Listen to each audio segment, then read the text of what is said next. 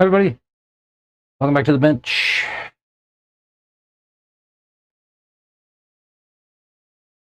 Tonight to do is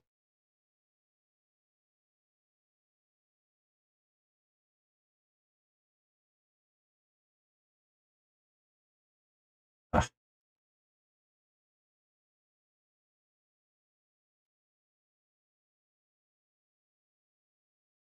hang on one second.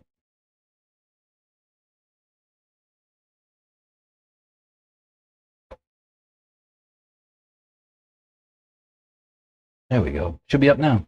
All right. Yay! How you guys doing? Fed, what's up, man?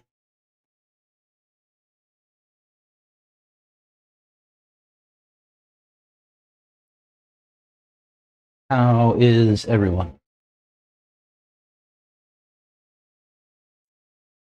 I did not get any leaks overnight, which is awesome. I'm not used to that.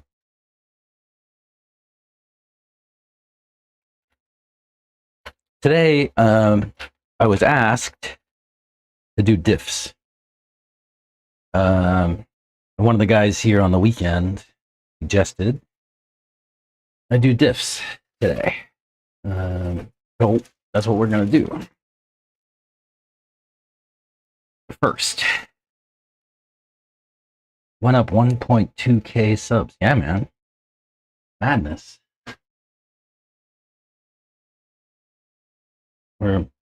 We're making progress.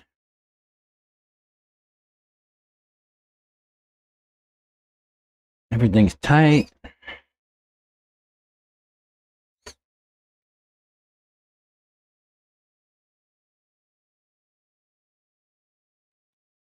Cool. All right, let's dive into it. Let me turn the air conditioner down a touch. It's a little bit humid today. We had a ton of rain overnight last night.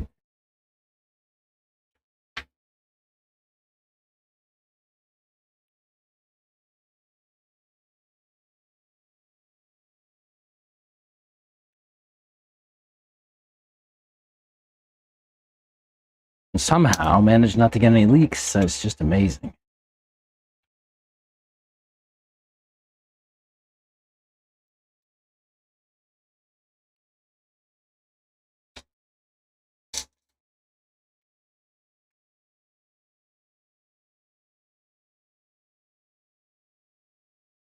Saw some places might get 20 inches of rain. Wow. We had like alerts all night last night um about flash flood warnings, like all night. Woke us up a bunch. All those phone alerts, a little rough sleep last night. Saw some places might get 20 inches. That's crazy. That's just nuts.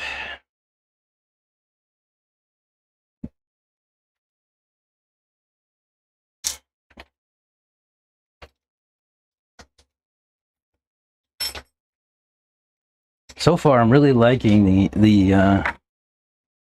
this mount. It's been really nice so far. I should check, make sure everything's tight. So, a lot of times if you go and test the screw, it actually loosens it, huh?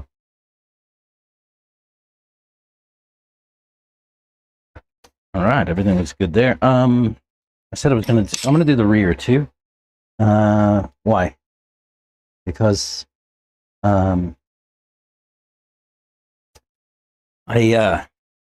so I want to do the middle because I want a little bit of more forward drive, like a little bit more drive up here, and then I want to do the rear because when I got on power on Saturday, my tail would kind of walk a little bit, and I think just another maybe 1K in oils will get it to where I think it needs to be.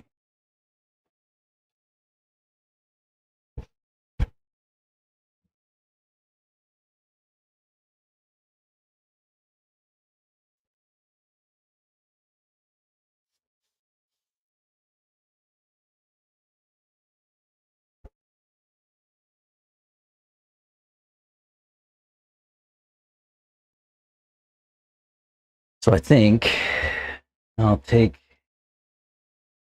the rear diff out and put maybe an extra 1K oil.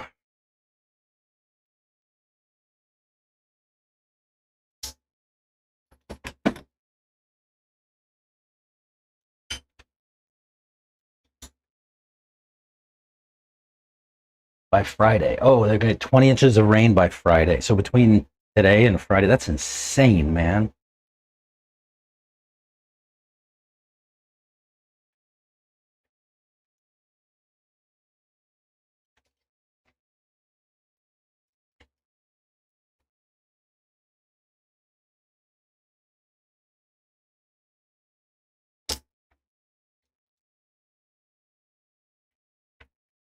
Mr. Topline, good morning. How we doing today?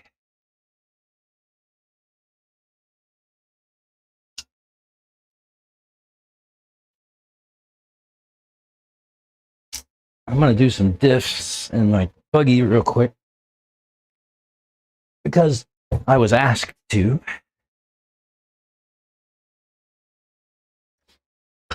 I was asked to show a diff service by one of the guys here at the track.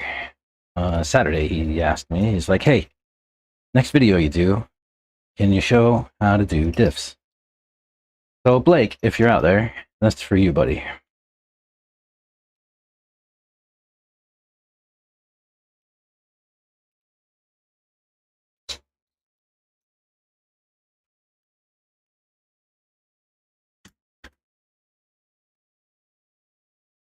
I'm like mixing tire sauce. We're gonna get top line tire sauce?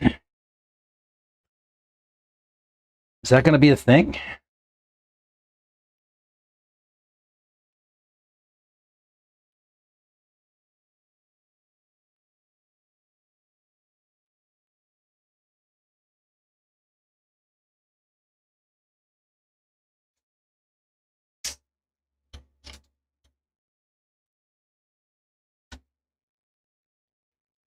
I hope you're mixing it in a ventilated space because that stuff gets pretty smelly. And I don't know how good it is for you to breathe all that crap. Solvents and stuff. Can't imagine it's very good for you. So I pop my shock off and I'll make it easier to get to my diff.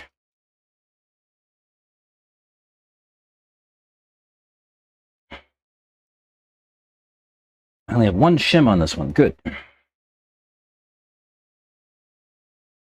I'll probably put that back. We'll see. I thought I had another diff stand up here somewhere. Maybe I could use a cart. Oh, yeah, here.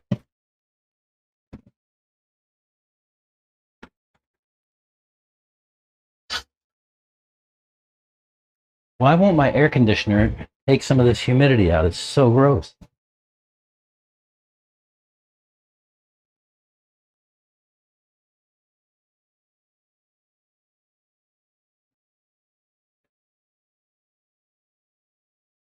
Very humid. I was like, he needs to watch the videos more you've done on a diff. What tire is that? This is Raw Speed Triumph. I don't remember what compound. I glued him the other day. Was that Friday? Or Saturday? I don't see a dot on them anymore. They must have worn off. Oh, there's a cut in that tire, though. Must have caught a nail or something. Wonder if I can glue that back. But I think they're soft long wear. I think.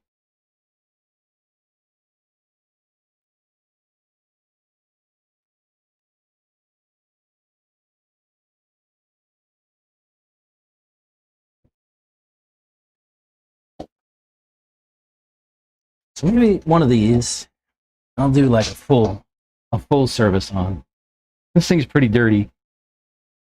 I put new bearings and grease, all the good stuff. We use some top line grease and some top line bearing oil. Actually, let me grab bearings and I'll throw them in the wash right now. If I have the right ones.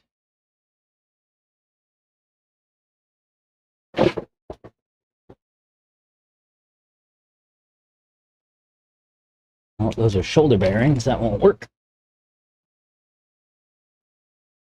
Those are not the right bearings. Ooh, I think I got them. Yeah.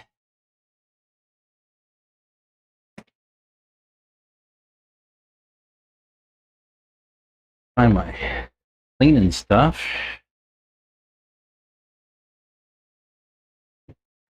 We'll do this up top line style.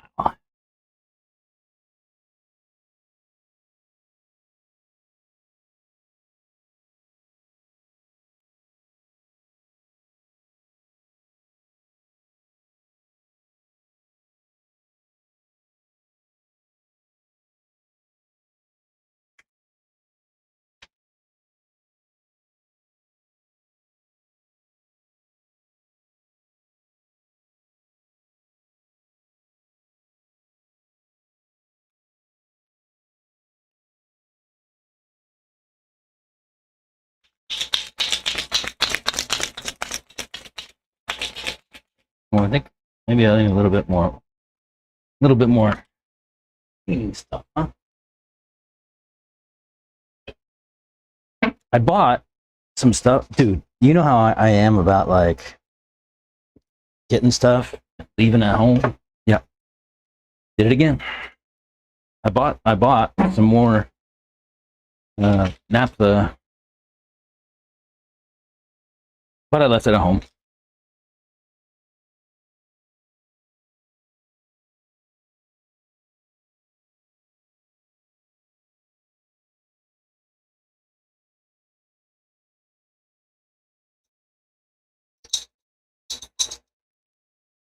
I get all the grease out.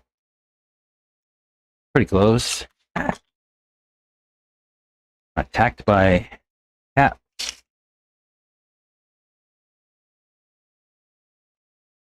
I think that'll do it.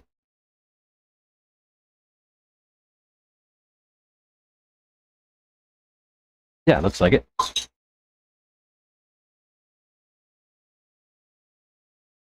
One thing I learned with this cleaning container thing is that I really have to be careful not to drop the basket in or it splashes everywhere.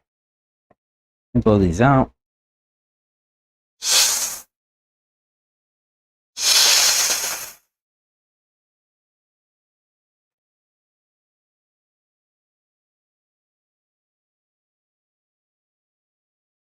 Some top line oil.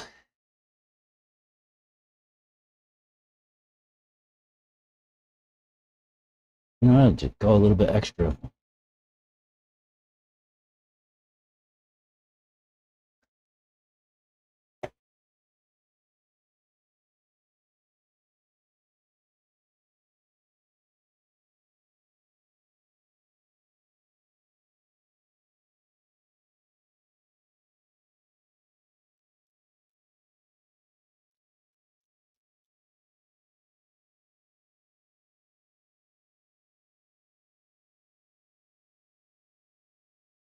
This first one feels a little gritty. Oh no, it's okay. Just doesn't like to spin as free as the other one. Maybe I didn't get all the grease out.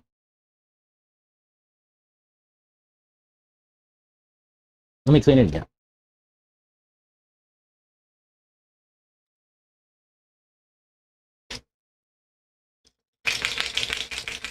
Sauce is solvent free. Nice. Well, when it's available, I'll have to try some. Solvent free sauce. How does it work?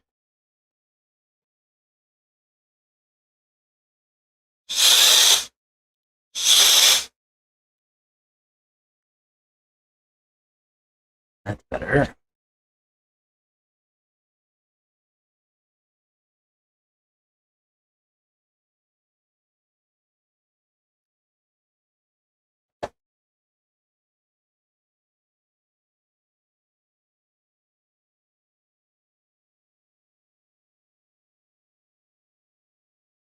Yep, that's better. We just had to get the grease out. How many drops of oil should I put, top line? I put like 4 or 5, right? Should I put more?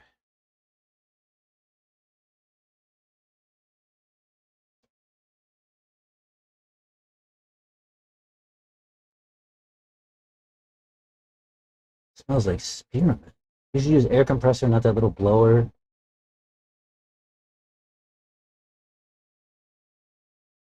Oh, yeah, no, it blows it out pretty good. It's basically like an air compressor.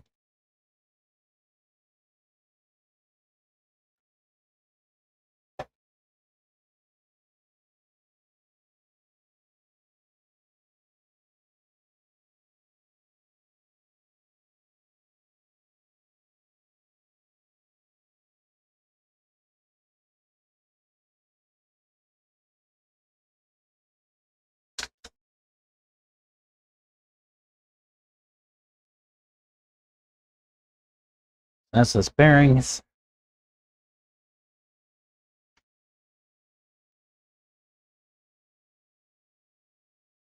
I say so. Yeah, I mean, it's fine. It's fine.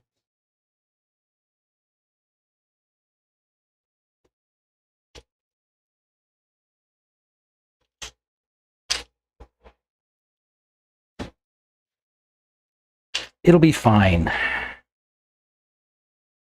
All right. Let's open these up. Oh, what am I going to do for oils? I'm going to go 4K in the back. And I need 6K in the middle. 6. 6K in the middle.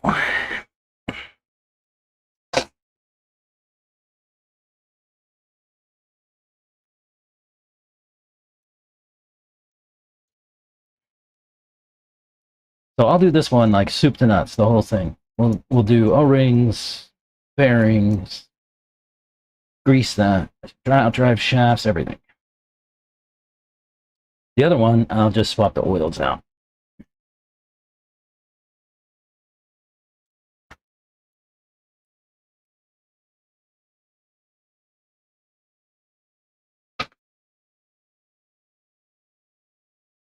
Show you my new recipe for front and back, but that's my setup. Yeah, my setup's weird. Hey, speaking of wacky setups, on the weekend, we had practice day on Saturday because there was not enough to race here. There was also a race down at Oats. Was the Nitro Challenge. Unfortunately, I couldn't make it. It was supposed to be a 2-day event. So I thought I wasn't going to be able to do that. I needed to be home for a thing yesterday. So I couldn't make it. But it ended up being just a 1-day event because they only had like 39 drivers, sadly. Wish they had more, and I wished I was there to support. I could have made a 1-day race, but not a 2. So next time, guys, we'll go to Oats. But wacky setups. So we're here on Saturday, practice. And wow, that oil is smoked. And Scott broke one of those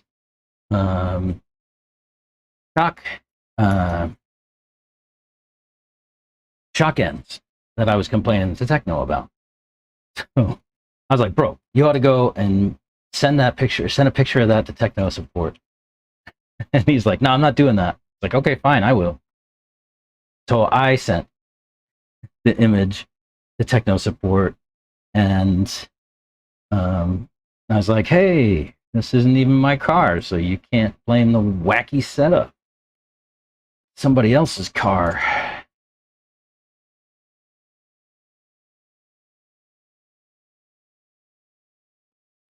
So we'll see what they say. I'm guessing it's just going to be some more bullshit.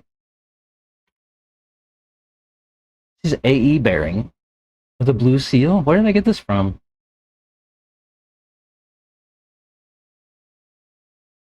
Where did I get a bearing with a blue seal? Hmm. I don't even know. I don't know where that came from. That bearing feels buttery smooth, though. Maybe I'll just clean it.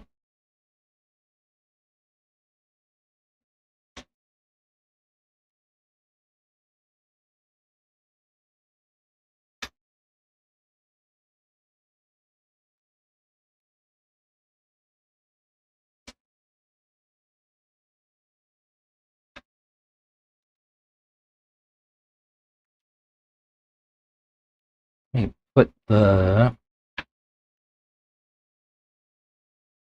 gears and cleaning stuff.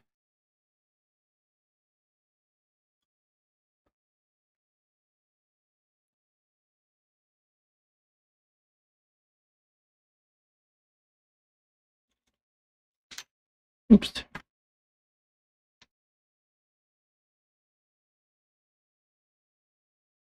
So I'm curious to see what Techno has to say whenever they come back.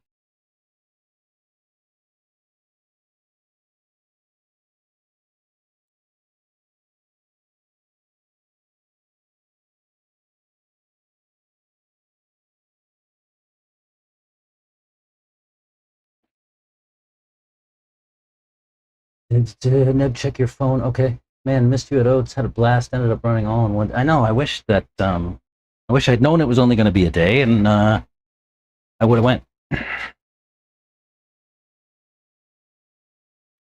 I would have made it, but oh well. Next time. I'm glad you guys had a good time. It looked like fun. I was sad to not have not gone. Honestly, if I had known it would have been all done in a day, I would have gone. Hang on, let me check my phone. I was told to check my phone.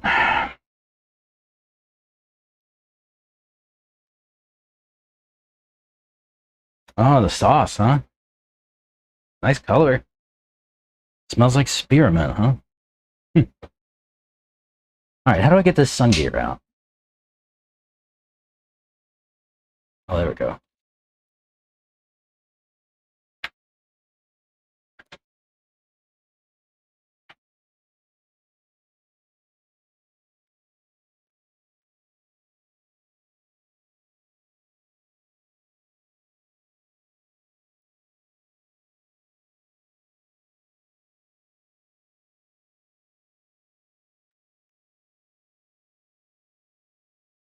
Nice. Like in pretty good shape.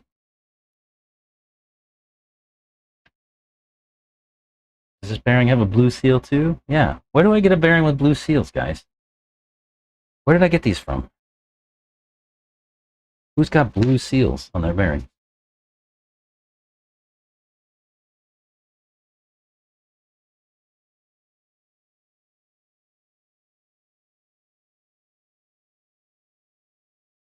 I mean, it's a little rough, like it's greasy. Like it's just bound up like a little bit. I wonder if I clean it out. Try it. Feels like it's smooth.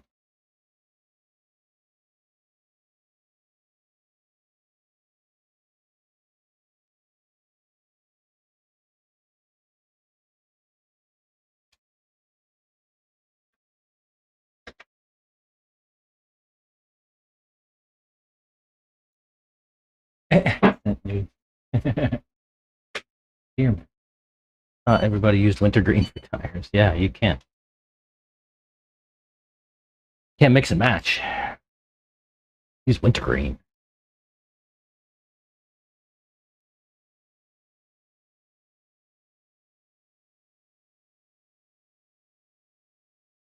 Uh, I'll replace these. Ooh, look at this.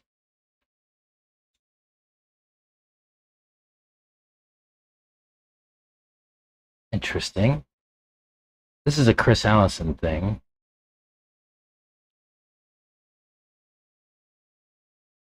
This is a key diff shim from a Techno, but he cut off two of the keys. Or a keyed washer, but removed two of the keys on the sides. That's interesting. Let me replace these O-rings. They're both pretty well black. Where's my diff?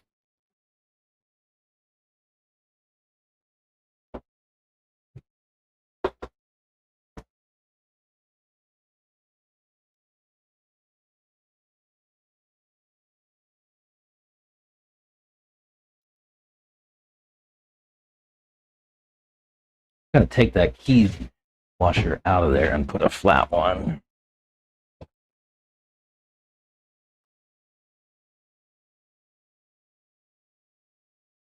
Hey, top line.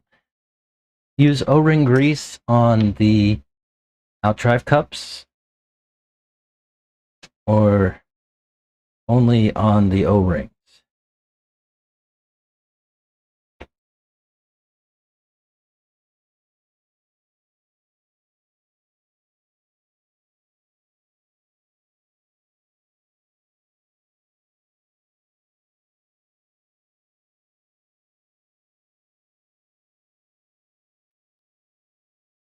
Outdrive and O-ring.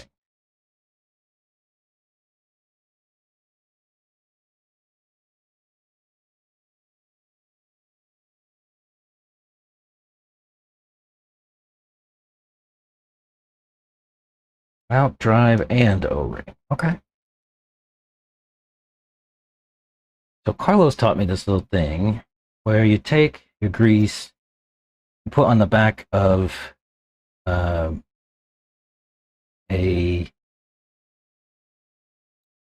X-Acto blade and put the back of the X-Acto blade flush against the outdrive cup and sort of spread it around. And what he says is that if the grease is in the groove and kind of stands proud of the groove, it'll get kind of pulled away as you put the outdrive cup in. And I don't really know, but if you run the razor blade around it, it comes off nice and flat and looks flush. So we'll see. Oh, I need a bearing. Let's not do this dumb shit again. I forget to put a bearing on. All right.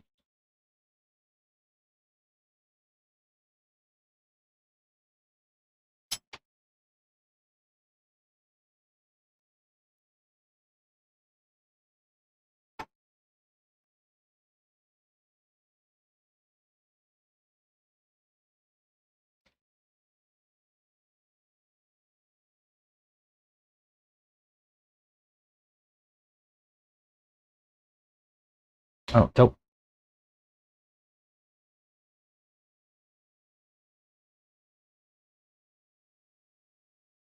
All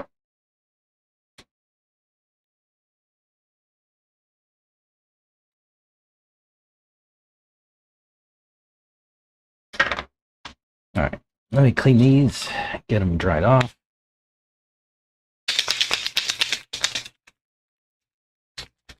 It will get pulled away by the razor blade too. Guys have done that for years. Yeah.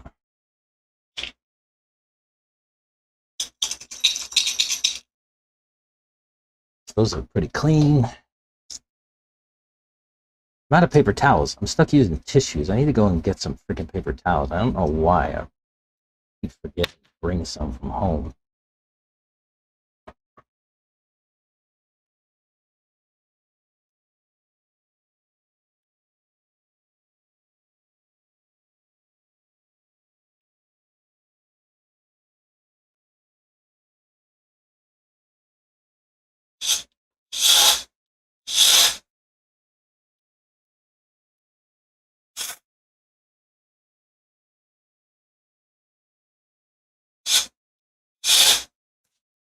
Didn't mean to do that.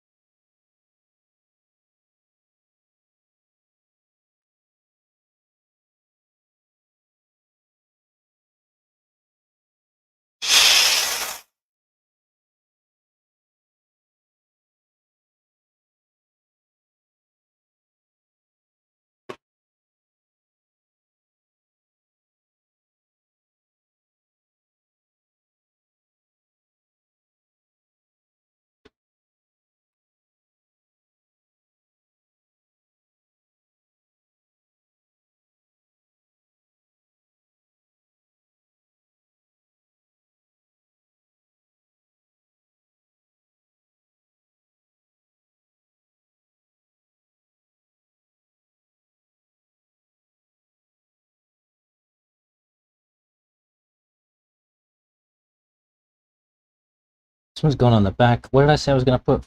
4K. 4K.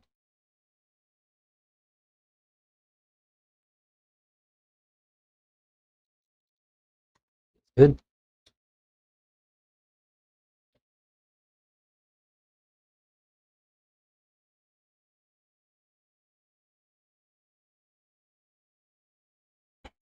So you want to put enough oil in to like cover the gears ish. But not so much that when you put the sun gear in, it squishes out the top. Like there should be some head space inside of the diff. That's probably too much. Let's go a little drop.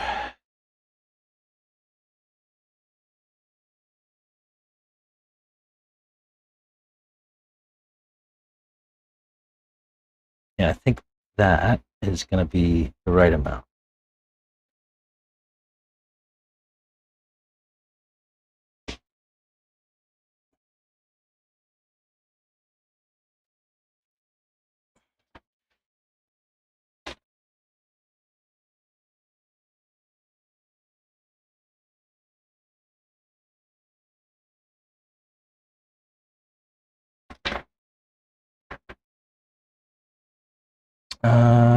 Where's my other outdrive cup?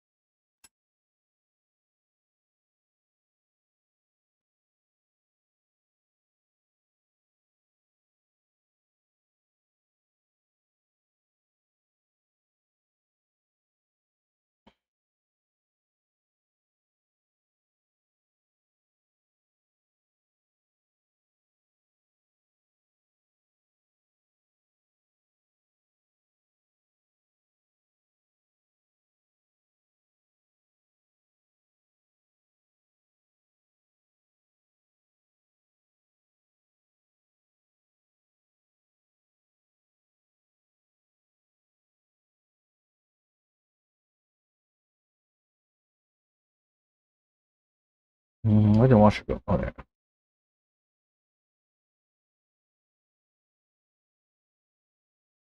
This washer feels like it's cupped, and I don't think I would like to reuse that.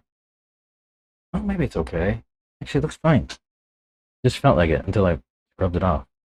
Okay.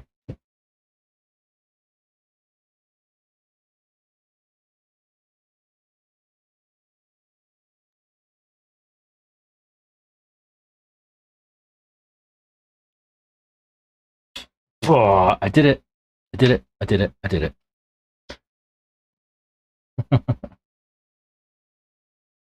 Forgot the bearing.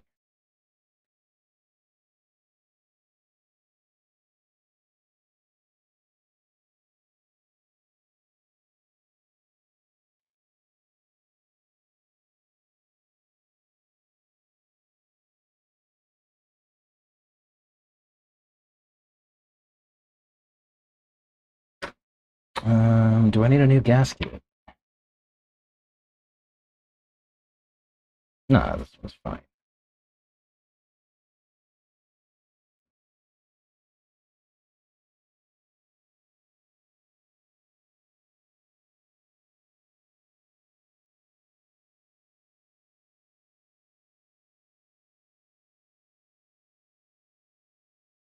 No, it's not. It's old. Let's get a freshie.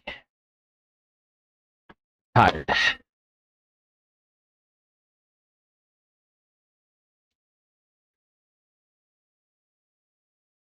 The only one I have in that one? Okay.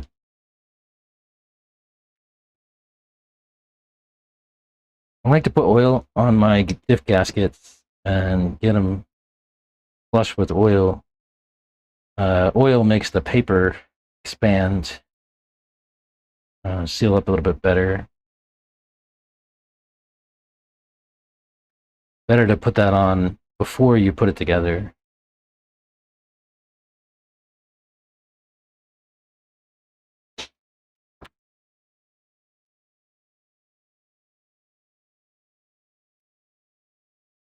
And I just like to take a driver and line up the holes.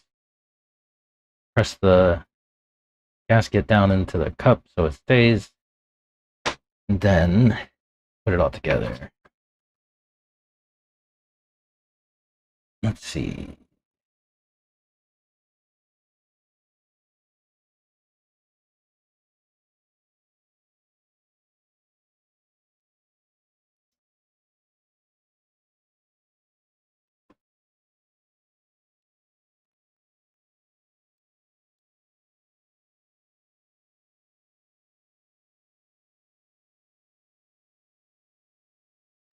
I need to get some slickoleum, or nolene grease.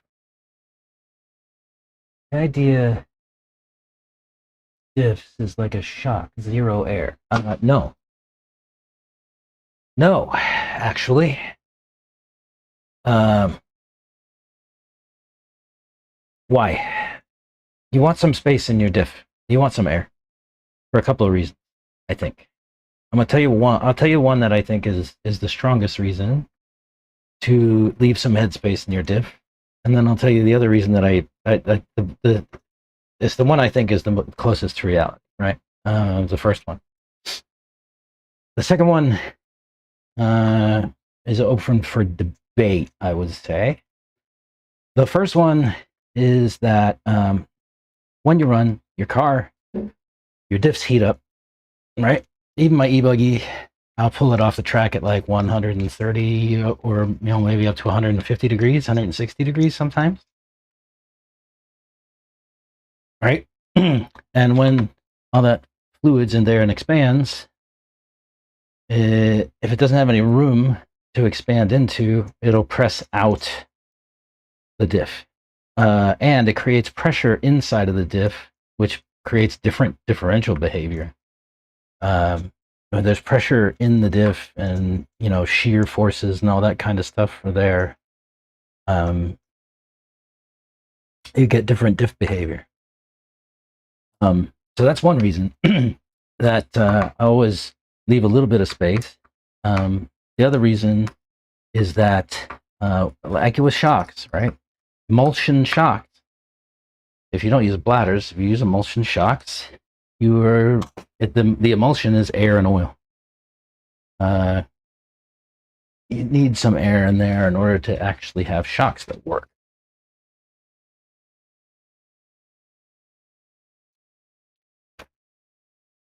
Yeah, we need that still. All right, that did feels good. Let me put some grease on it.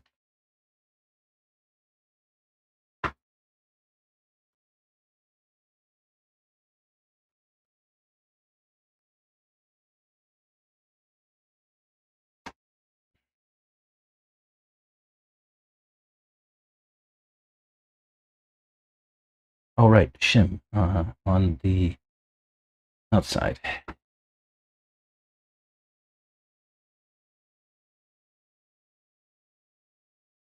My other one was a little bit bent, so I'm just going to put a fresh one.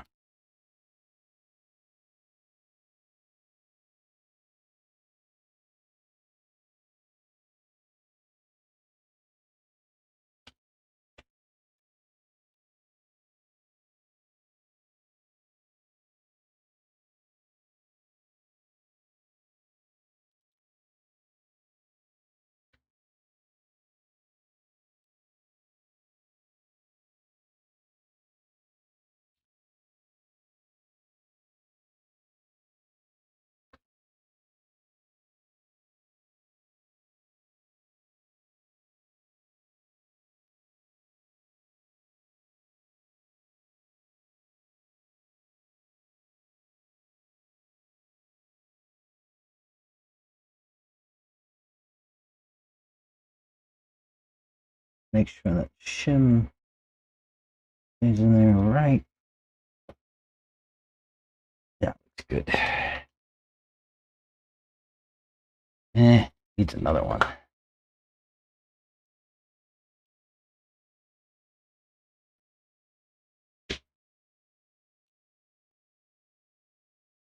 Why they come in different viscosities or perform differently at different thickness. They never leave air in my diffs. That's exactly why we use a vacuum pump on our diffs and shocks. Yeah, I don't use a vacuum pump on my diffs or shocks. I don't usually pump my shocks when I fill them too. Why did I come over here?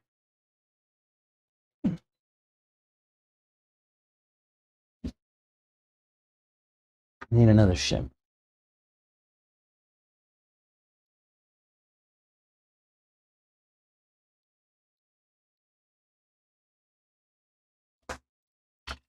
One of the cool things about this little hobby sport, whatever you want to call it, is there's no rules. there's no singular correct way to do anything.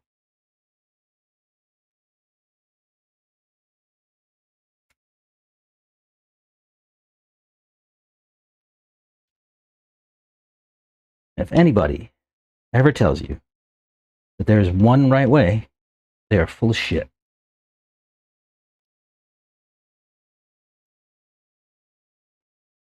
And they're lying to you, and you should tell them they should feel bad.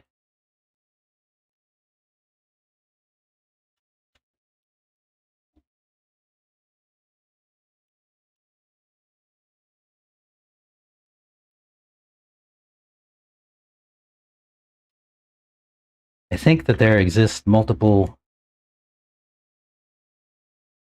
ways of doing things with varying degrees of optimization. Let's say, how about that? And you can do things as optimally or suboptimally as you like. If it works for you, it works. If it's dumb and it works, it's not dumb.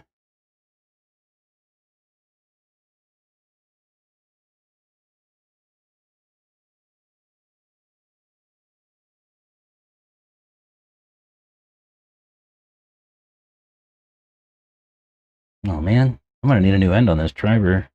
It's getting worn out.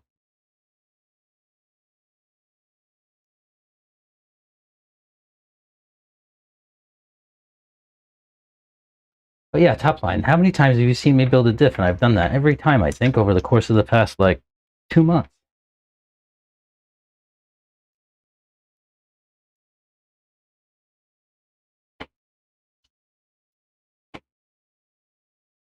Somebody's not paying attention.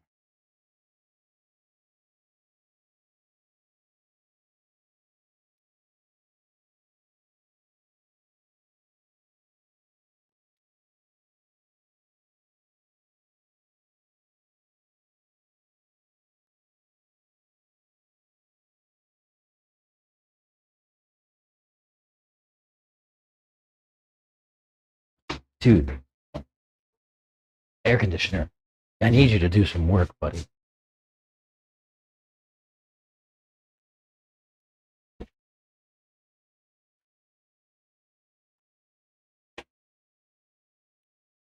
Let's put it real work. What weight is in the front of your buggy right now? Fluid 900, yeah, ish. Yet I can get the same feeling. Five, yeah, but why? No, if I put 550 in this and I did it the way you did it, it wouldn't feel like that. I promise.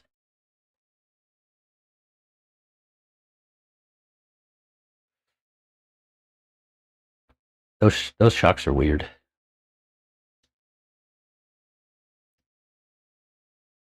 What we put in those? 8 by 1.2 in the front and 8 by 1.3 in the back, or 8 by 1.3 in the front. Yeah, get it done, man. We'll be here all day.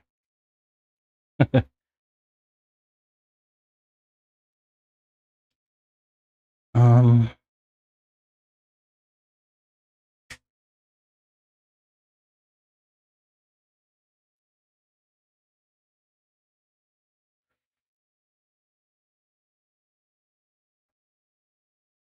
Yeah, be suspicious of anybody who tells you that there's a singular one way to do a thing.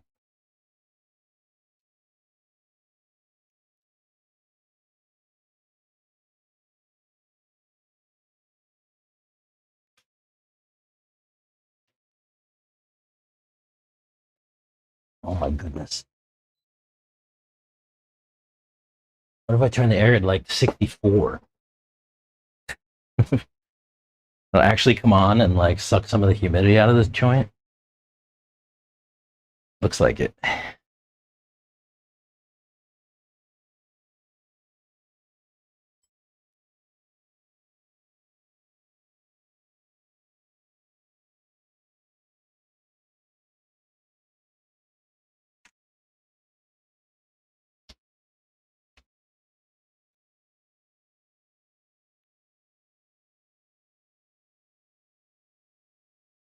There's water on the floor. It's going to take a long time. Oh, yeah, that's true.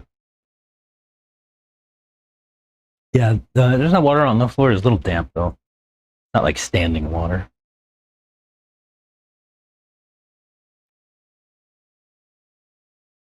I think that came in through the doors, through the front door and the rear door.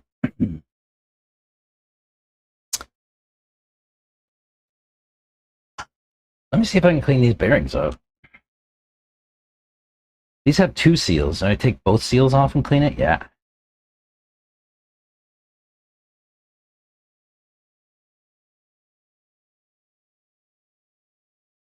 Did we ever figure out who makes bearings with blue seals?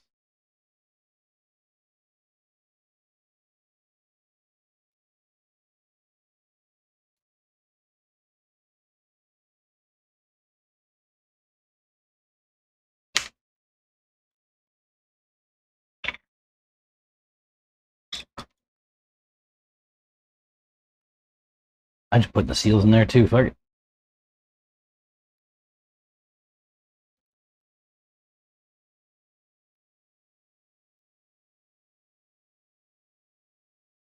Oh, that bearing looks gross in there.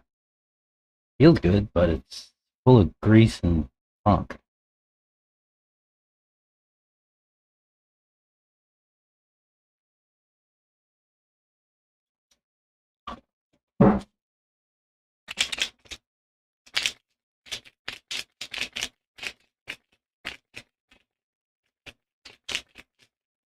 Not a leaky back door. Yeah.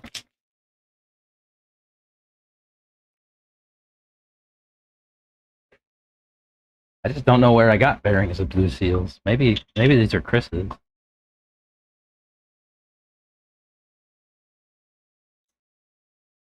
They clean up nice, I'll tell you that.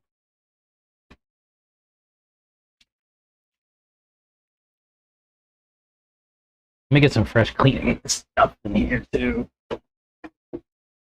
Stuff's black.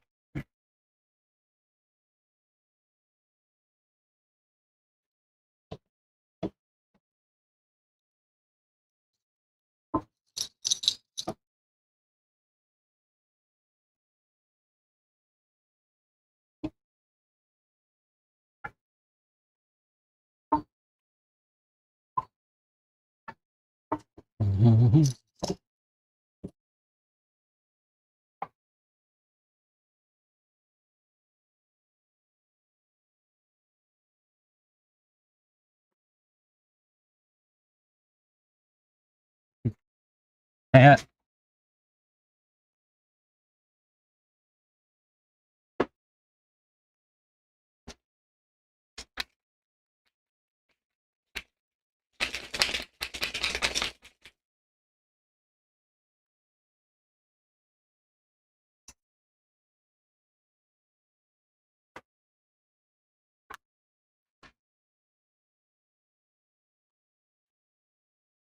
Yeah.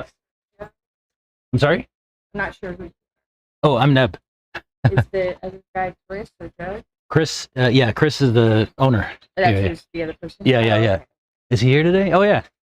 You know what time the store opens? It won't open today. Oh, it won't. No, Okay. what do you need? I was gonna buy a shirt before I. Oh, I would just knock on the door. Okay. This one? Okay. His office is right in the right hand side there.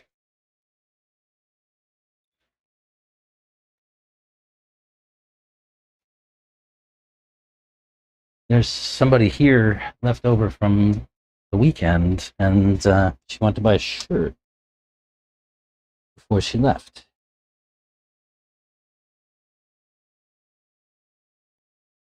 Where's that other seal? Oh, they're all there.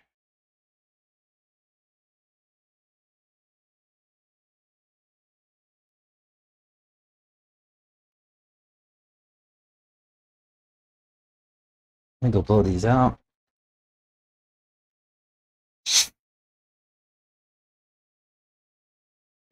And drop it on the floor.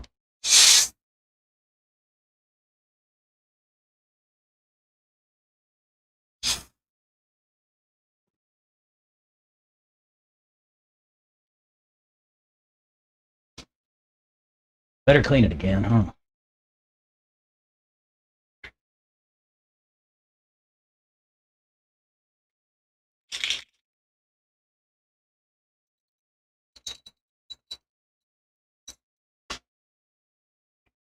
I keep forgetting not to drop that basket in there, and it fucking goes everywhere. I told you earlier, I need to remember not drop the basket. Of course, I dropped the basket. All right. Yeah, these bearings feel good.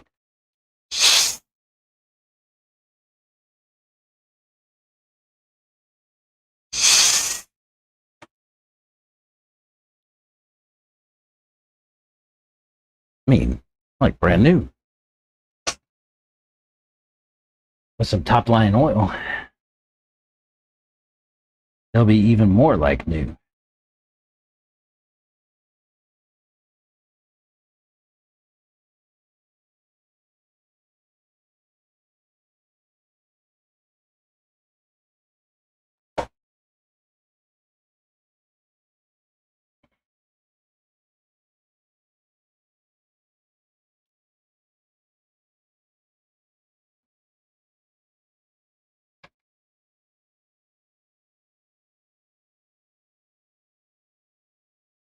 Yeah, that feels like brand new.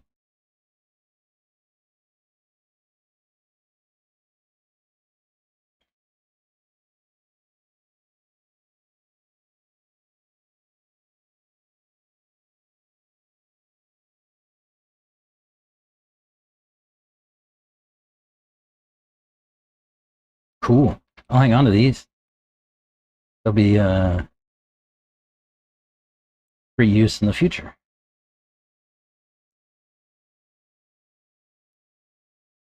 Yeah, they feel like brand new, bro.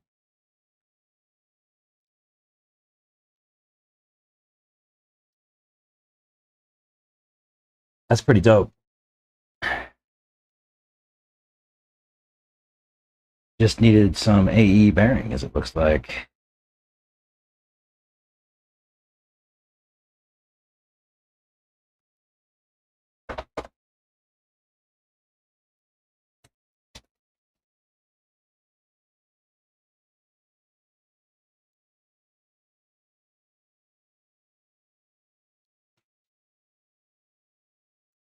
Oh, I dropped bearing on the floor.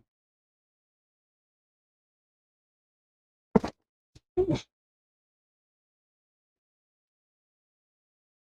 then I almost fell on my face.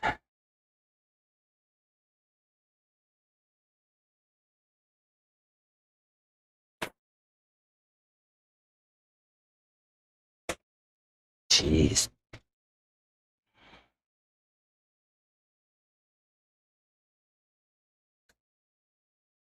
What is it with the lid? Oh,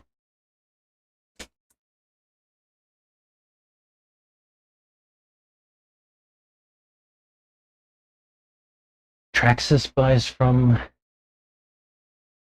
I'm gonna that come off of Chris Allison's diff, so I'm gonna get out of Traxxas.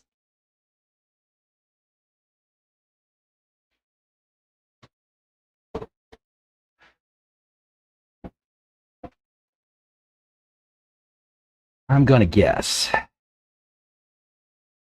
that is not Rex's bearing. I don't see Chris Allison running a Traxxas bearing in any case. Maybe. I could be wrong. Chris, if you're out there, tell us I'm wrong.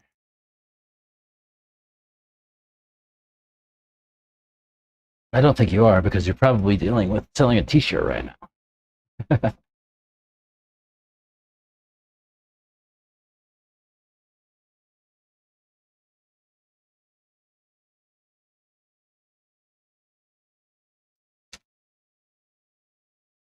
Ooh, my phone's going off.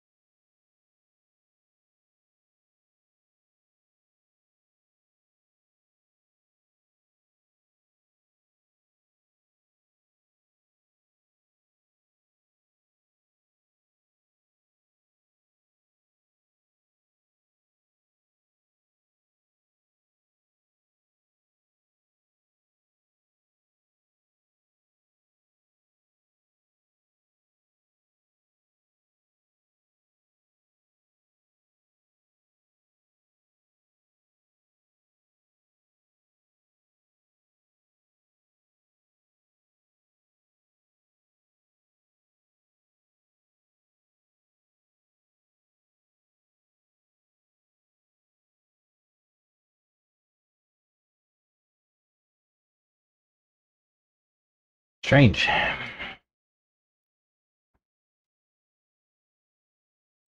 Scott was saying that the new Techno C block has 3 holes in the middle of it. Two of them are the standard 2 that you use to mount the C block into the gearbox, but then it's got a center hole like the D block or the A block. So he's trying to figure out why his C block has 3 holes instead of 2 there.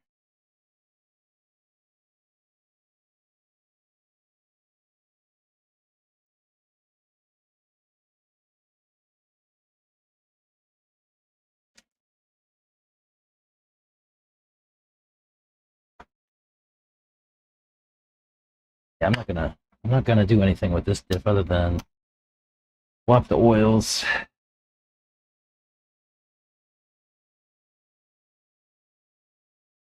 And gasket, clearly. Just tore it.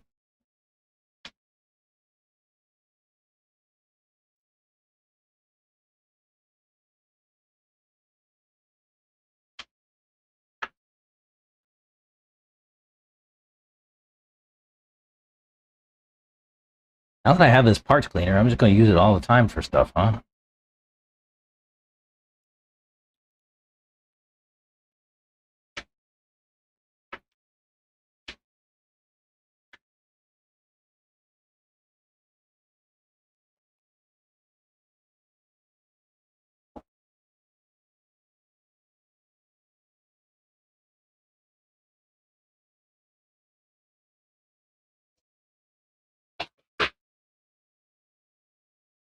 But vintage.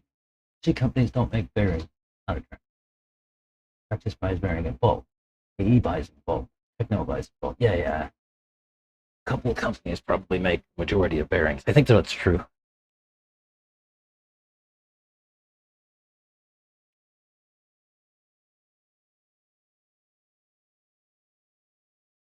There's one Chinese company making all the bearings for everybody. Or if you get NMB, I think that's Swiss, right? Or is NMB Japanese? Or German, maybe. Where do you get a precision bearing?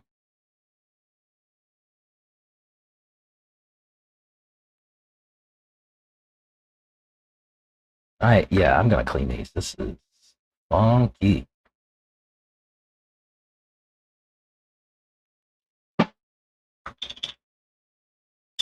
Hey, can you use nitro fuel in the parts cleaner. Would that work?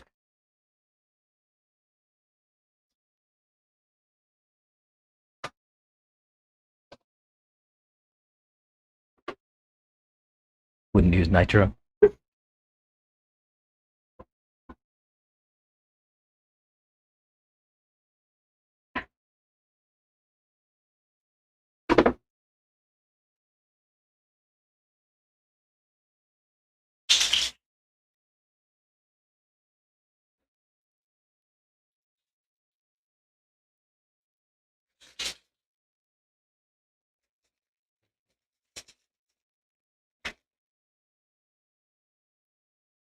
Oh.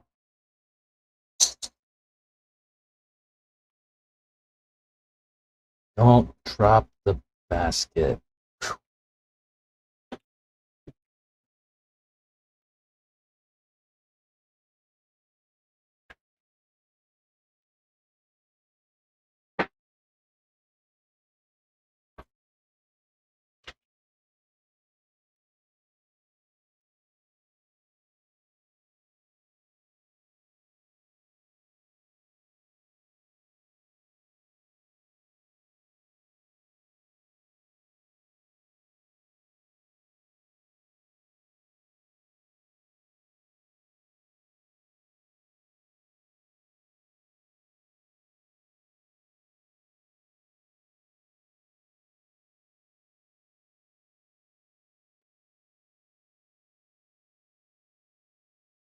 Brake cleaner or naphtha. That's what this is, naphtha.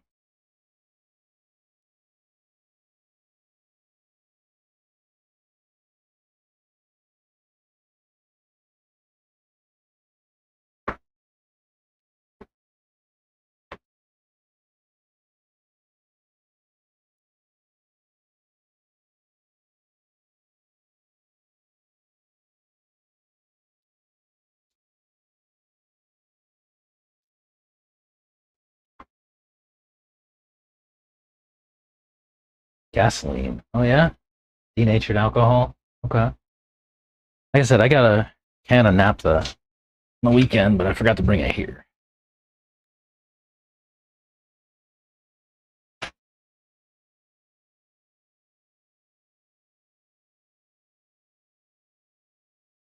$6K. Ooh, let me scrape this old gasket off.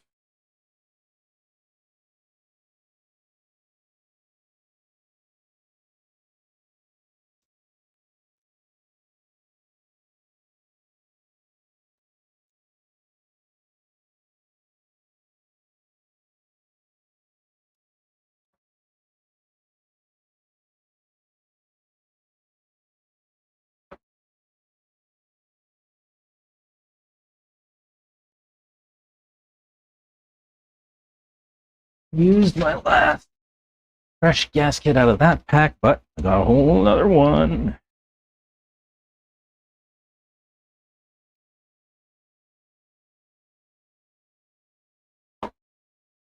Aw.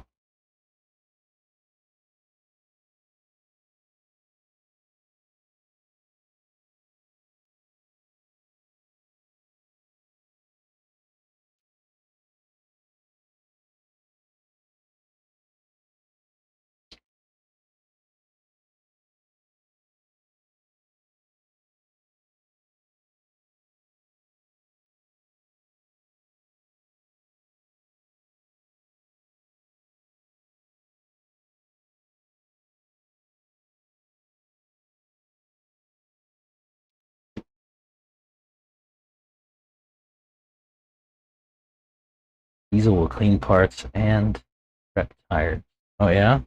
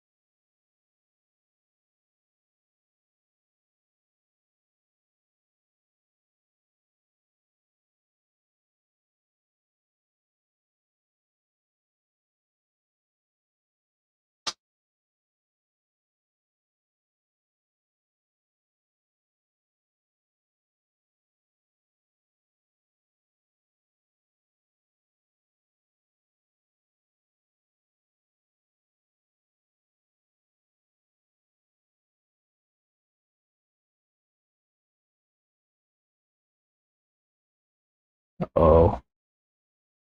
Oh no. I thought maybe that was stripped, but it's okay.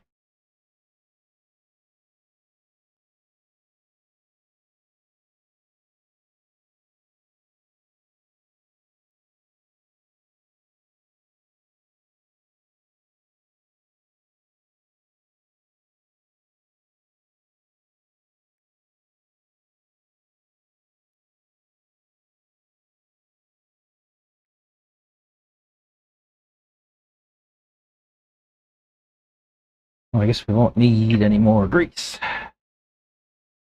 right now. Quality top line grease.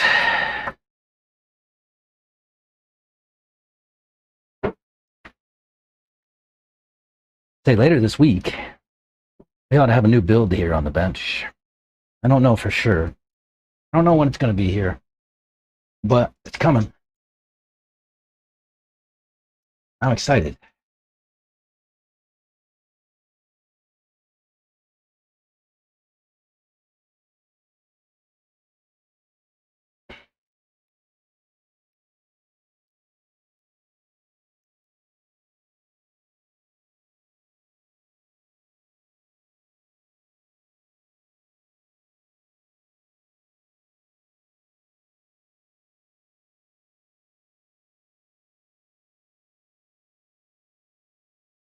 Taiwanese?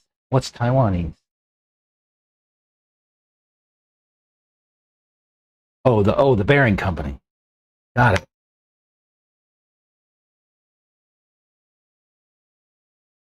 And that just feels nice.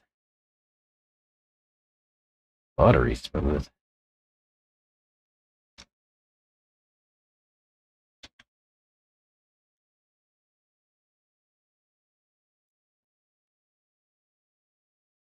Hey, we were talking about tires earlier.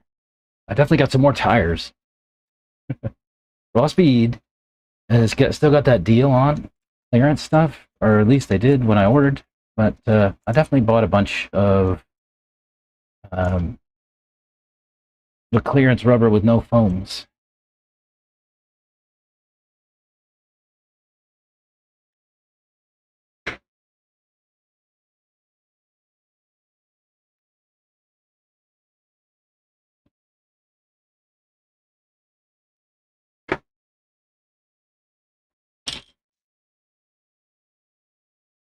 That was an interesting setup, Chris.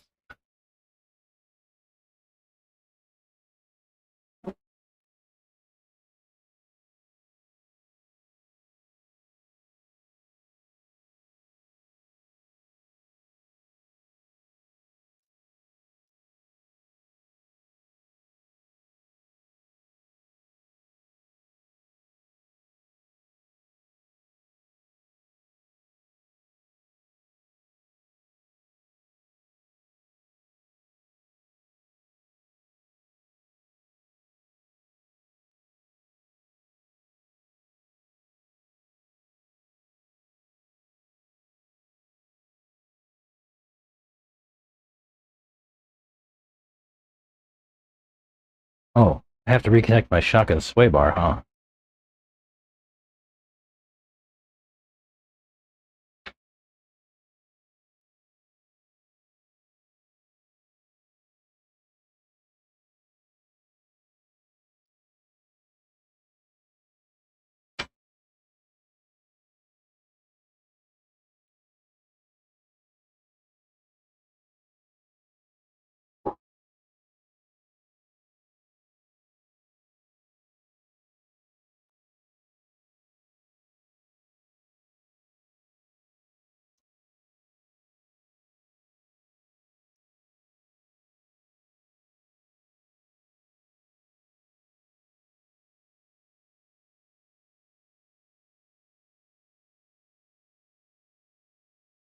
I wonder if raw speed's nitro body would clear my battery. It's slightly taller than Gen's Ace, and I need bullets.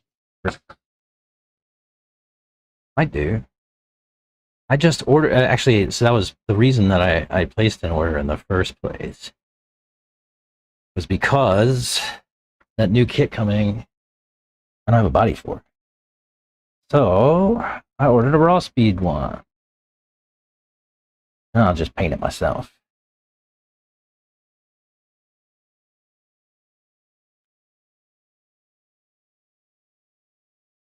Why can't I get that screw to bite?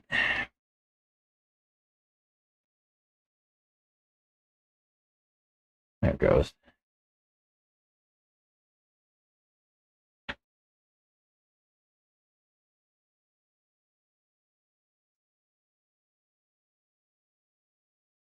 Nice.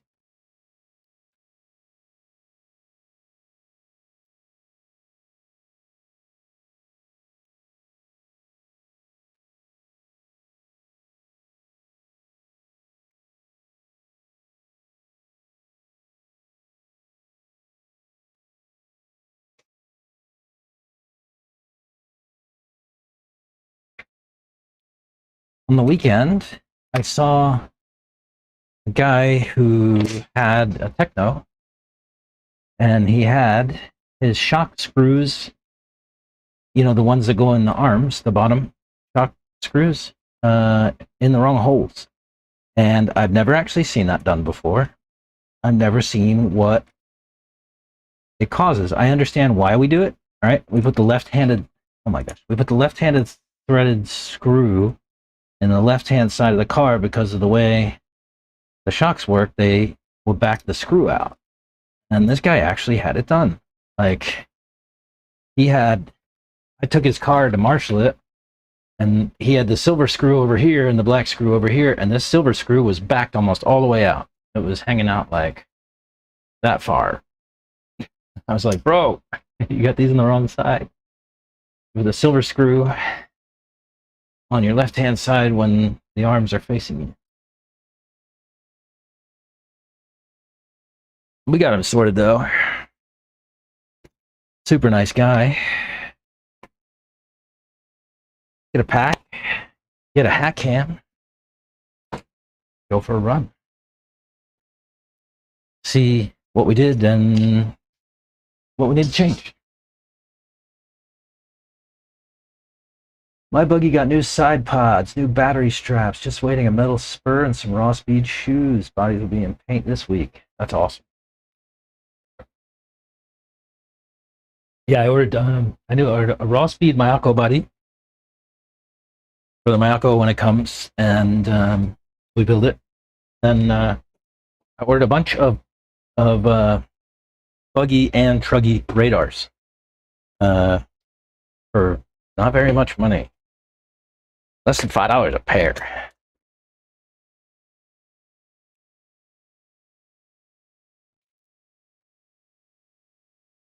Like, I spent less than $100 with shipping, and I got a body and a ton of tires. That's crazy. Thank you, Raw Speed. Actually, let me throw a link out to clearance sale if it's still there. One sec. That would be nice, huh? Let's see. Sale.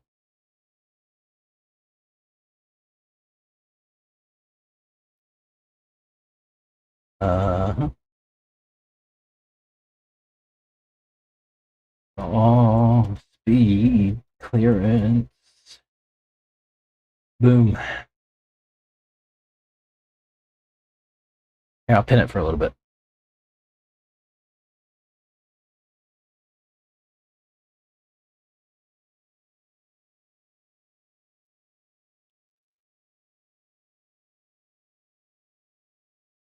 I think I got soft long. Hang on, I'll tell you what I got. I don't need to guess. One sec.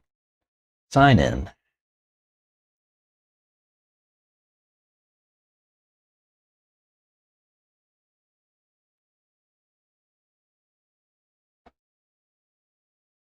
How do I see my order? I got one body from Mayako, and I got 8 pairs of truggy radars and 8 pairs of buggy radars. I lied. $101 was shipping. How about that?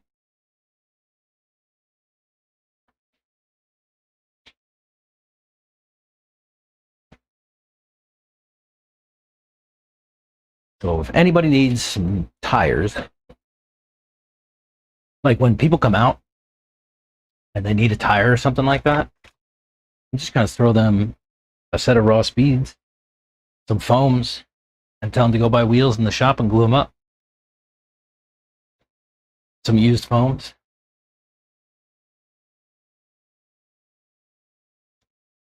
I think it would be cool to have tires like for somebody if they need them in a pinch. I mean, I can use them too.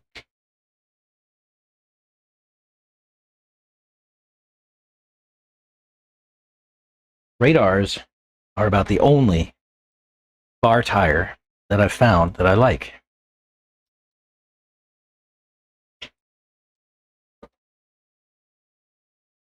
I don't run bar tires unless there's raw speed.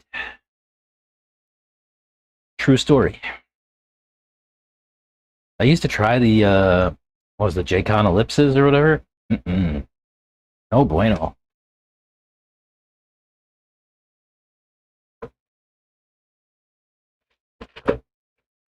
The mini pins, super minis. Super minis.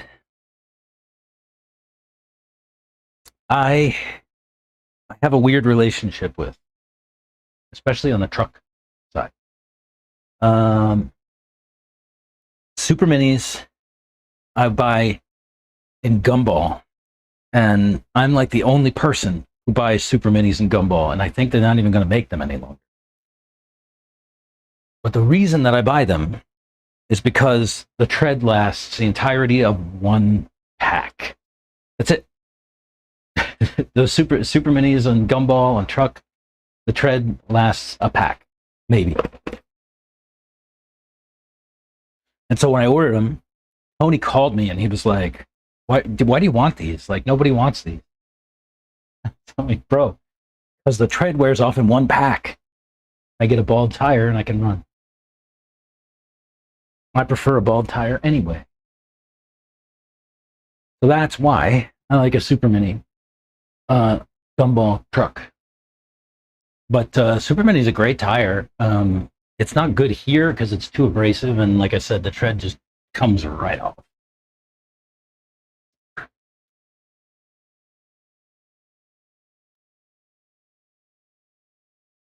I've kind of boiled my stuff down to really 3 tires.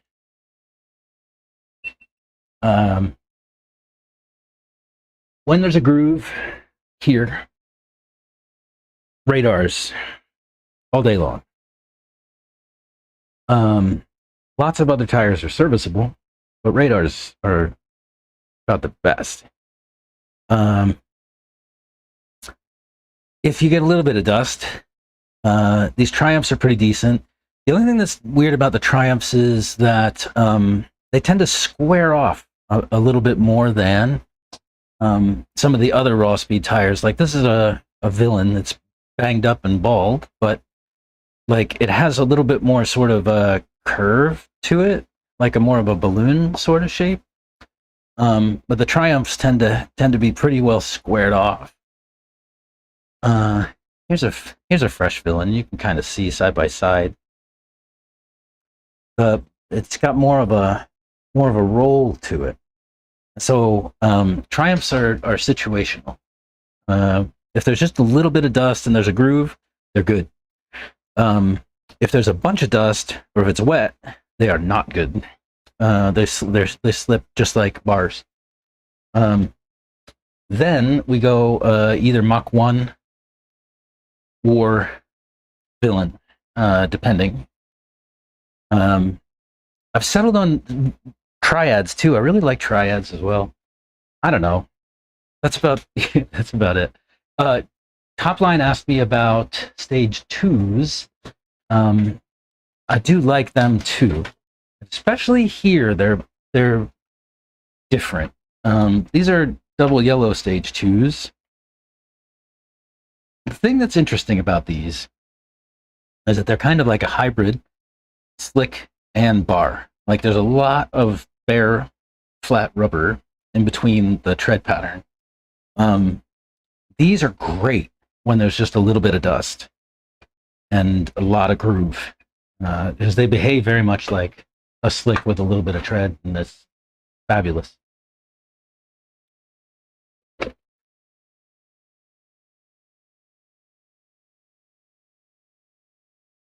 Mike's got a bunch of topsoil mixed in there. I saw that.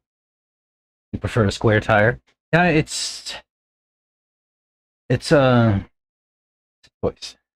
I like a square tire sometimes. These, I'll tell you, I put used foams that I stole from Reggie's tires. I think they're J-Con gray.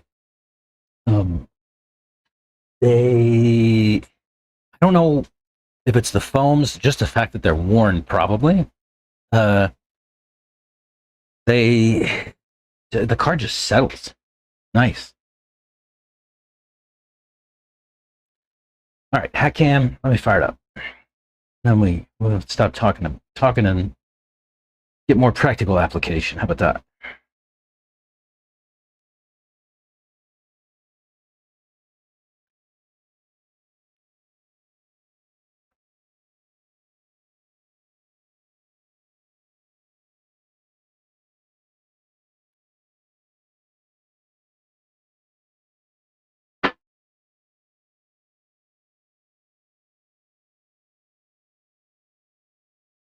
Set up. Got it. Go. All right.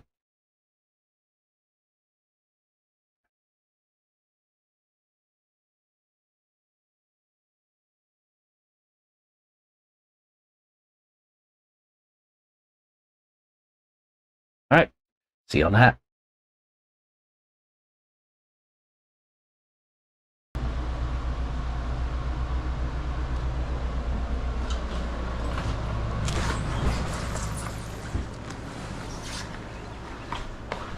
Did you get your shirt? Oh, I'm going to just a second. Thank you.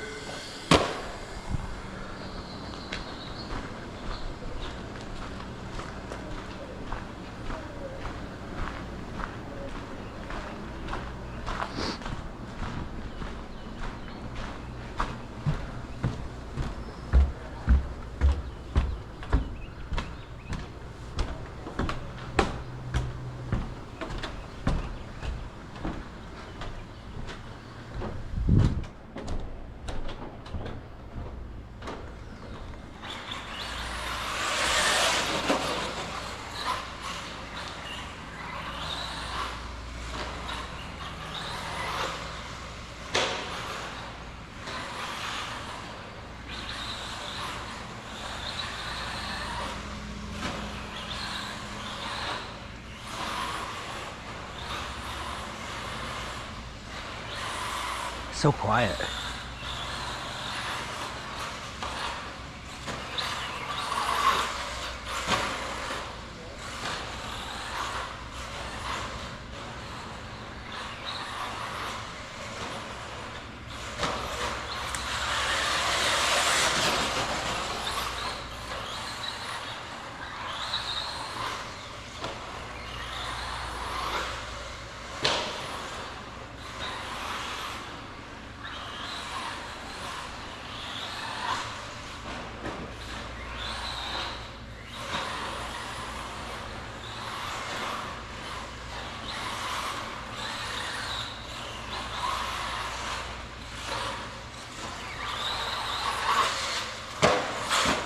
Yeah.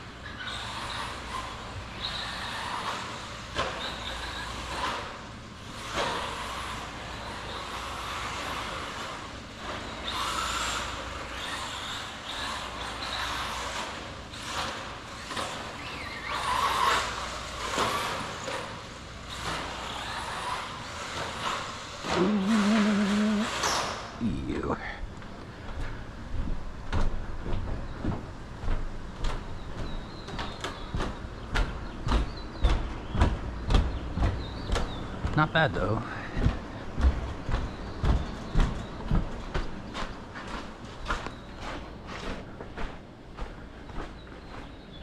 Not bad.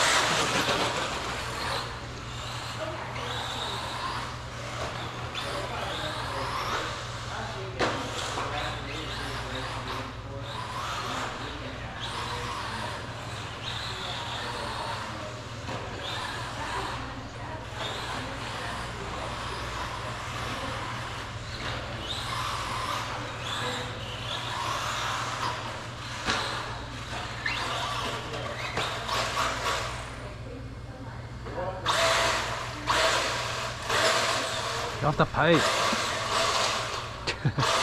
Ah. Guess I'm walking.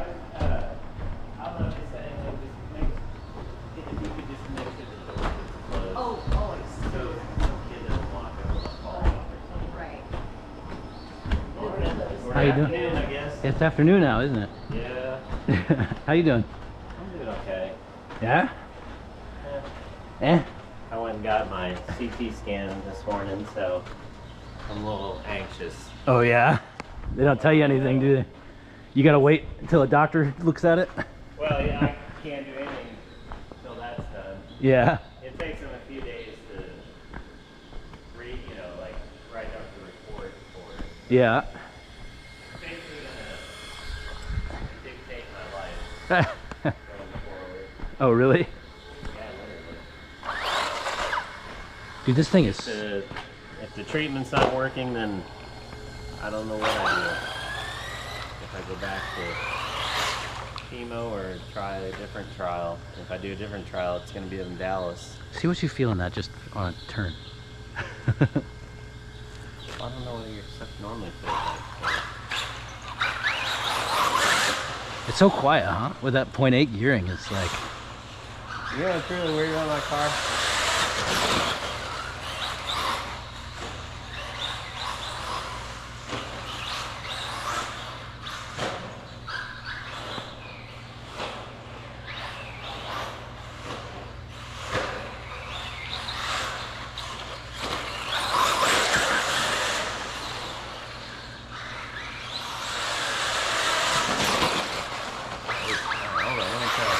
I could get to where I actually can make the turn. It's coming up sooner on me than I think standing over here, you know? Yeah, yeah. It's hard to drive from the ground. It is. It's just, man, it just feels so different than my car. The front end just feels dead. Feels dead? It feels dead compared to mine. Really? Yeah.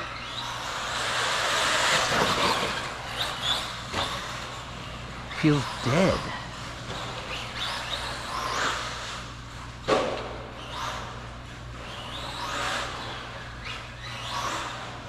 Yeah, it's hard to explain. Like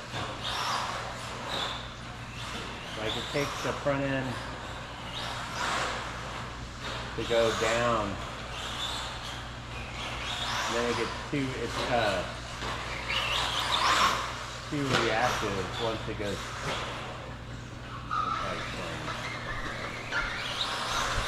So like when it's up going, it's not reactive enough. Then when the front starts to compress, it gets too reactive. Yeah.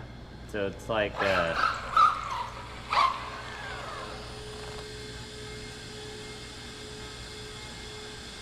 one thing, your front shock tower is bent, but Usually. yeah, man, the front feels so soft. Feels so soft. Yeah, like crazy soft. What would you change?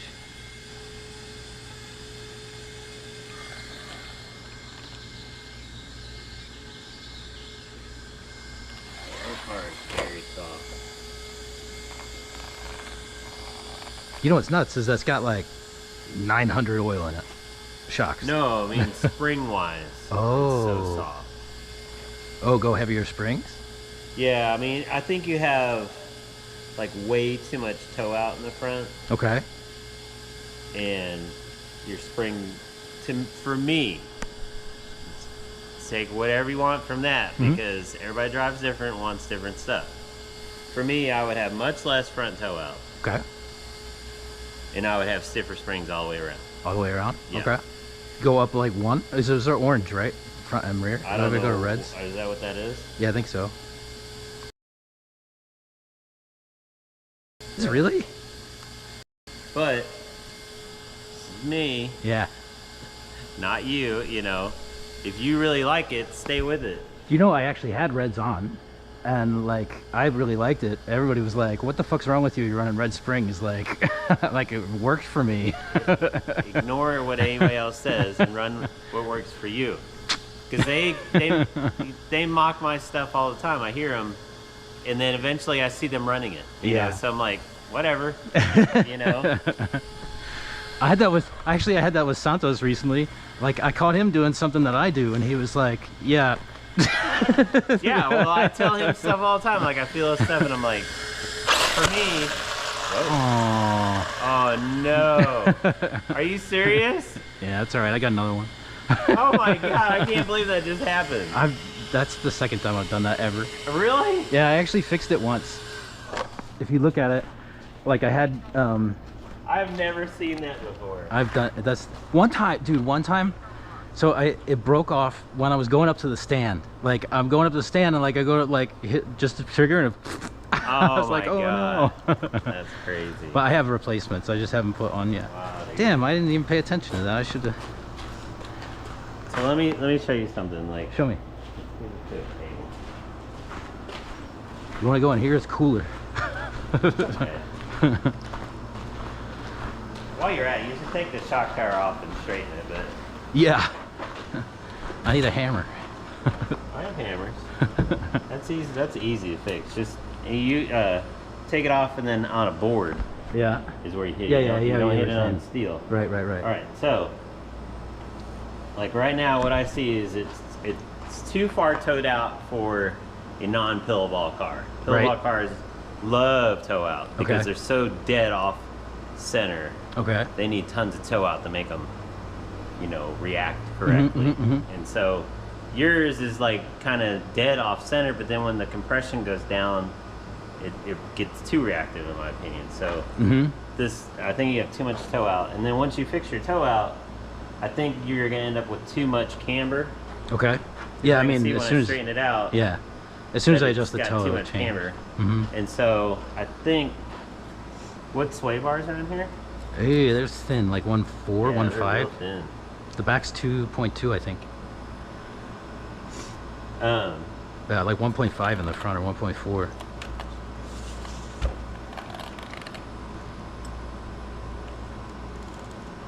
Well, I would, if it was me running it, I would run a stiffer spring. Okay. Oh, it's thick oil too. It is. It's very thick. Yeah, like go up on one on spring all the way around, and then take out some of this toe out. Yep. And then fix the camber to where you only have 1 or 2 degrees of camber. Mm-hmm. And make sure when you check your camber, like try eyeball this to be straight. Like see how this tire's so turned out right now? Yeah. Yes. But like right now you got positive camber because it's turning. Right. But if I turn it back, you Yeah. have way less, so it changes it. So you have to set your camber when it looks like your tire is straight, Oh yeah. not when it's just like this. I usually set it and like when the car's at neutral, but I've never even thought about it, to be honest with You you. really need to set it like this.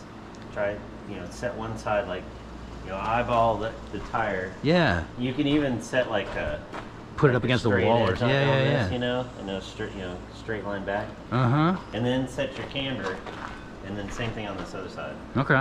And then set your camber. I've never And then said it you that know way. Then you know your camber is Yeah. more correct. So then you take some of this towing out, it's going to change.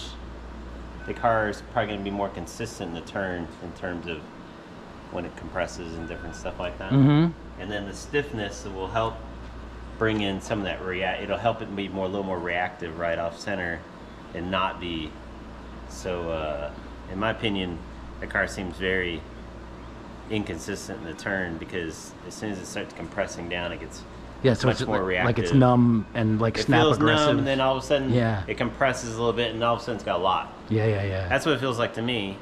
But everybody likes different things. Yeah, That's why everybody I'm likes qualifying all this. different So things. if you like it like this, don't touch a thing. No, I mean, like, there's always room for improvement, right? Yeah, well, And I'm always like to try I always new try to things. qualify. It's like, okay, for me, Yeah. this is what I would like. Yeah. If you're very happy with the car the way it is, don't touch it. No, I need more faster.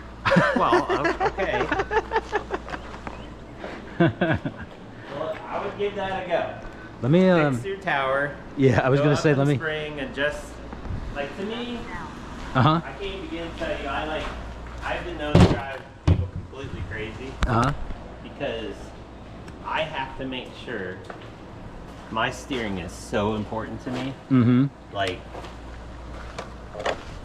I will make sure, like, everything has to be in perfect alignment for me Yeah. on the steering. So, like, these links have to be the same length. Yeah. Like, this, where this arm is, has to line up with this arm, which it doesn't on yours completely. Yeah. And so, like, all these different things have to be exactly perfect for me, or I can't drive a car. It's like drives me crazy. I can Really? feel the You can difference. feel it? Oh yeah, Interesting. totally feel it. Okay. And another thing you might want to do different, Yeah. instead of these cap heads in here, put countersunk. You know, the With washers? no washers, No because washers. the countersink will go into the hole and center the servo on the holes. All mine are done that way. I've been doing it for years. And so you put those in, and it centers the servo, you know, because it's On the tapered, Yeah. and it can't move at all. There's Yeah, like no yeah, chance of yeah. it ever moving. Yeah. So change over to those. That way you know your servo will never move. It'll center it. The other thing I did there was put one of those aluminum servo servo blocks. So yeah, that would make it even more sturdy, right? Yeah. Yeah. I don't like any movement or flex in my steering. Yeah. You know, and I like everything exactly lined up, and then I'll make sure, like, I'll go, like, if one of the tires looks like it's got more throw than the other, like, this doesn't feel like it's getting all the throw, maybe, but maybe it is. I don't know. Yeah, maybe it is. Yeah, it's a little bit off. So, you know, I always make sure, like right here, I can see, okay, here's a perfect example right here. Mm-hmm. So, like, right here, I can see these gaps are almost the exact same. Right here, okay? Yep. Look at your front tires. Oh yeah. They're Yeah. yeah, that one's kicked out and this one's straight on. So, that shows you right there. So, Yeah, like, yeah. all of a sudden, your steering feel is different from one way to the other. Yeah. Because it's not all centered correctly. Yeah. So, like, I always, like, will look at where, like, on any car, you can gauge it off of, you know, something that's set. So, like, right now, these arms, they look to be, like, you know, almost exactly the same on both sides. So I know my steering rack is basically centered. This is angled there. So this, to me, needs to be shorter. Yeah. To bring this to where it's in the same length angle as this. Yep. This is loose. Yeah. Those things always come loose. But then fix this stuff. Yeah. You get it all lined up, and you want a couple degrees of toe out.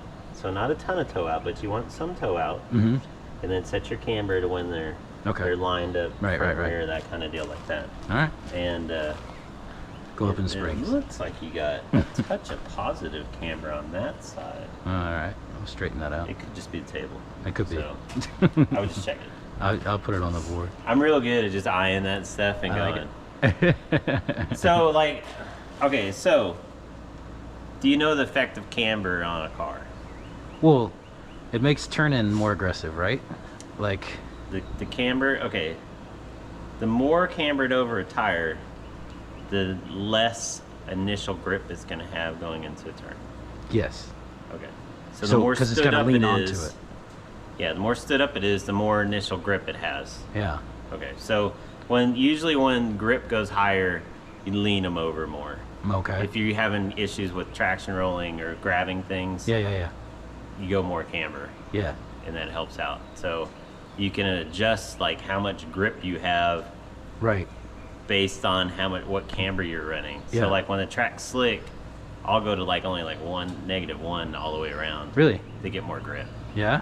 And then as the grip goes up, I'll lean them back over a little bit, 2 or okay. 3 degrees of toe, depending on how high the grip gets. Yeah. It makes a huge difference. It really does. Once you start learning kind of the feel of that, you can Yeah, fine obviously. tune a lot of stuff on the car by that. Yeah. See, camber and toe are like one of those things that I typically like just always run the same. Yeah, well, So I shouldn't. there's a lot more. There's a lot more there than you think. Yeah, clearly. Yeah. I'll have to spend some And time. getting all that, like, perfect, like, everything, all that stuff being perfect, especially in your steering, because it's like the whole car, man. Yeah. So Yeah, get yeah, all yeah. that stuff, like, all lined up perfect and good. And I think you'll notice the difference. And then reset your endpoints. Yeah. Once all that's done and your trim, Trim and all that kind everything. of stuff. Yeah. And I think you'll feel a difference. Like Okay. just even doing that. Like, All right. I like I'll be in there and I'll like mess with mine like forever. And like Jason's like, you're still messing with that? I guess. I'm like, it has to be perfect. Do you have a hammer in there? Or I do, yeah, I got a hammer. all right, I'll pop one.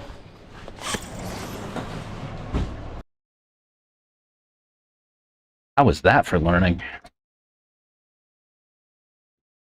Let me shut down the hack cam and let me go grab a hammer from him and we'll figure out how to fix this stuff up.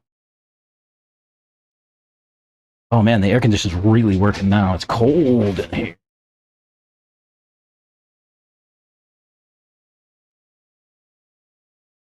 Let me see if you got a hammer.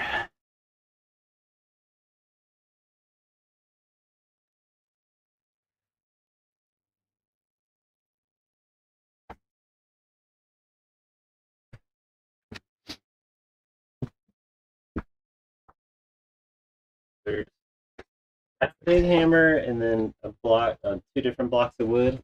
And if that hammer's too big, I have a brass hammer right there, Right. like in me. Oh, this one? Right there, that brass hammer. Yeah. We gotta take both? That way I don't have to come back? Okay. I'll be right back. Thanks.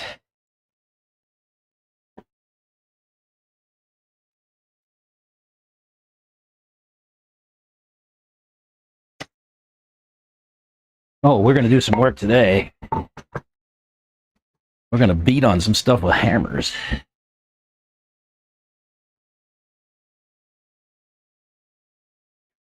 This shock tower is bent.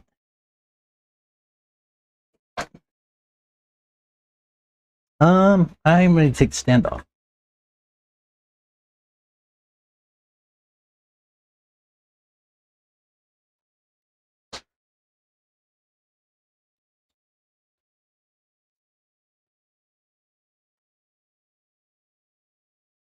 So that was very interesting. I don't know if y'all could hear all that.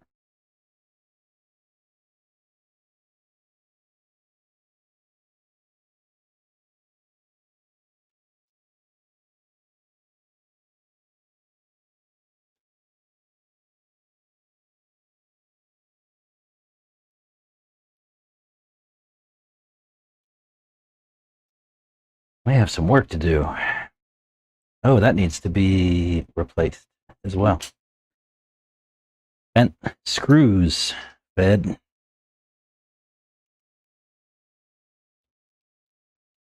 I love it when fast guys look at my car.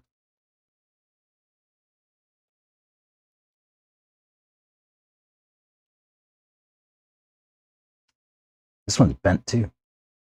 I don't know if I have any more of the right size screws.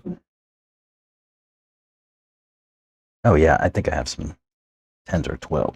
That'll work.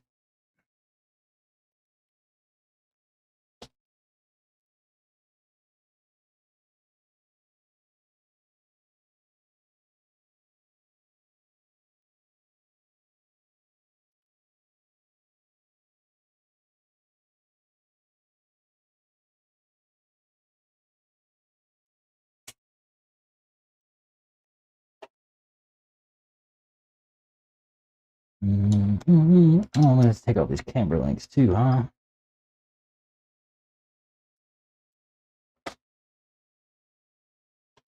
Make servo screw washers for that. Well, I guess I'm gonna try his way and do the countersunk. I have some titanium one.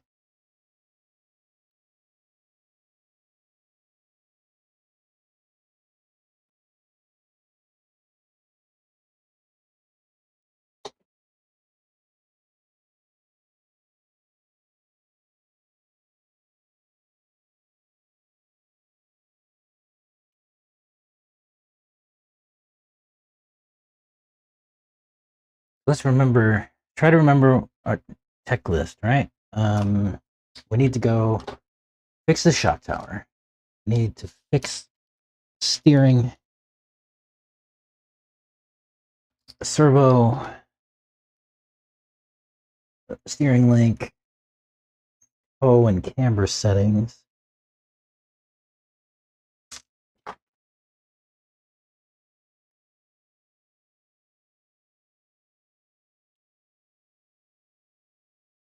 Where'd my washer go? It fell down.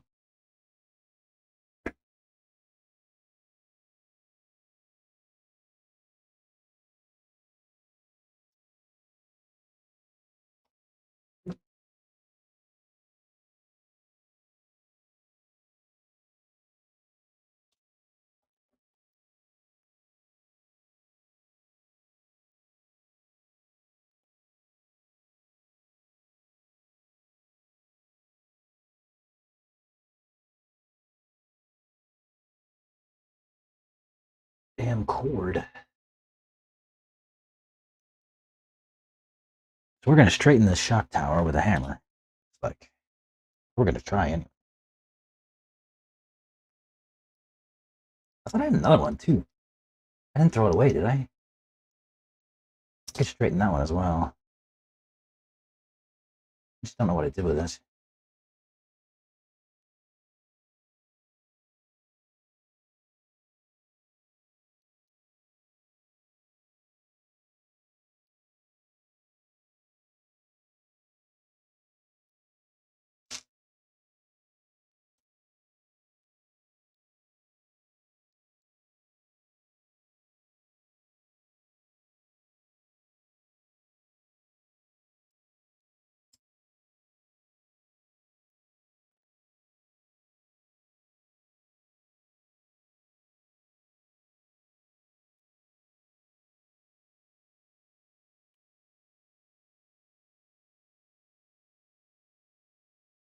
Hmm.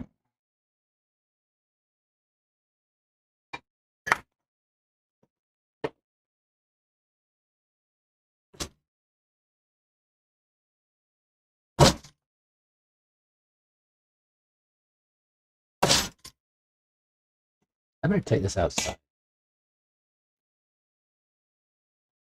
Close though. Just too loud.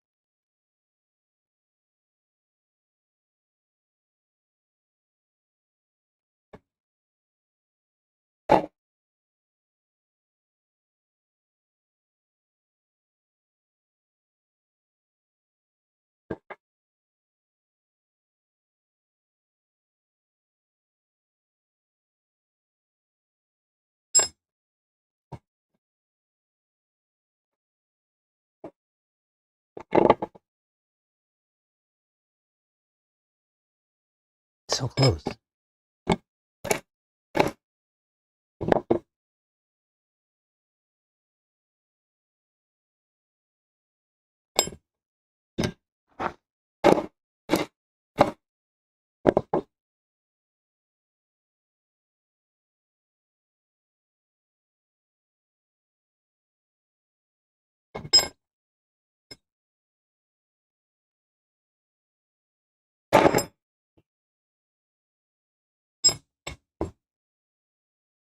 I think I got it. Almost.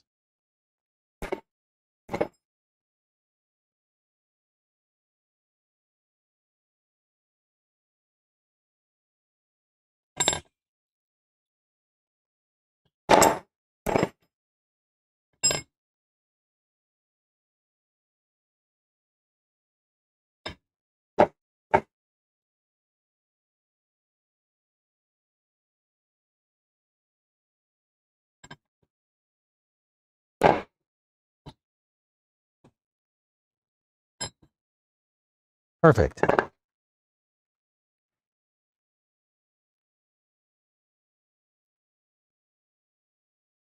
mean, a little banged up, but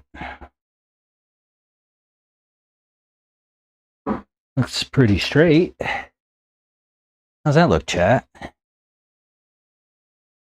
looks pretty good, huh?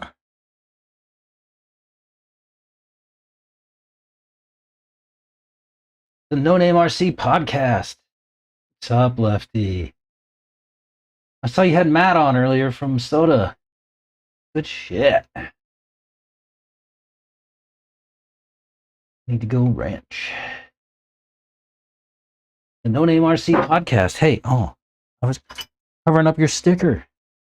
Sorry.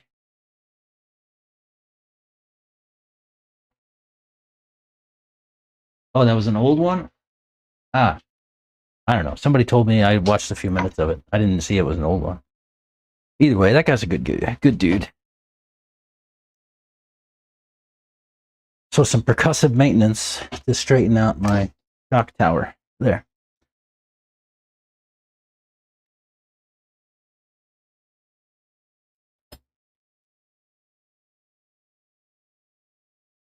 A hammer and a block of 2x6 or 2x6.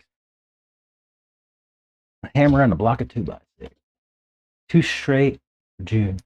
Yeah. Ha.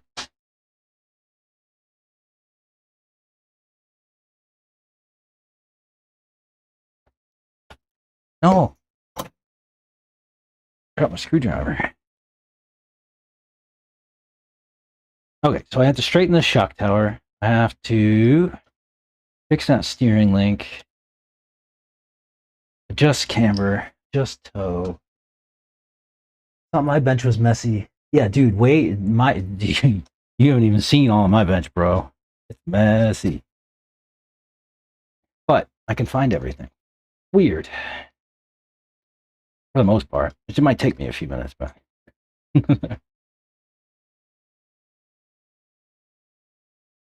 Yeah, that's pretty clean for me.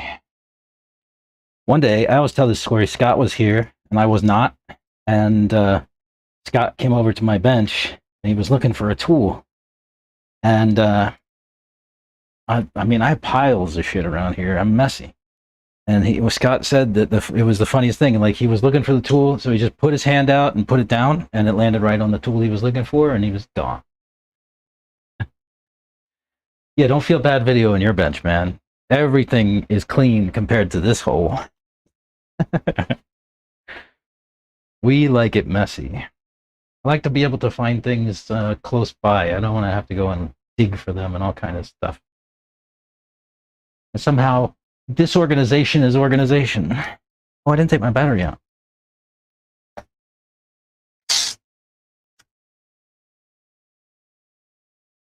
Buggy, my buggy.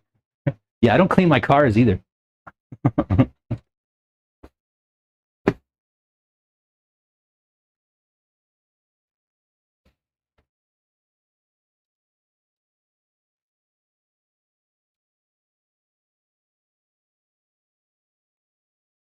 Somebody will say, clean car is a fast car.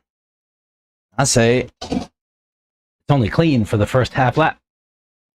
And then it's dirty again. All right, take these tires off. So we have to adjust toe and camber once we get this shit straight.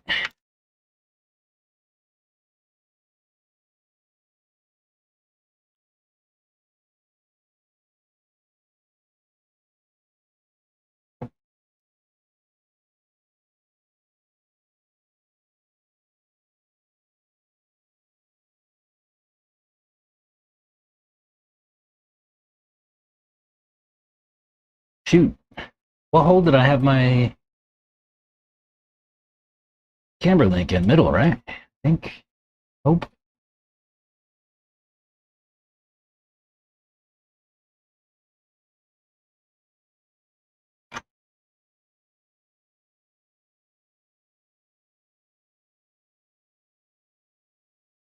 A bench.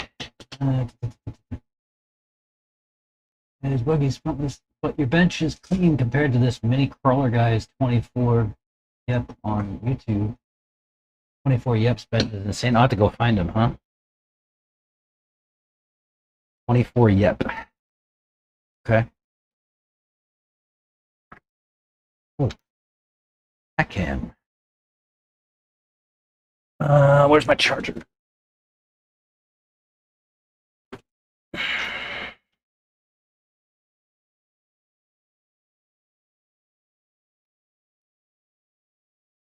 Yeah, man. So, you know what's funny about that? And I actually, I sent you a link, Lefty, to a video where I put that sticker on. So when I came back from Wicked Weekend last year, I actually got a sticker sheet from you. No Name RC podcast sticker sheet, right? The E-Buggy Pays the Bills, Nitro is the Glory one. You remember that?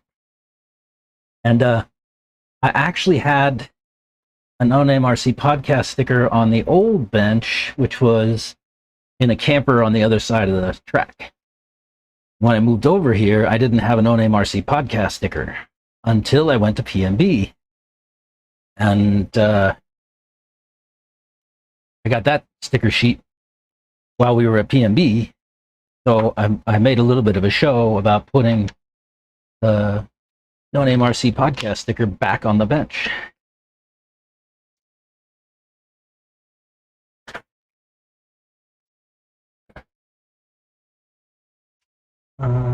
Countersunk screws, he said, for that. Good steering.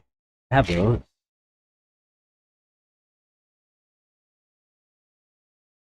Those stickers are made in Texas too? Really? Where? It's cool. Who makes them? Do I have a? I might have a sheet down here somewhere. Oh no, I have. Look, I have this one. How about this? Is this last year's or this year's? This is this year's, right? That's where that came from, isn't it? E-Buggy pays the bills.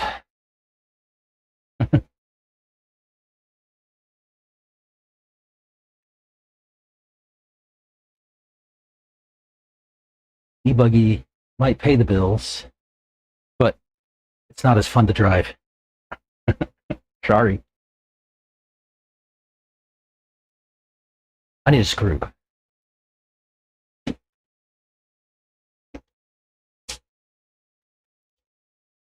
Four by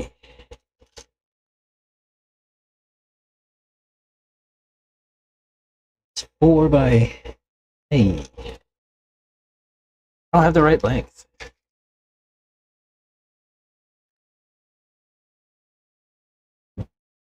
I'm just gonna have to space it out, I guess. We got spacers. Where's my spacers?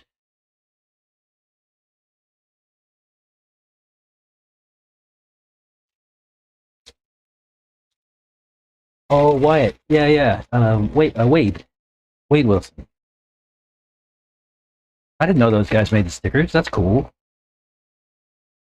Wyatt and Wade.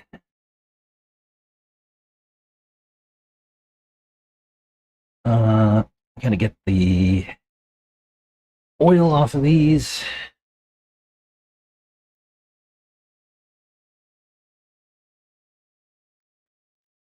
They are TLR guys, right?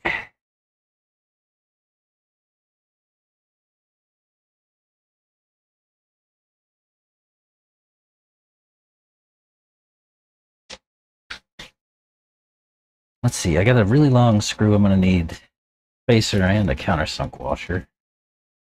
Fed put me on these spacers. I don't love them because they're very expensive for what they are. It's just a little chunk of aluminum. We want to go countersunk, then the spacer. Is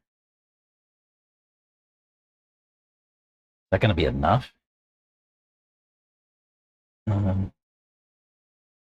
Yeah, it should. Mm.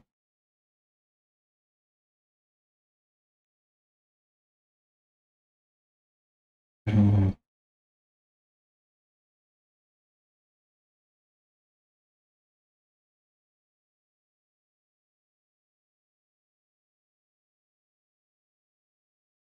Eek. Close. Send it. See what happens. I might need to back this out and put another spacer.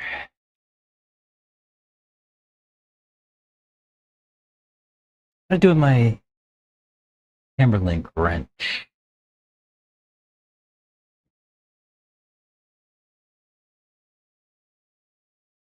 It's one of those things I lose all the time. It's so little.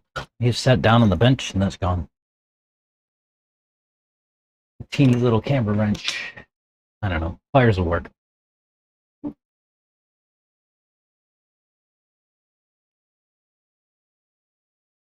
No, that won't work. I need another spacer. I'll just go get new screws.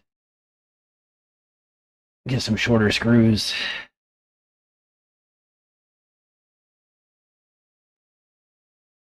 Fed, if I lose this screw, this is like $4. All right, I'll put another. All right, we'll make it 6 with that.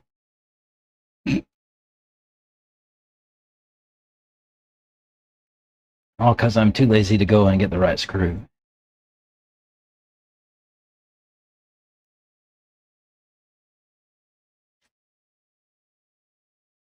I don't know. We'll test it. See what happens. Yo, low. That looks funny as hell.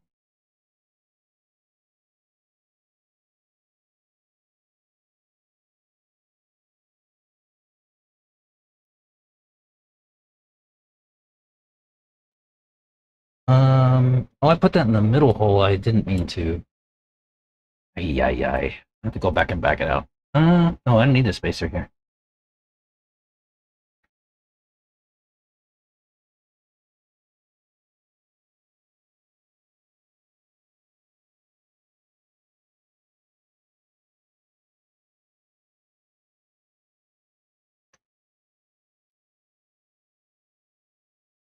Yo,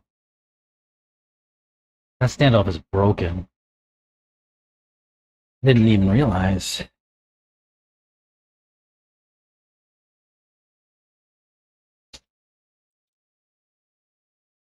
No, you need a freshie.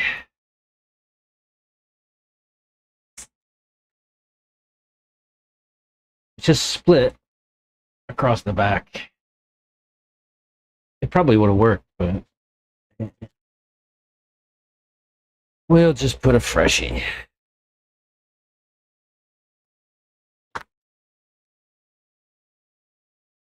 They run TLR, yeah, yeah. Wade's another guy. Wade's another? No, Wade. There's a Wade more.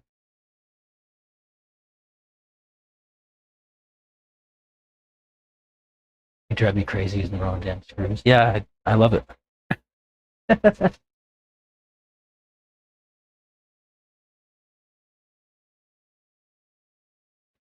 I like to drive people crazy.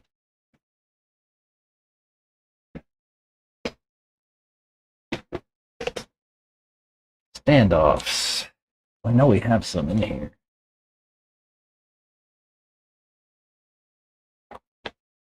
Yeah. Oh yeah, these are +2, +2.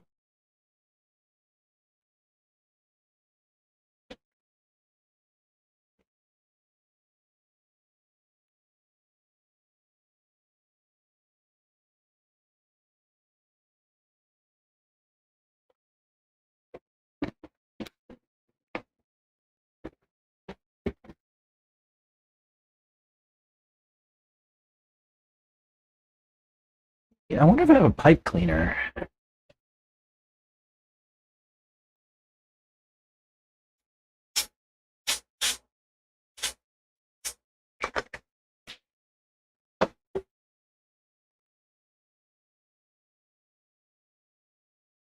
Use +2 with no spacer, yes.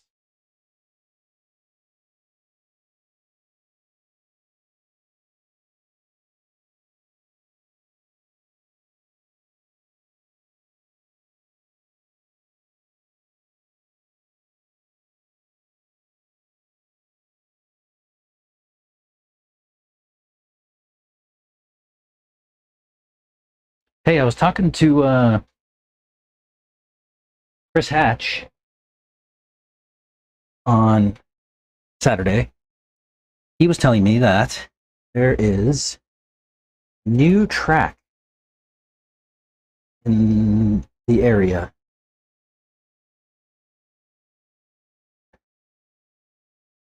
I need to get 12 mil screws, huh? Or 14 mil screws.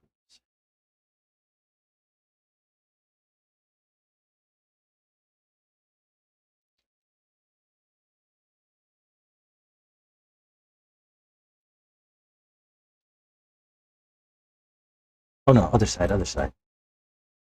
Okay.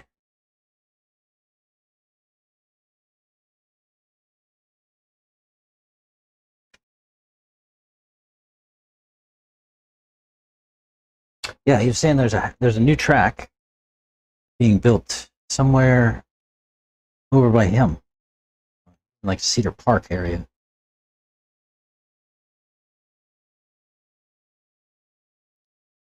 It looks like it's small, but it's at a brewery. It's at a brewery. I think that's exciting. I think that's what RC needs. Racetrack at a brewery.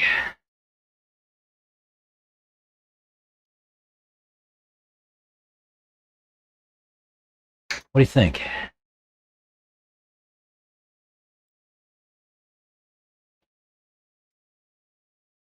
Right, I need to move that over.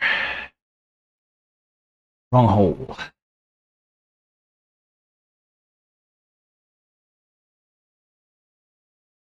That's what she said?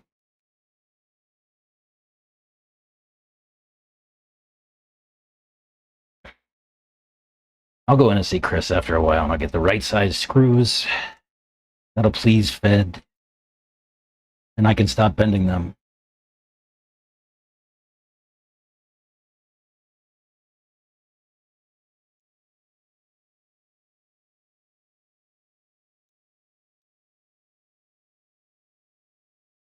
Uh,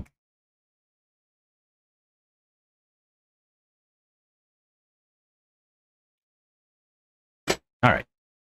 So, steering. Chris said this is all janky.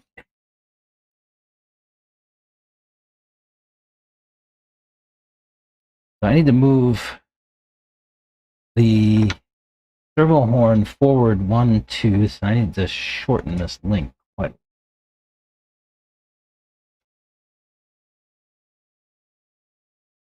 And I need to tighten that side of the link.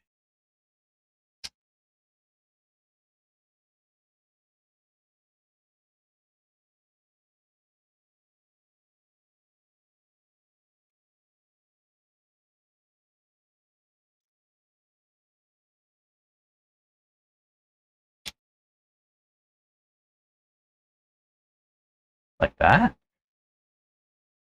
That one tooth.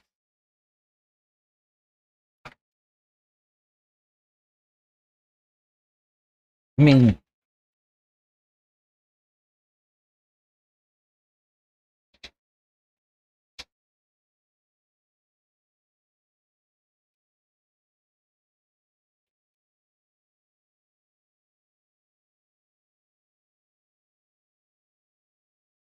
how? He said that he wants the bell crank and the servo horn be in the same line, right? But does that look okay? Can you guys? Where do I get close? Since the tower hole is encounters. Yes. 10 millimeter. I think. I mean, let's see if we can do this on camera. Oops. Just flip the camera. Right.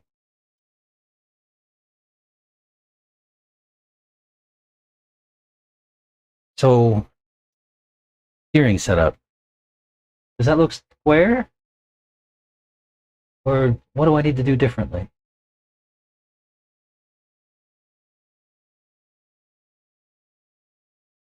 I can't shorten this link anymore. It's as short as it gets. And that's, I think, the only thing that I might do differently here is shorten this link, right?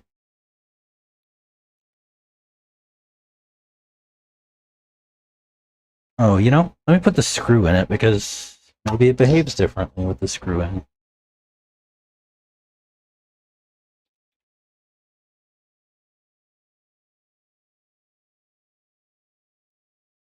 What do you think?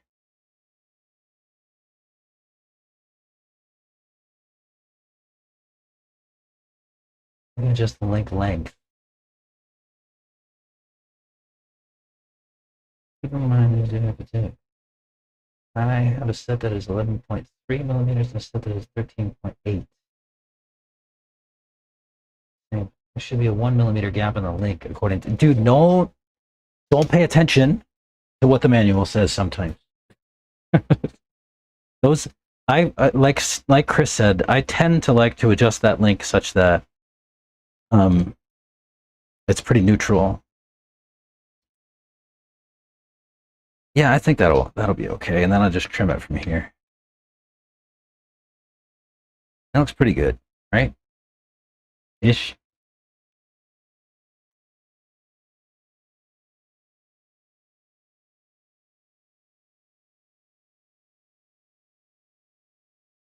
Then I guess we need to figure out toe, which we probably need tires for, huh? Oh, those measurements were the shock standoffs, yeah. Yours is right, and you measured a 1 millimeter gap. If I put a 1 millimeter gap here, it's going to push the steering more that way. It'll be like this. And then I have to trim it back. What I should do is cut off some of this link. Yeah, fuck it. Let's do that. I'm going to actually shorten the whole link because techno is dumb.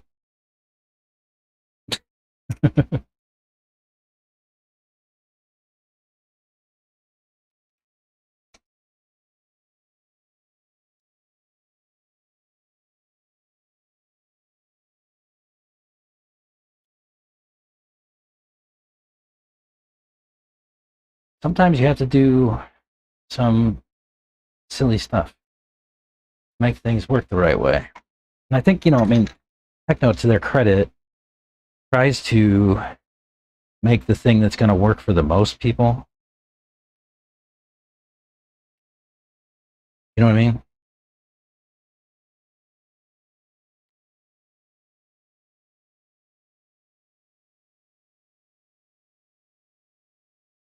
So I'm going to shave off like a millimeter just with my knife, nothing too fancy.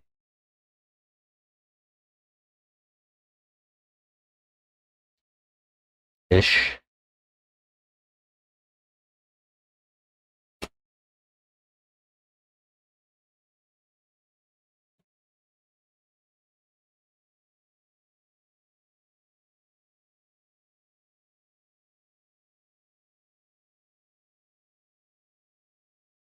This gives me a little bit more adjustability that way.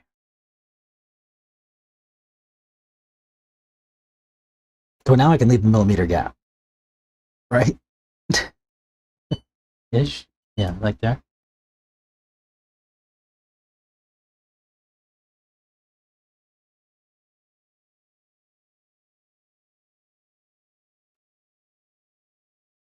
How does that look?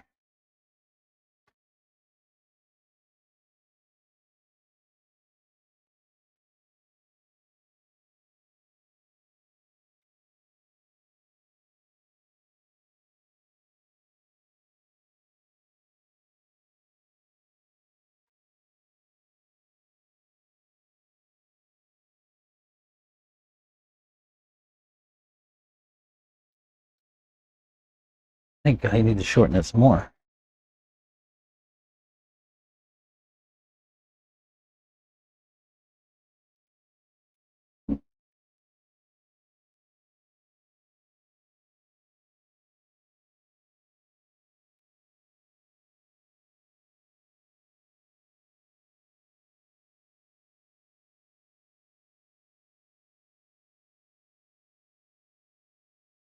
What do you think?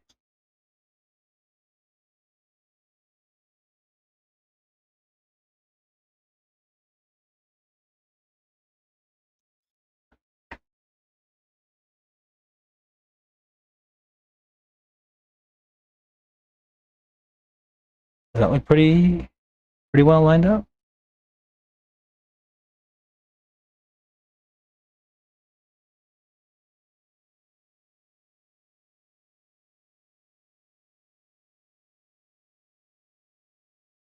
I think that looks pretty good.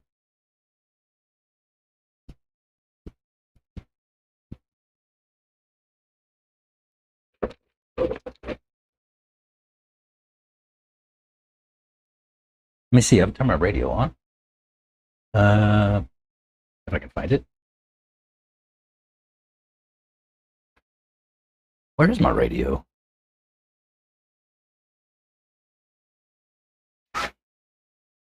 Oh.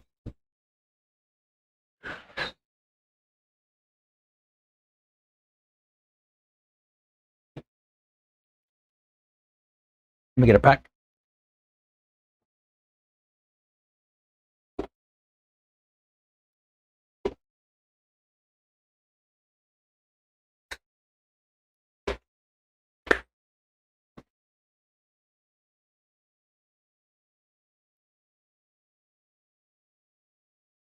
Yeah, I don't follow the manual in some cases. Like Chris said, he wants it to be neutral. I always set it to be that. And again, I listen to other people, and maybe I shouldn't.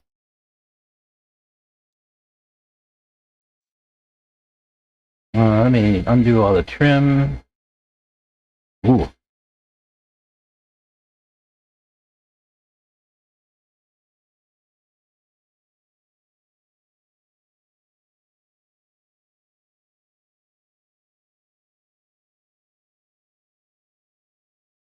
Okay. So it needs to go forward.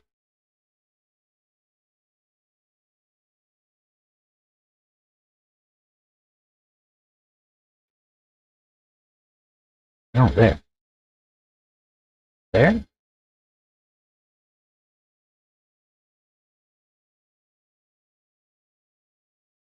There.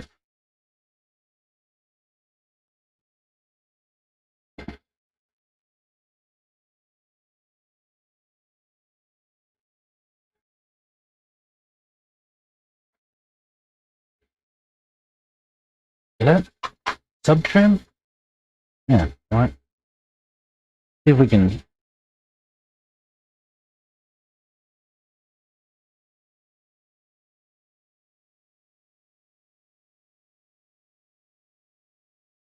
that look centered?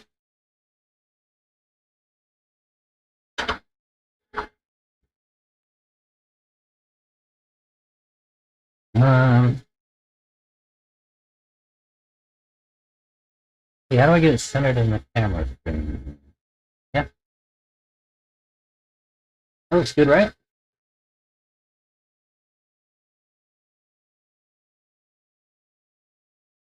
And that's too far.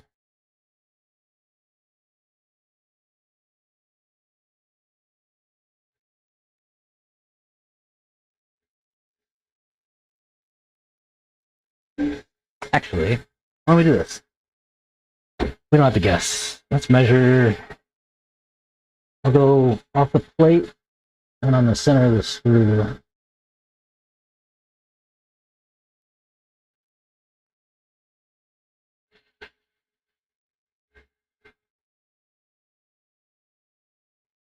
Oh, spot on.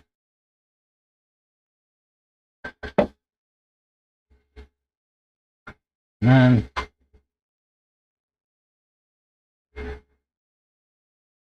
then I need to.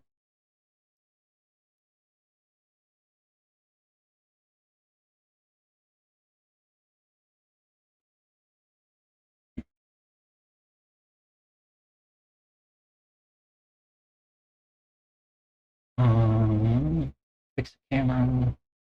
Nope, that way. All right.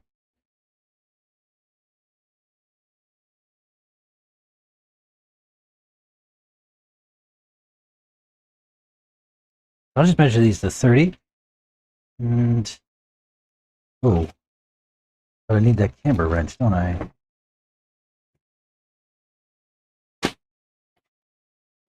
There it is. Yeah. Oh no. I need less toe out, right? So I'll measure them up to 30.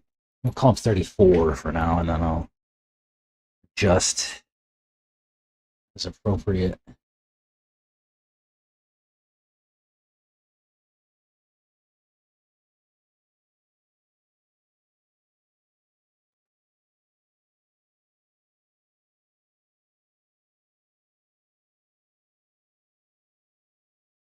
Not quite.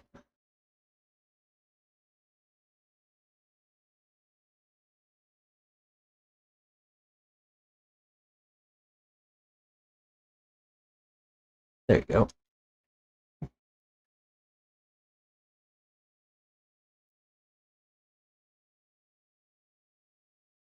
Did I put those links on the other direction? Tell me. Rufus's bench. Oop, that's too long.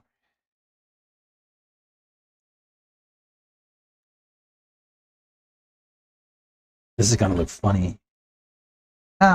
Oh yeah, yeah, because it's offset. Right. Now, camber and toe together.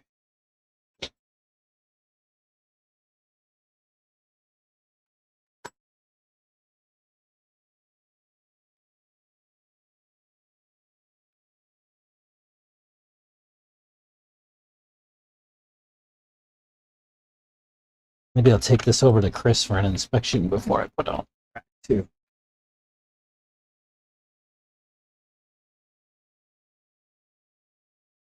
All right.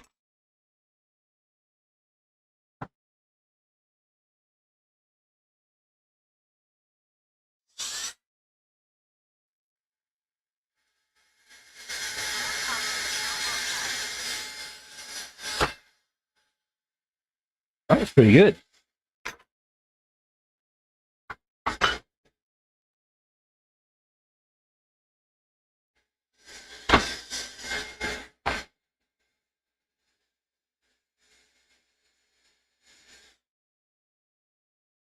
He said to set camber with the tires lined up. So if I get these tires in a straight line, I don't really have any kind of straight edge I can use here, do I? Maybe. No, not really. Yeah, I mean,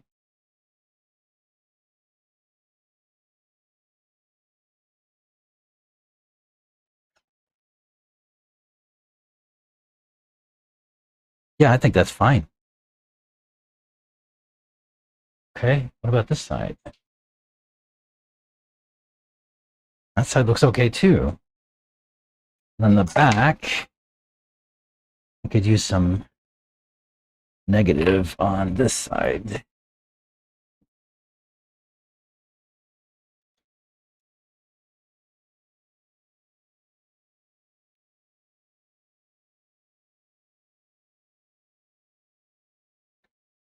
Let's see if Chris approves. If he's out there, let me see. Maybe not.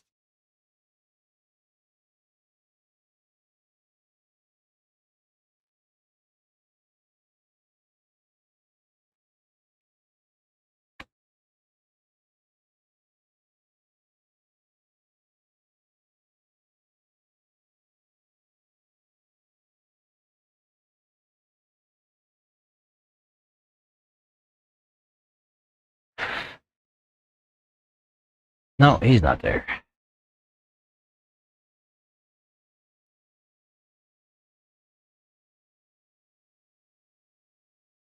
How does it look?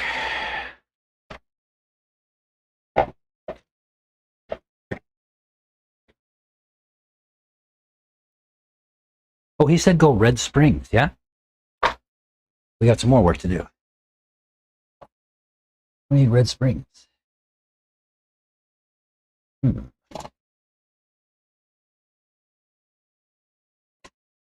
Red.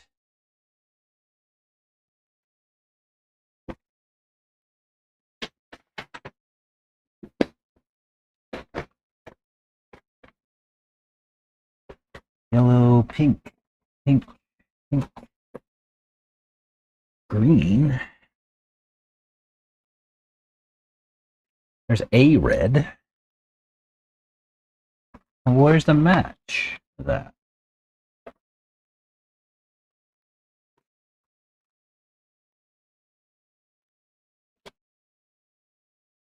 Wait, there's more under here. Those are pink.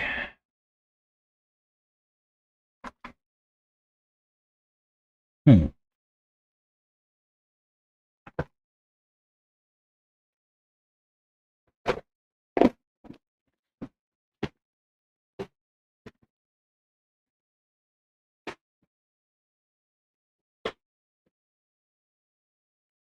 It's a red.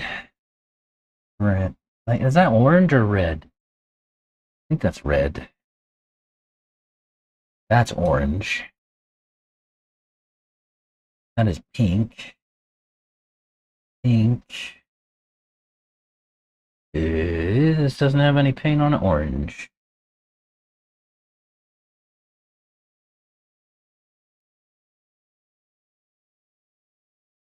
Pink. That looks like red. Yep. How long is that one? It'll be a rear.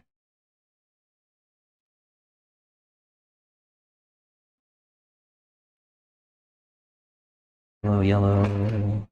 Yellow, yellow. Green, green. Pink. Green, green, green. Green. Pink.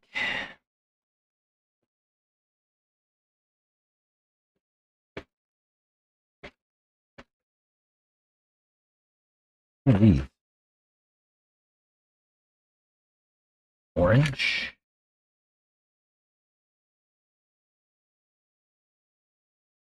Looks like orange. I had reds. Missing one. Let's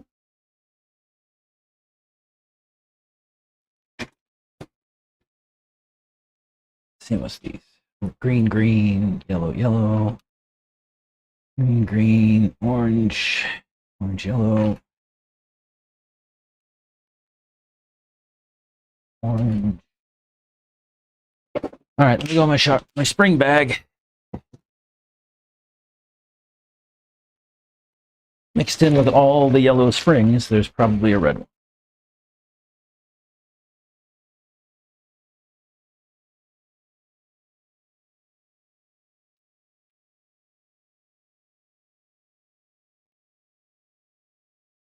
Yellow, yellow.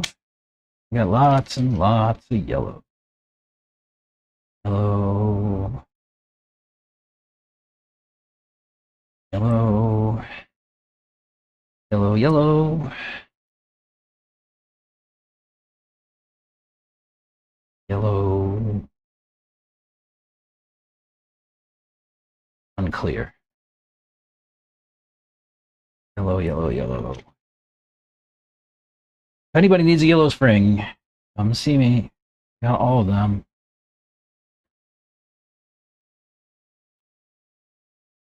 Yellow. Yellow, yellow. Yellow, yellow. Yellow, yellow. Yellow, yellow. All right. This is getting to be a joke.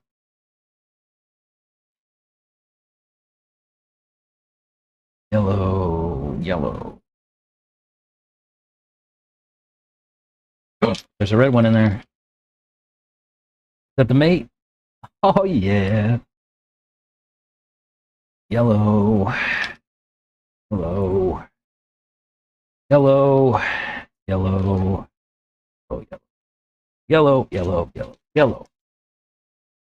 That's all our yellow springs. Come see me if you need a yellow spring. How's that? That's a lot of springs, huh? Ooh, servo horn.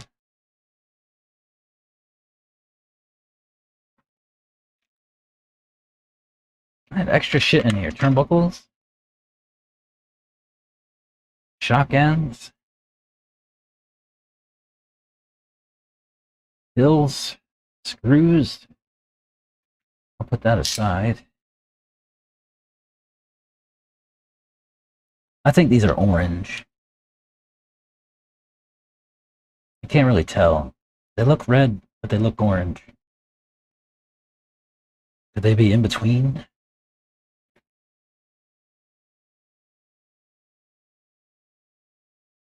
Uh-oh.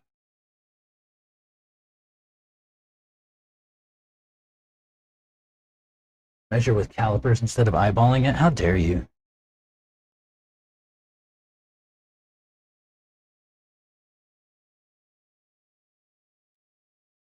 All right. New springs.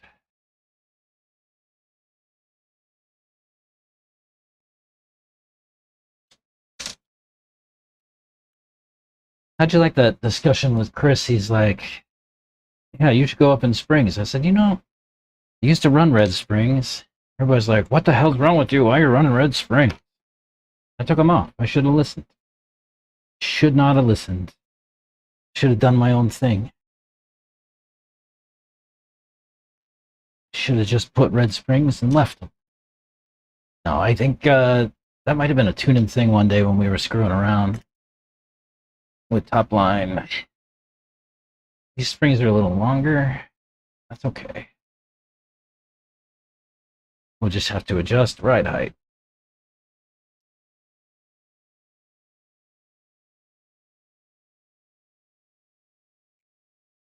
Why not replace your other standoff? All this work and you have two different standoffs. Why not? Why?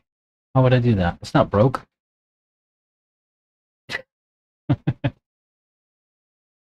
I'll replace it when it breaks.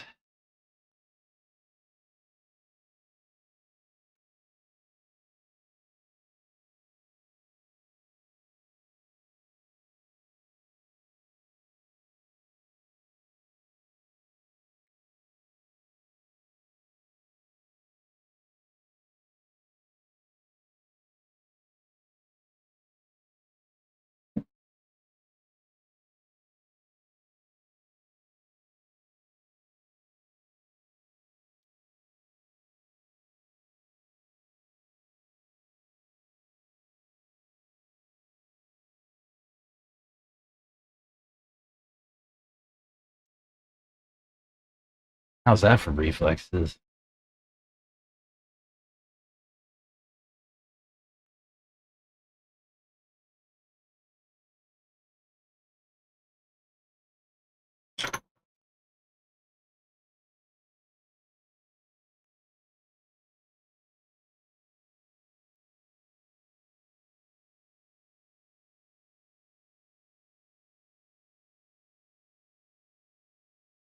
Oh, my phone's going crazy. What's up?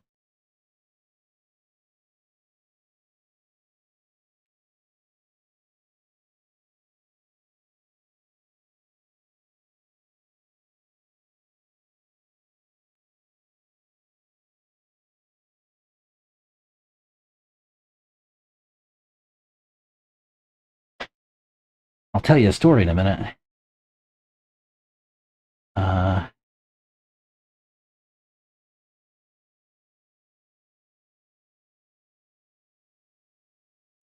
Hang on.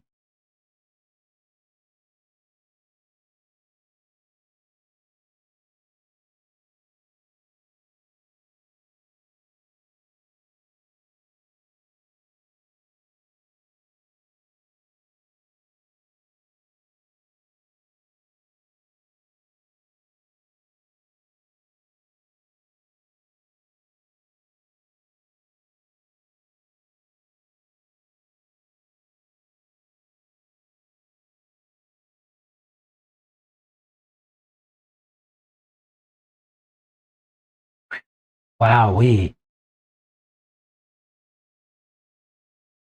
So, okay. Wow.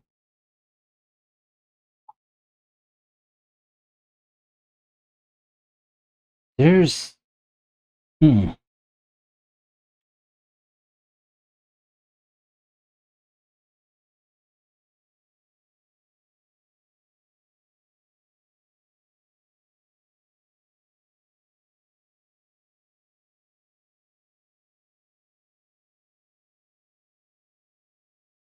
So the story is, the reason I didn't stay home yesterday,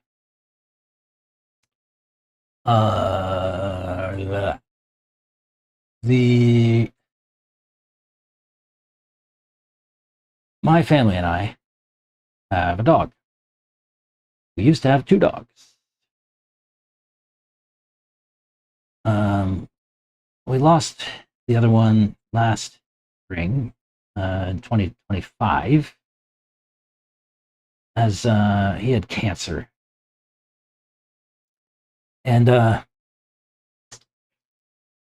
so we reached out to a breed rescue, um, to try to see about getting another dog. And the breed rescue people suck. Like, they just straight up suck. Like, I don't even have kind words to say, and I don't talk badly about a lot of people. But they wanted to come out of the house and, check everything out and whatnot, and see how we were, see how the house was, etc. And so this lady came with her dog, and the dog was super cool. The lady was super not.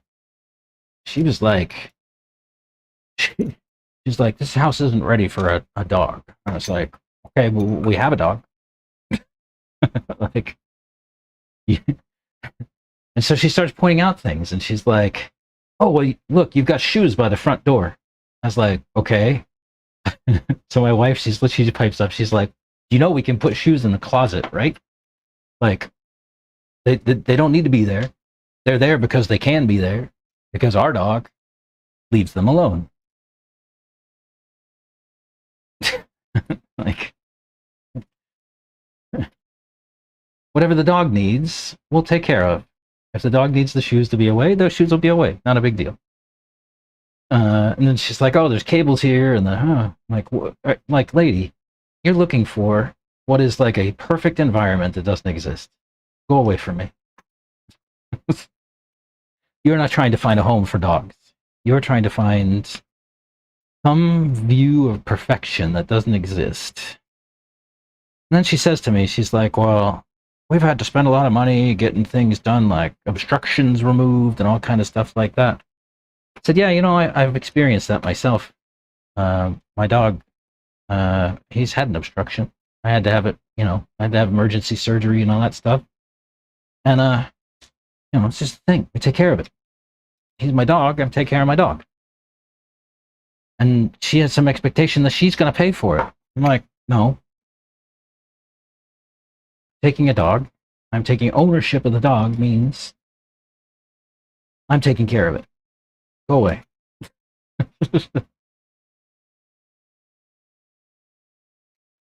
um, yeah, just nuts.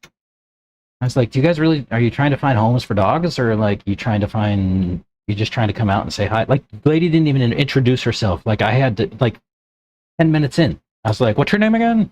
She's like, Michelle. I'm like, okay. Didn't even introduce herself. Came in my house and told us that we suck. He said, you should leave. No, I didn't tell her that, but I wanted to. I wanted to be like, look, jerk. So anyway, my wife she just sent me a link to uh, a Yelp review of the rescue, and yeah, there's some bad ones. One of them was about like dealing with the Texas Bar Association and stuff like that.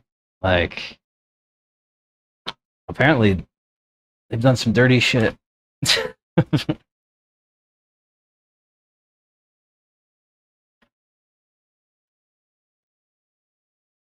So stay away from some of these breed rescues. You have to vet them as much as they vet you.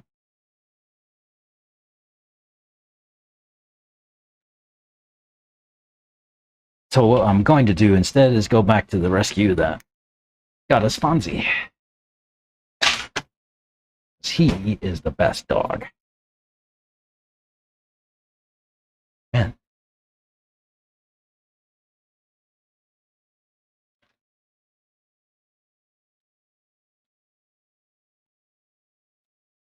All right, feels good. Let's see if we can get ride height down.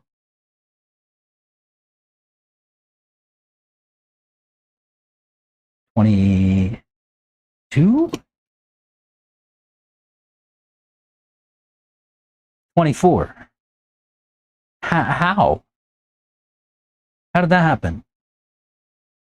How did I get perfect ride height? And I changed the springs. 22 and a half. Oh no. 21 and a half. We got a ways to go.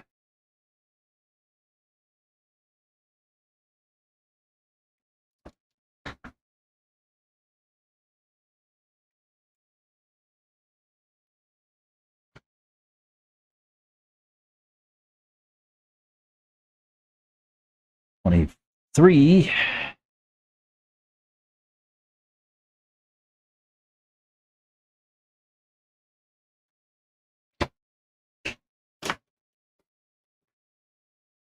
$24. Almost.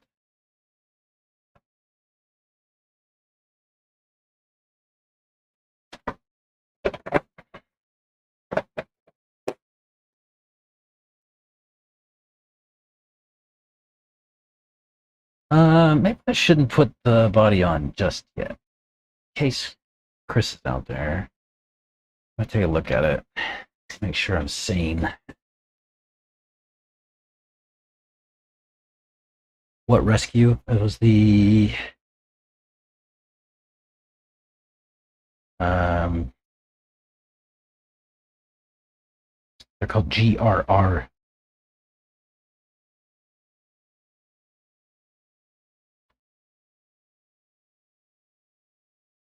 Gold Ribbon Rescue. Golden Retriever Breed Rescue. Avoid.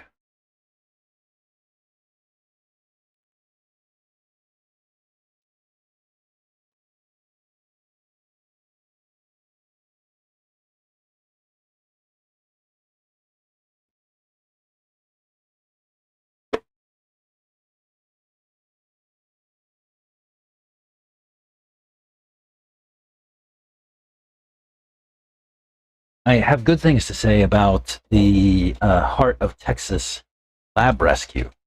Those are the guys that I got Fonzie from. They're pretty good. Or at least they seem to be.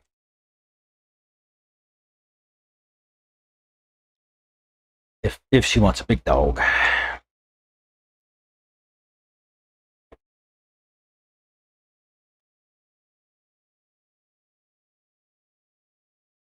Yeah, that was disappointing. Both my wife and I were like, both of us wanted to tell her to leave. Get out of my house.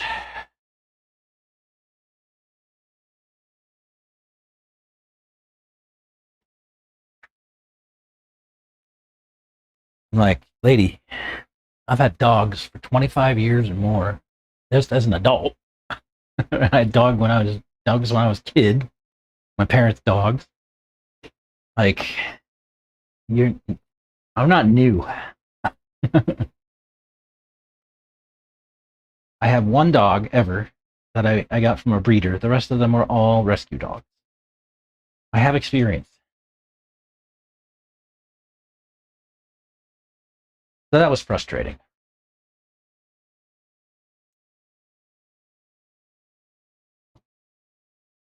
What a frustrating experience.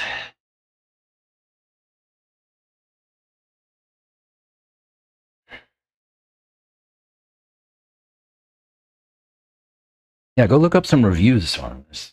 Oof. I guess some people like them, but some people really don't.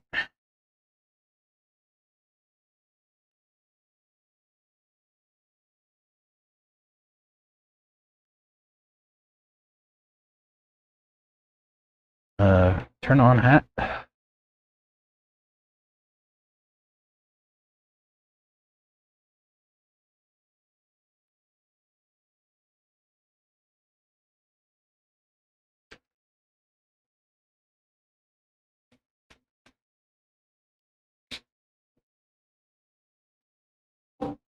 Actually, hang on a second.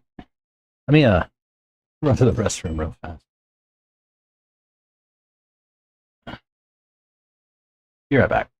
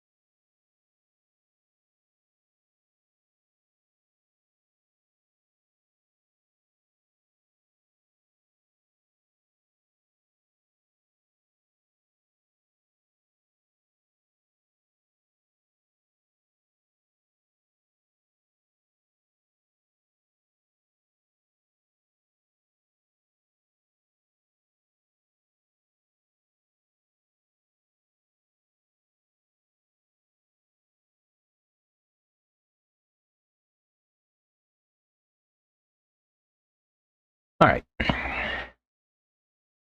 Hat cam.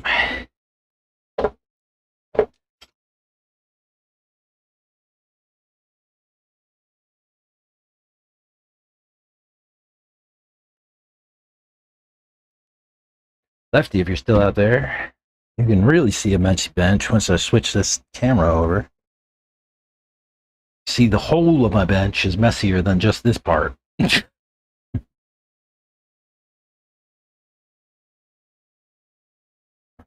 Come on, hat.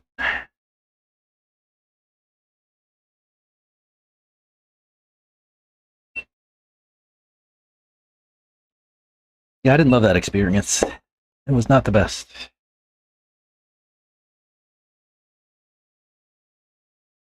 All right. Flip over to hat. Get a drink. I'll see you on that.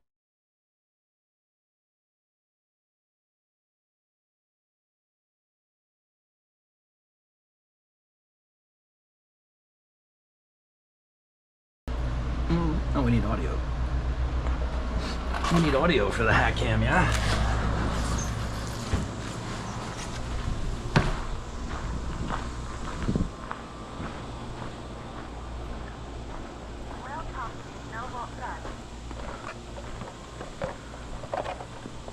Oh, I didn't put the body on. Oops. Oh! Whoa, whoa, whoa.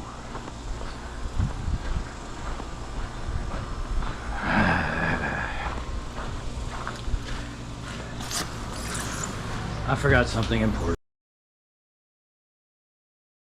I forgot something very important.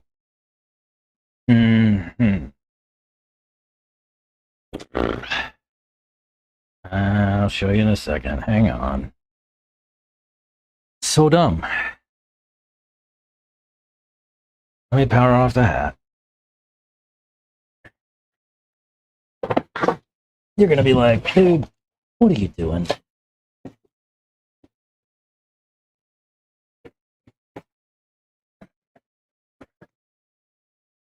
Yeah. Frick. Um, what's wrong with this picture?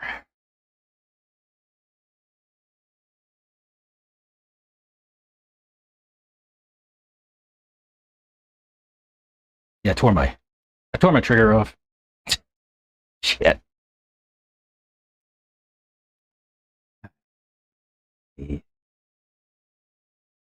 Am I gonna have to take my wrap off?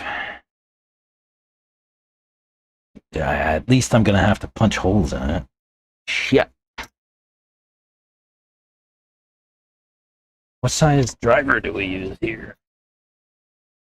A Phillips head? What?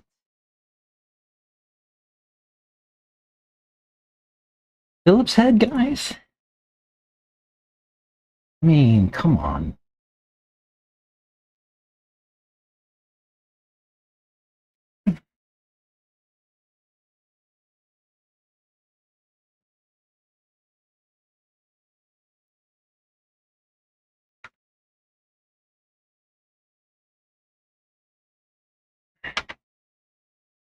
How do I get that apart? Oh, I have to take these screws out of the bottom too, yeah?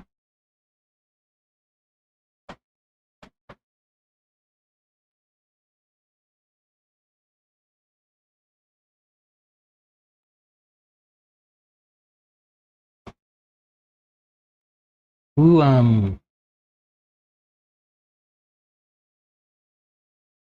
who has repaired a trigger on a Fly Sky before?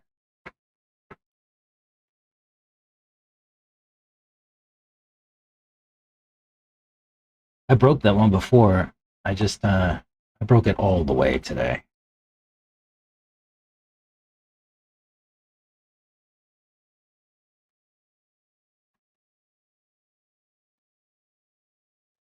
So it's been broken. I had it repaired, but I snapped it off entirely today by not paying close attention.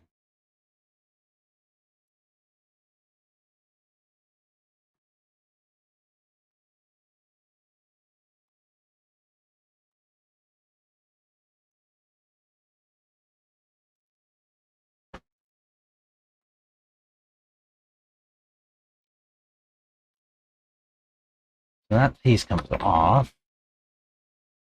We should probably clean those up. They're pretty gross.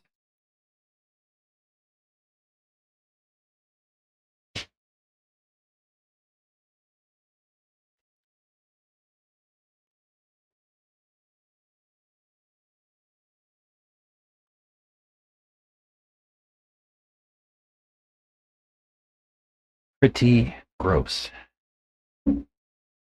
Sweat, dirt, corrosion.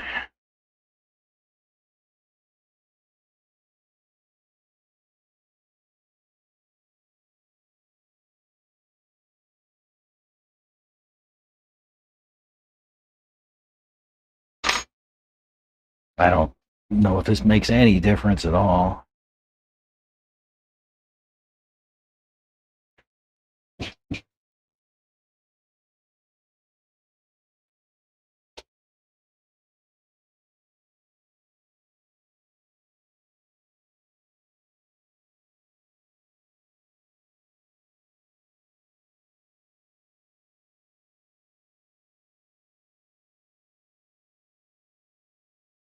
These are gross. I think I have to take the rubber piece off of here. Yeah.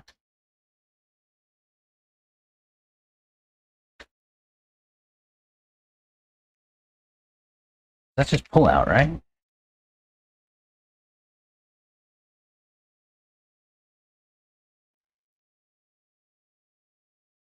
Hmm. Yeah.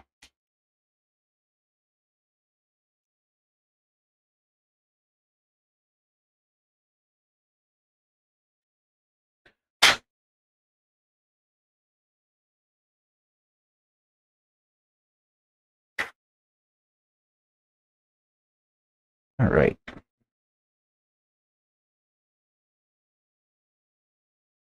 Does the battery come out?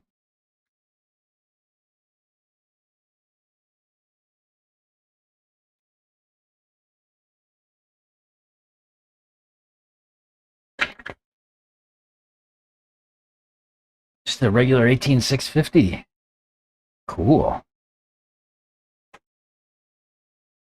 All right. Now it looks like we have hex heads.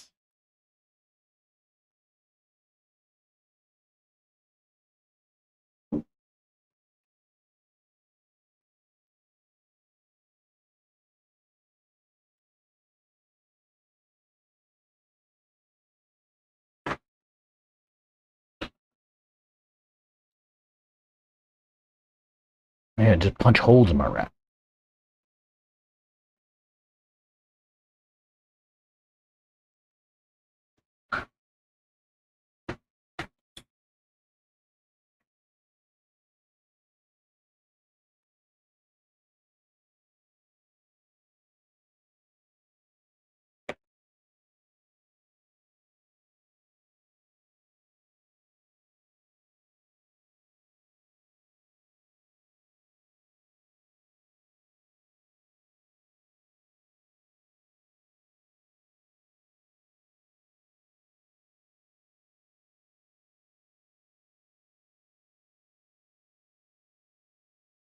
No screw there? Oh, there's a screw there.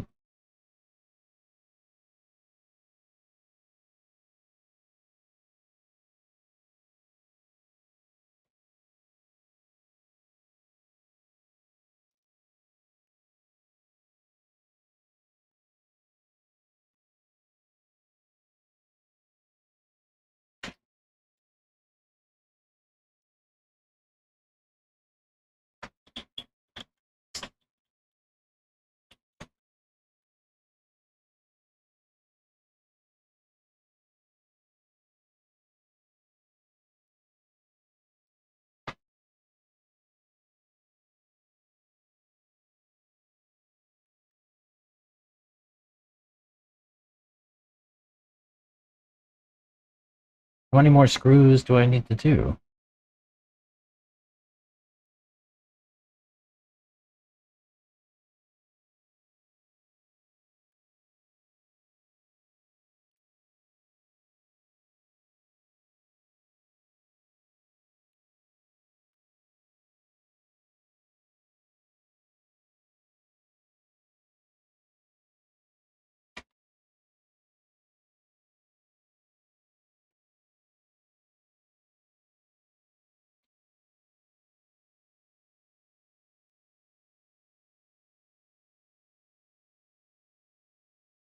I already took that screw out, right? Yeah.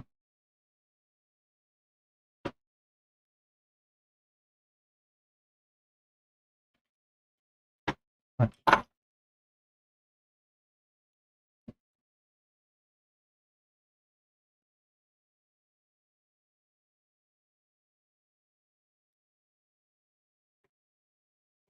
do I separate the sides, though? Like this side, this is off. What am I missing? Ah, screw it, I'll just take this whole wrap.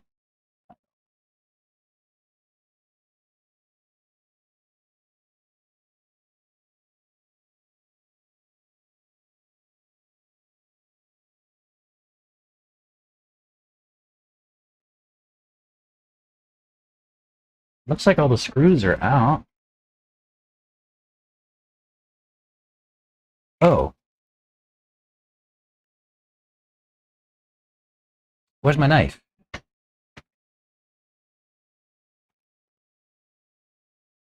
I could use this. My wrap is holding it together. Just have to take that off too. I can.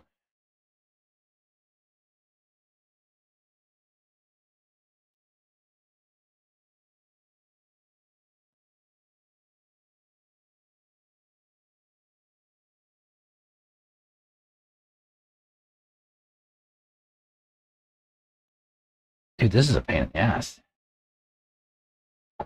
Shouldn't put a wrap.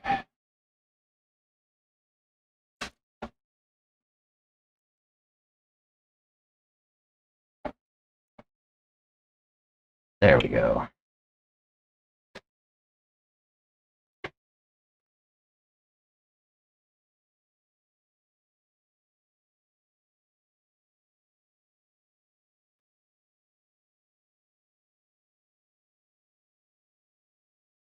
There we go. Now, how do we get this assembly out?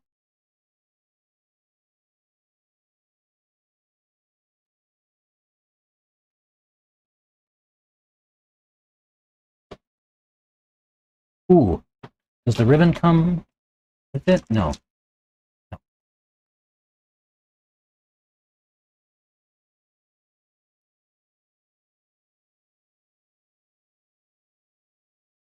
But that's like glued.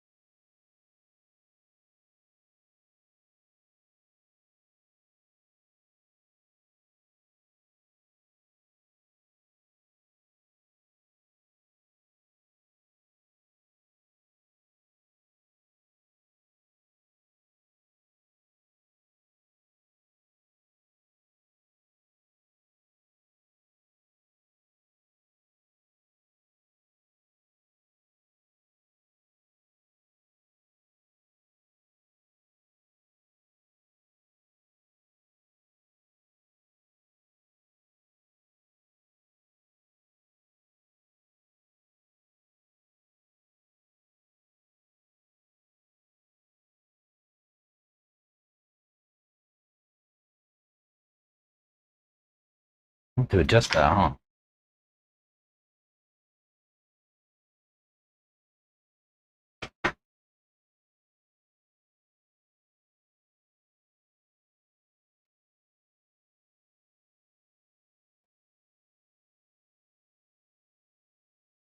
How do you adjust that? You don't, I guess.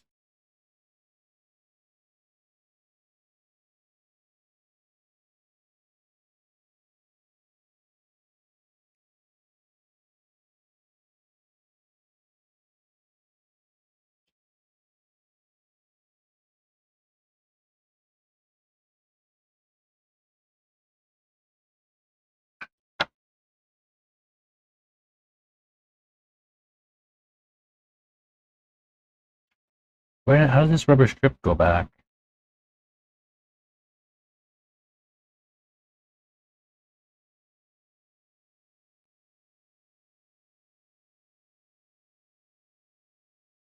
Does it go like that?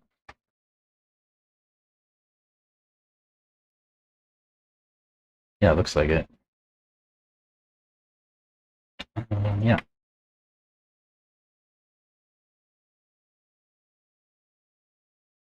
Let's make sure that it's gonna work before I button it back up.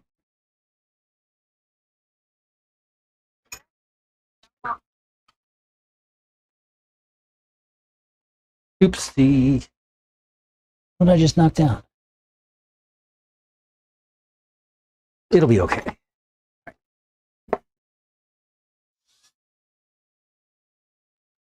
Steering.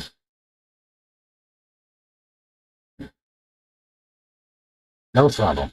How do I fix that?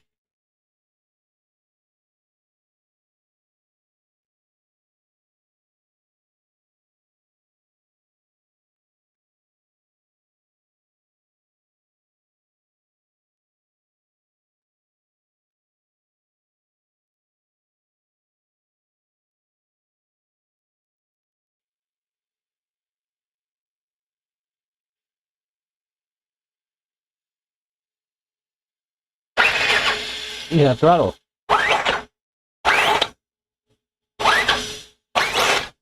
Yeah.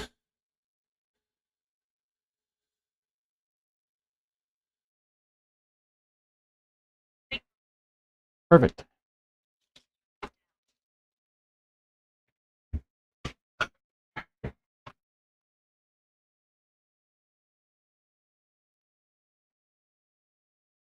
Oh, I know what I lost. The knob. Not the knob.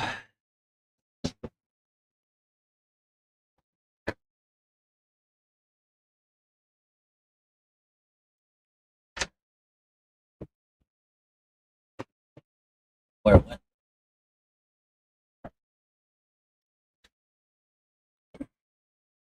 Found it.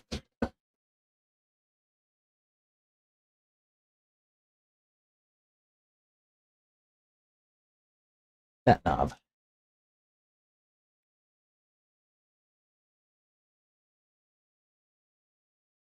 Ew. What do I do with my rag?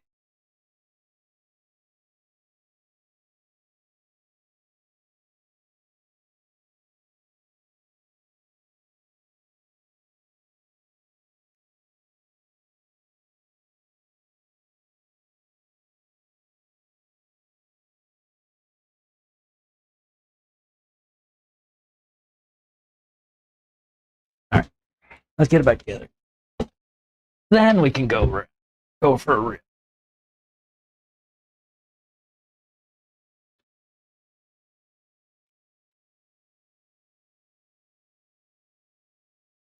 This is like extra bonus effort today.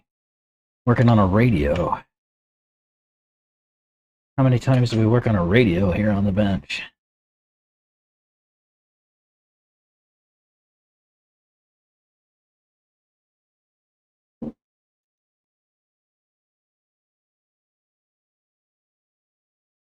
Yeah, like I said, I broke that a long time ago. I just never bothered to fix it. And then I broke it for good this time.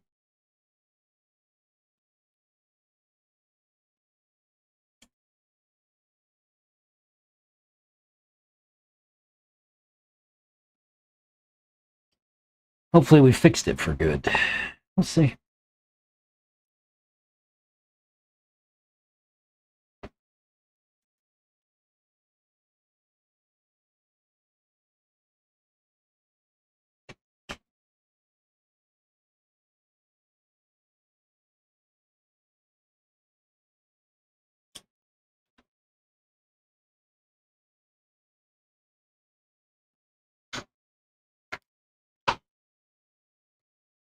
I still don't understand Phillips head screws. Whatever. Somebody thought they knew what they were doing.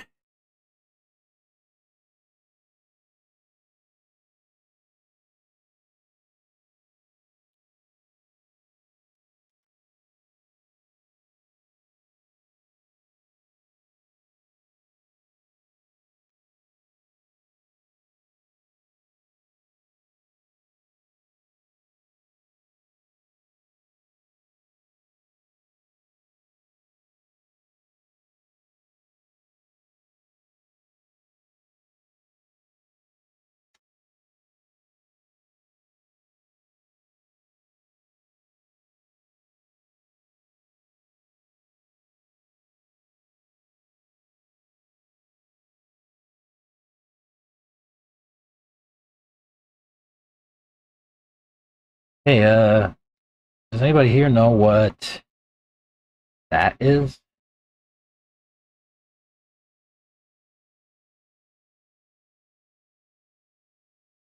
This thingy right here that comes out? Anybody know?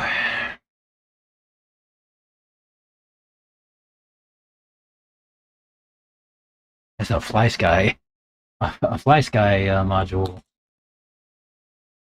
for Mini Z.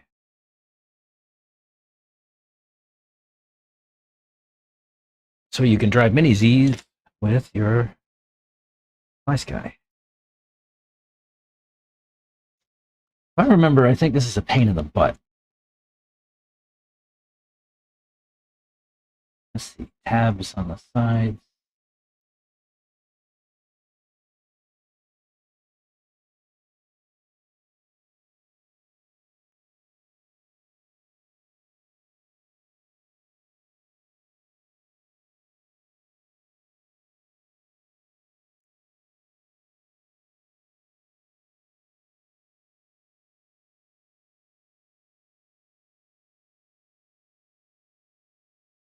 Now we did it. Let's go one way or the other. Only one way.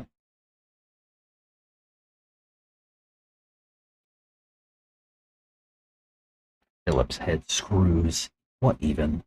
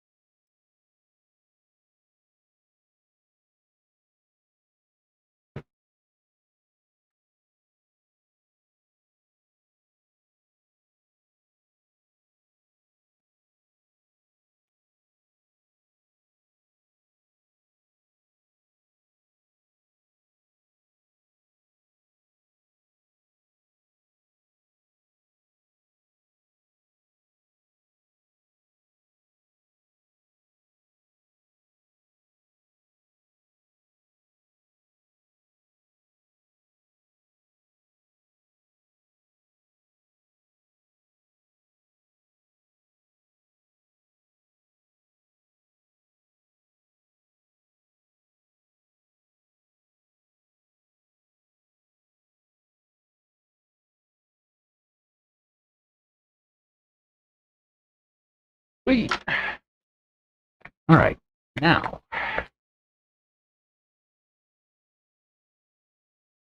we should be able to go.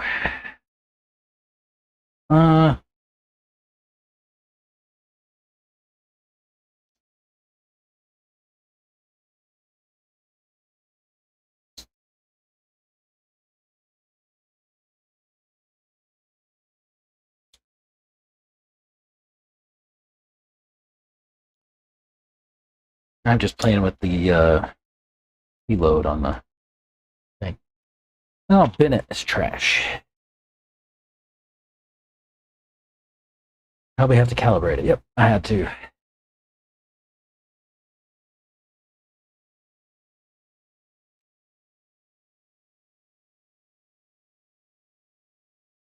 Your radio is case kept when not in use. My radio is usually on a shelf right here if it's not in use. I put it in the case if I take it out of here. All right. Let's try this again. Fire up the hat. Sender.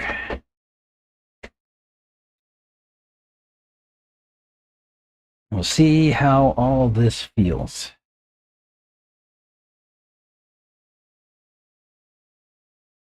All these changes we made, I'm gonna have to trim my steering probably.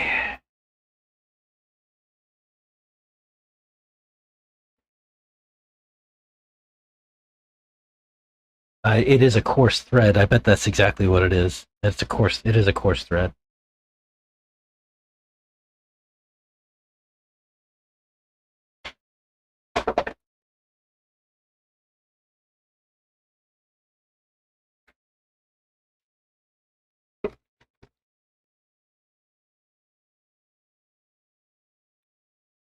It is a coarse thread. All right, let's try this again. With the car actually usable.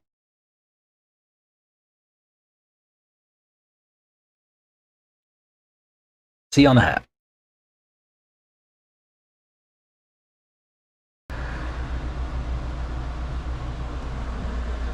How's that for messy, lefty?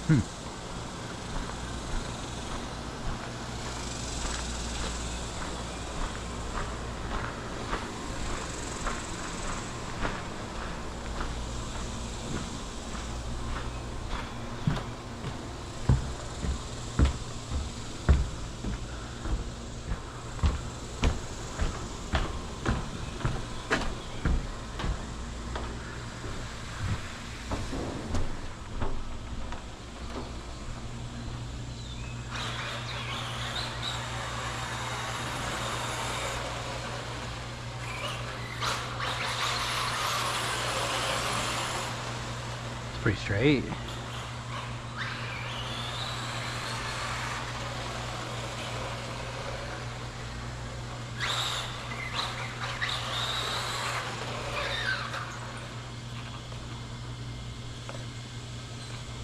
Need some more steering.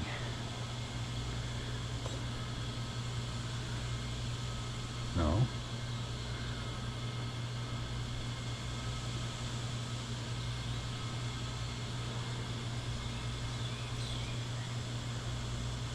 No.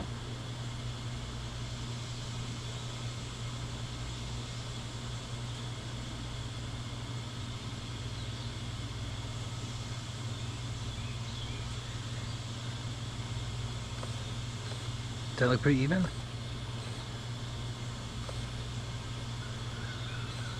Yeah.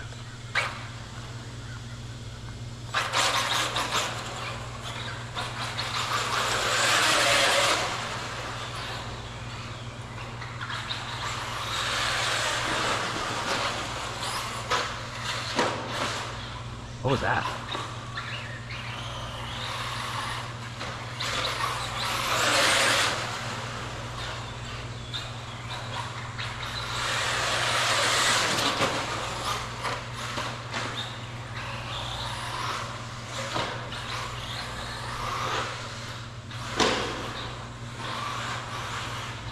Wow.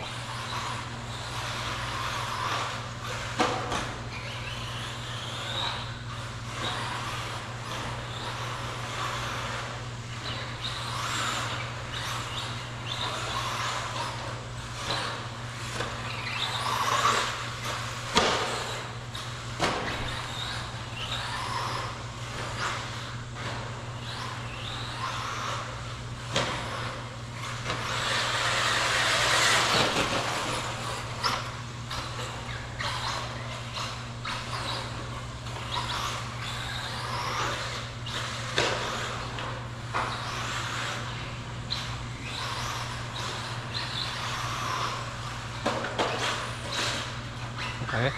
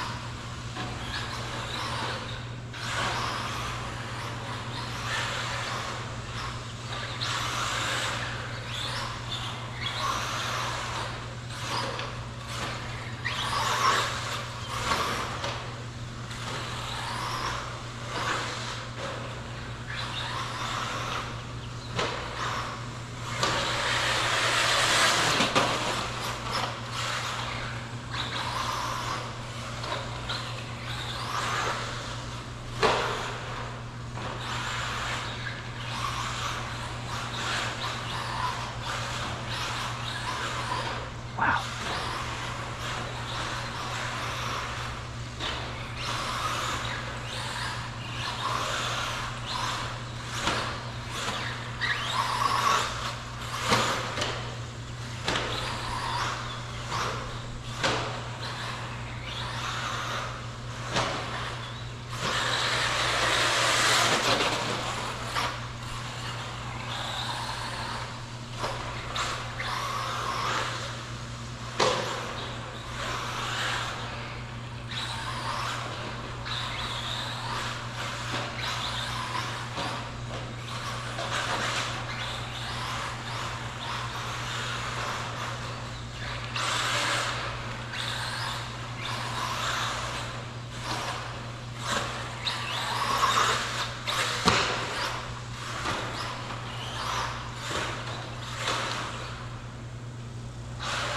Upside down.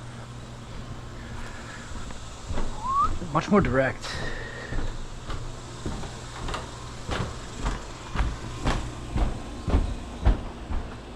Snappier. Carrying a lot more speed.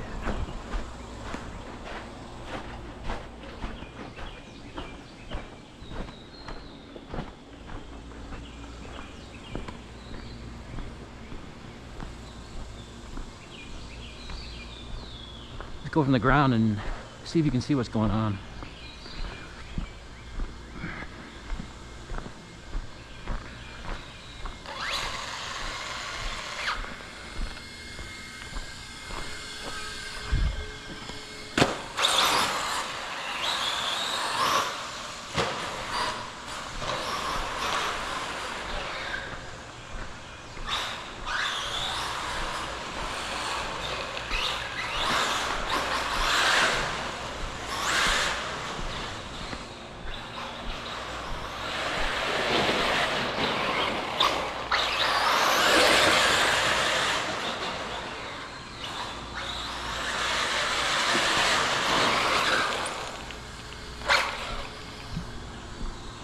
Pretty direct.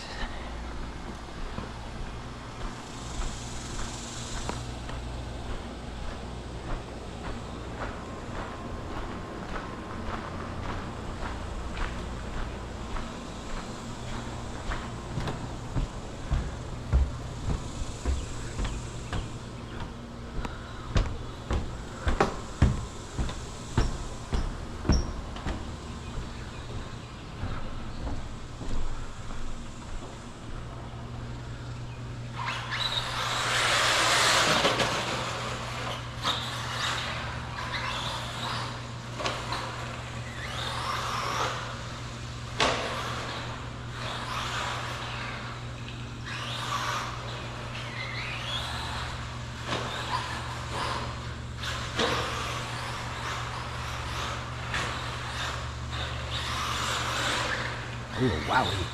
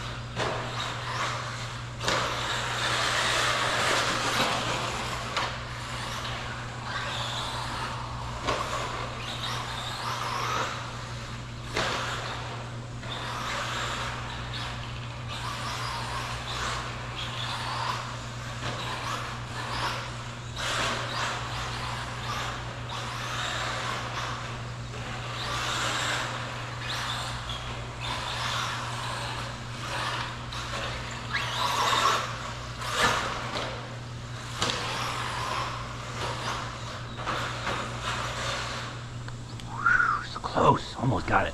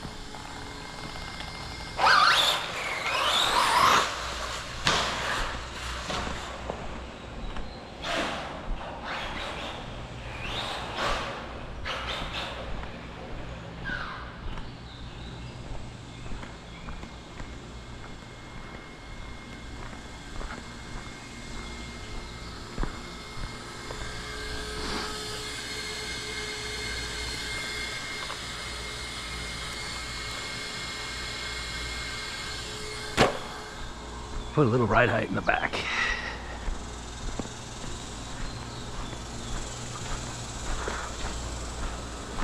Just like a millimeter.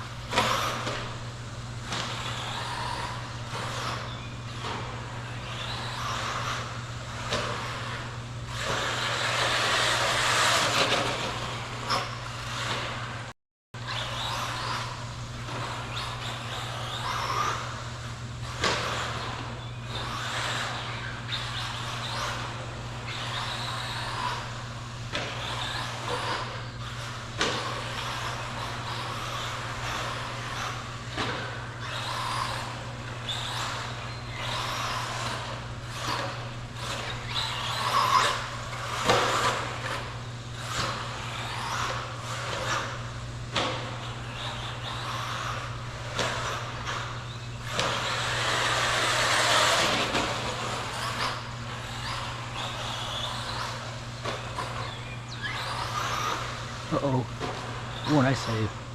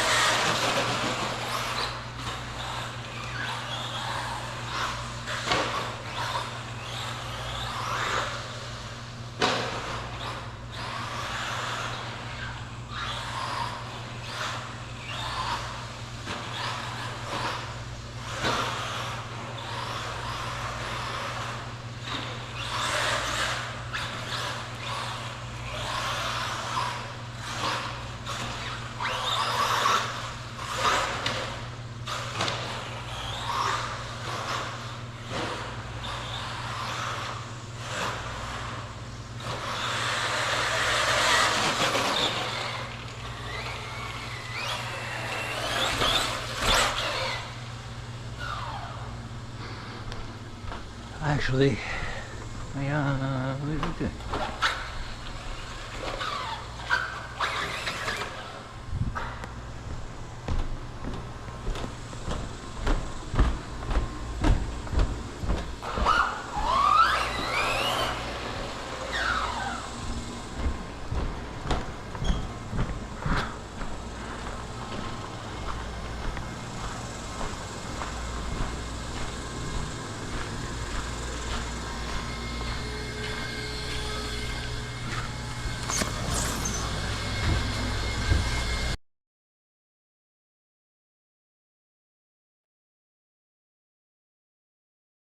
let me check that right eye again before I do anything else.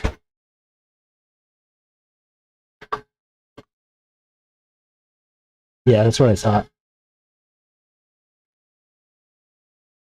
Yep.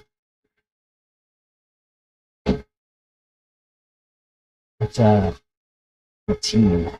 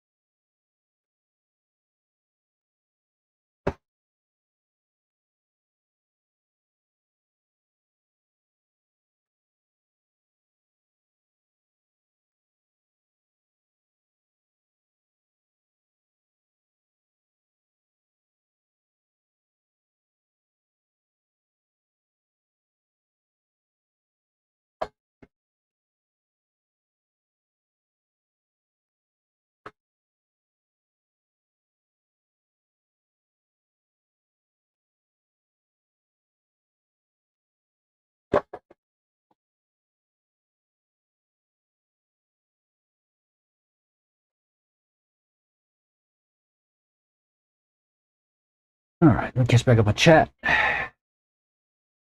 It's calibrated. Oh, it's yeah, yeah. Oh, I haven't missed out on any threads, any chat. You guys been quiet while I was gone. What'd you see?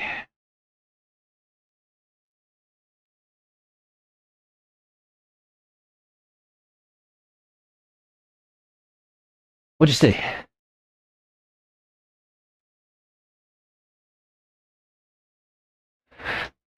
Let me I'm gonna take Chris back his hammer and his block of wood, and I'm gonna give him look over this thing one sec.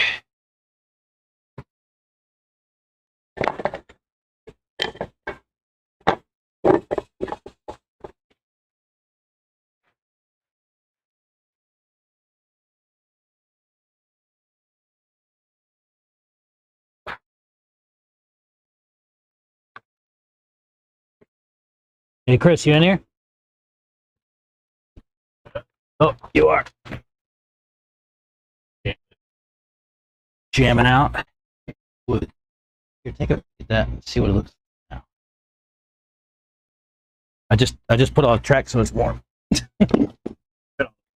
I said I just took it off the track so it's warm.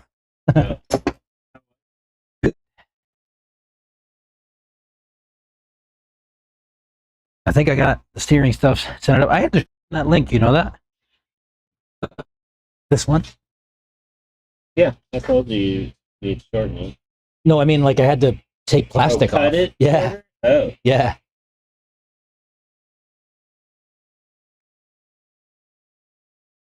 That looks even, right?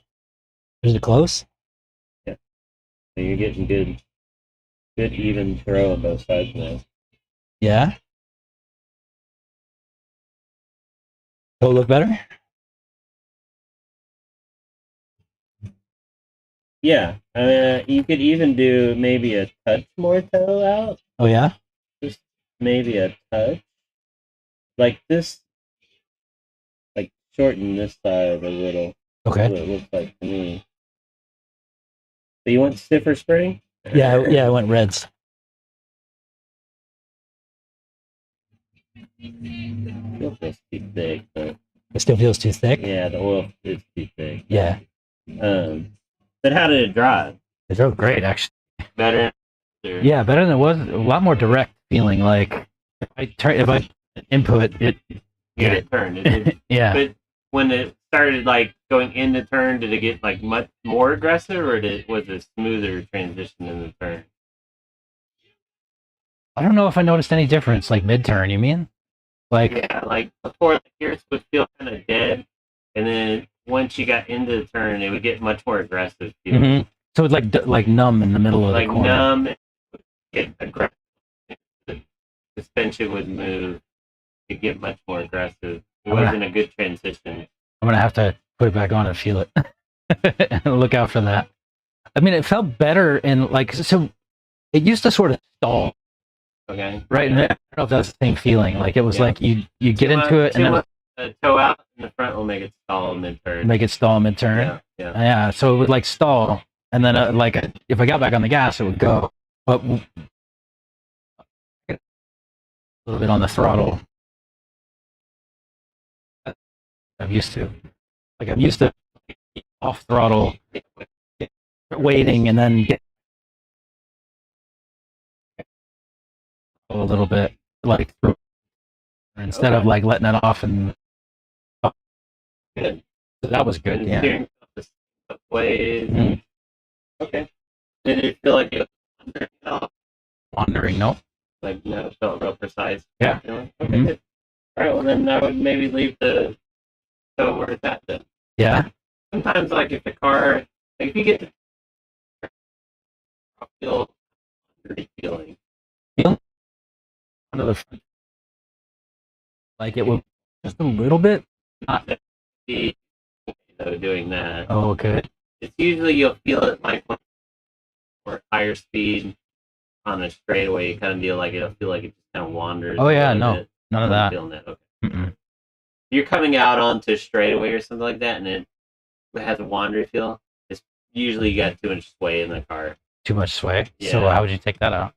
Stiffer bars. Just put stiffer bars. Yeah, that's probably in the rear or all around. Like all the way around, probably. All the way around. You know, you don't want to. If you're good with like the ratio of how the car feels in the turns, don't go stiffer front or stiffer rear. Just go up or down the same. The same. Rear. Yeah. Okay. Like if I add like 2/10 of a millimeter. Only doing it a little bit. Yeah, only a little bit. Then and it feels good everywhere else. Yeah. I wouldn't worry about it. Okay. Unless it was causing some kind of issue somewhere else too. That was because even coming on straightaway, if you land it wrong, hit throttle right, it'll get a little sway to it. It's just the way that corner is. It's not, and it's not anything I have to steer out of, right? Like if I just stay, it walks and then it straight goes. You can probably fix that with just driving. Landing it better. Yeah.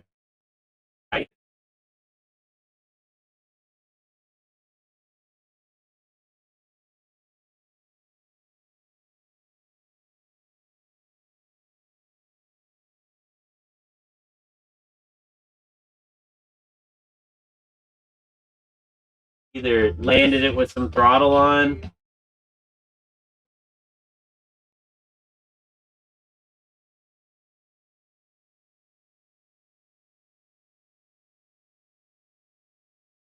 A little bit and then just goes, yeah.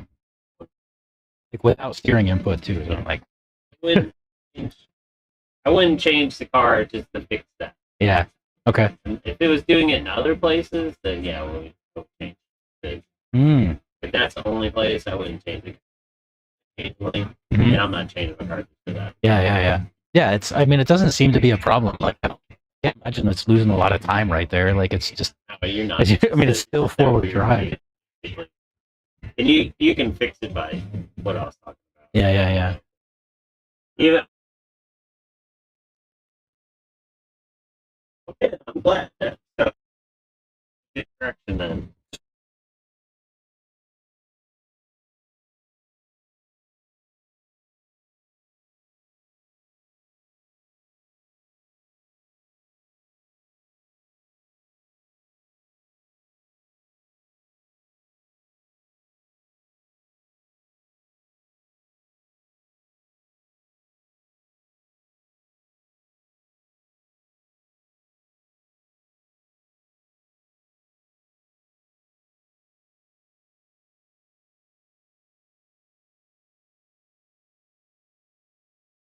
That's much softer. Yeah. See, see. They're not that different. That's what I'm saying. Your rear is not that bad, but the front's quite a bit. Yeah. Like, Okay. if it was me, I would go 50 thinner in the rear and 100 thinner in the front. Yeah. Okay. I can do that. That's easy. Okay. What pistons are in it? Is it the 8-hole one? Yeah, 8-hole 1213. Okay, yeah. Yeah. I'm building up. I wanted to try running some flat pistons. They all, Flat. yeah. These are down. That's historically how I've run in this car.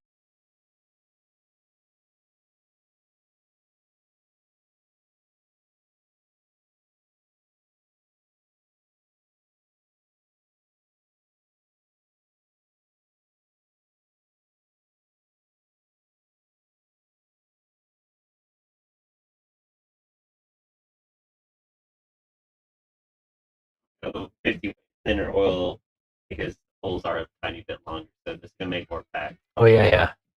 What but you're doing the same 1312 8-hole? Yeah, 1, 2, 1, 3s, emulsion, and but I'm like low on oil compared to you. I'm at 600, 550. Yeah. With if you're well, that's foodie oil. So if you use something else, it'd be like 650, 600. But This is JTP. yeah, so it's like 50 weight different. Is it really? Foodie's like 50 weight thicker. I thought CST was all this. Believe whatever you want. Damn it. Just keep listening to that fairy tale, then. What? Why can't these guys like standardize shit?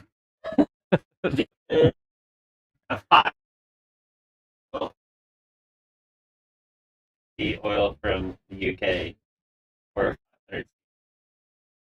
Supposed to be 500 CST. It's all. It also.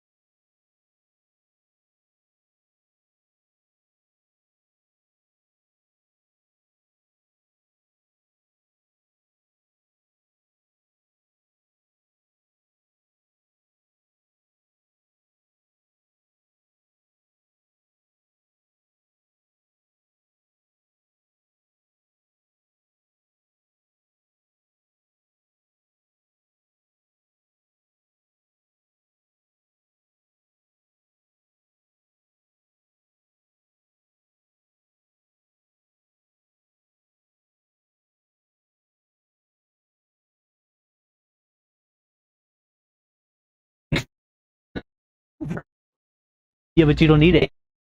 Like, Chocolate weight color yeah. problem. That's what I told. I don't think you want to do that. Like, Yeah. Get yeah.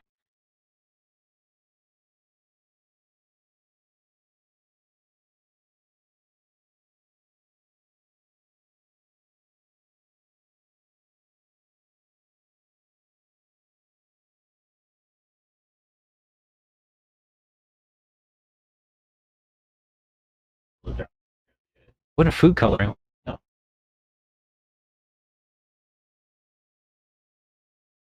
Piece of dot.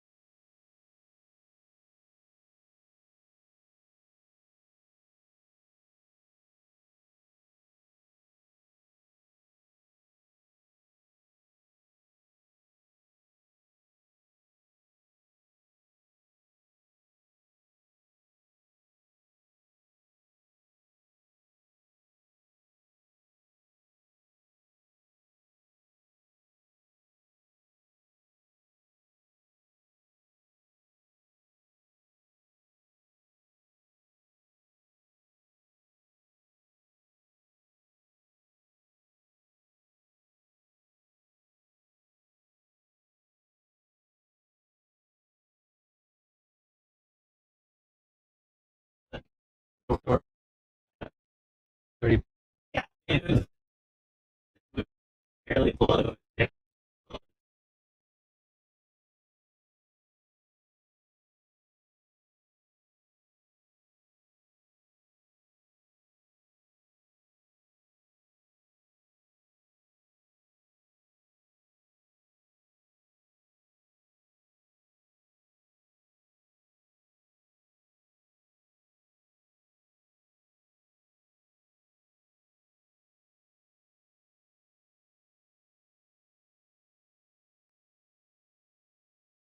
Jenny's batteries on Mm-hmm. Jenny's battery. These So much better. yeah. Mhm. And you like I basically voltage cut off. They don't puff. They don't do Nothing. They're Mm. good. Interesting. Good. That's been better. They still don't make a stick pack, do they? Down there. No. Now they have the that.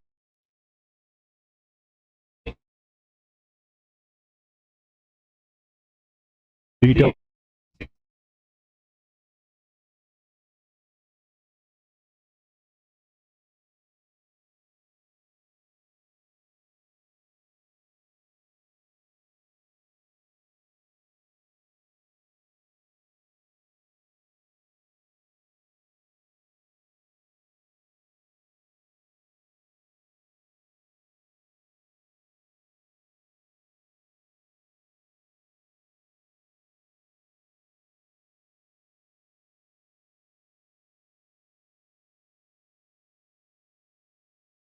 Like it. It's zero. I mean, That's great. whatever. So these are two together probably about 50 on the this. Yeah, 450. a little heavier. 450. Like it seems small. That's the same, yeah. Oh, they're both 63s. Yeah. That makes sense. Two of these. Have to. You could go forward or back even. Have some way. Oh, you get to weight bias. Yeah, you can move it forward or back. Be like running a shorty, I guess, you know. Yeah. I have to come up with something to keep them from breaking one another, right? Like if you put a strap, like I think what you do is oh yeah, double side tape and they're just leading together. and then if you stuck together and you charge them like this is a charge lead. Yeah. They charge them both at one time, hook them up, and then you just would have a jumper that would go between. And there's your positive and there's your negative, you know. Yeah, it could work. It wouldn't be a big deal. And then you just have a piece of foam or whatever to Yeah. you can adjust it where you want it, weight bias. Yeah. Well, if they get them back in stock, The mid size and short is because they fit in the 11 size short. Because it's standard. Yeah. You know, and it's taller. it's taller. Yeah. I really like those short batteries. I really like how they handle that. Yeah. Yeah. No, Yeah. Yeah. If you can get them again. yeah. I'm trying to get. Yeah. I'm trying to get The glass doing. Huh? 11E concept. What's that? Yeah, why the windows on that Is that side. Is that an F2? What is that one? I think yeah. Look at how wide that. Yeah, that window is very wide. Like, oh, it's not. It's got all the window. Yeah. I feel like I should have a back window. I have a problem because ours is laid out different. Mm-hmm. The I have 11E body painted, but the problem is because the motor's in the back, it hits. on the remote. Yeah, I'm like, well, crap. The butters up here. Yeah, The yeah. batteries are back here. So I'm like, well, I'll just save this for when I finally get off of the.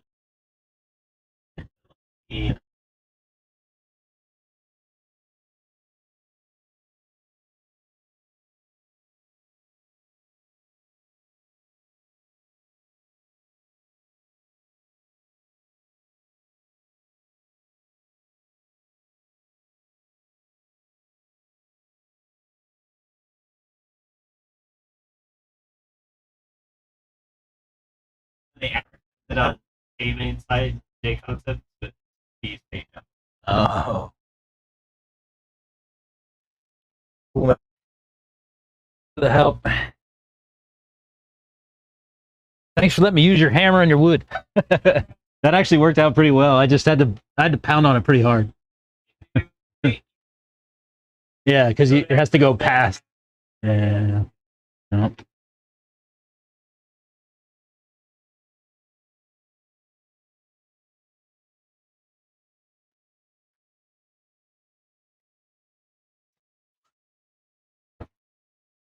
All right. What did we learn? Always learn stuff when I go and see Chris.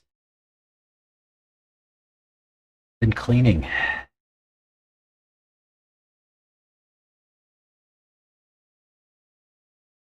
Let me put this back on charge. Or store it. Store it? What time is it? 4? I'll get another pack. Put on charge.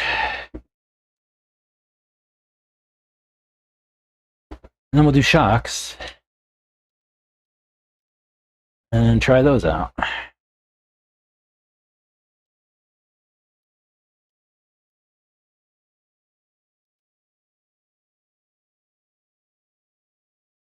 He said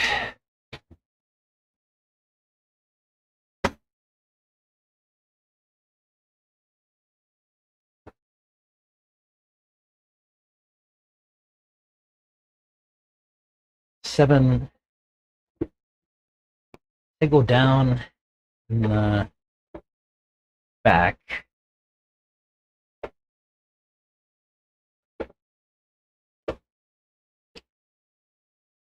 I'm looking for 750.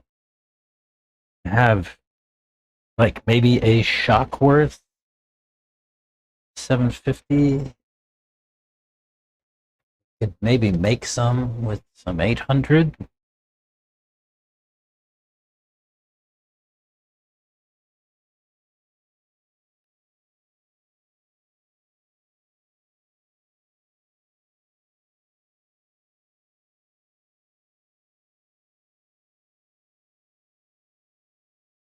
How much would I put?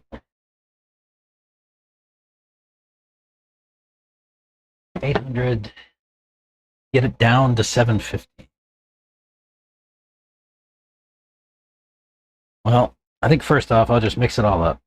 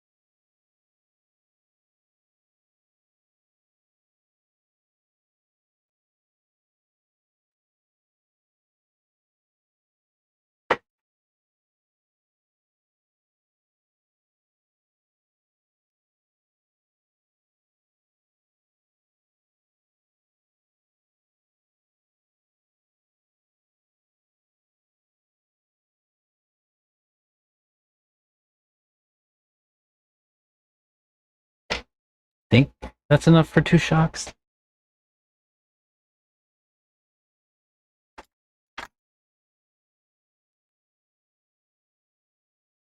Yeah, I think so.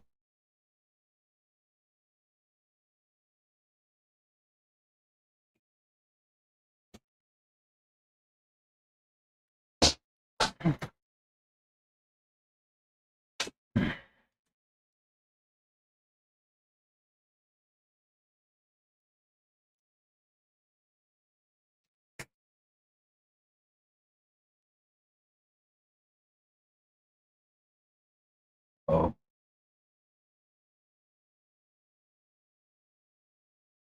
Where did my camber wrench go? I always lose that thing.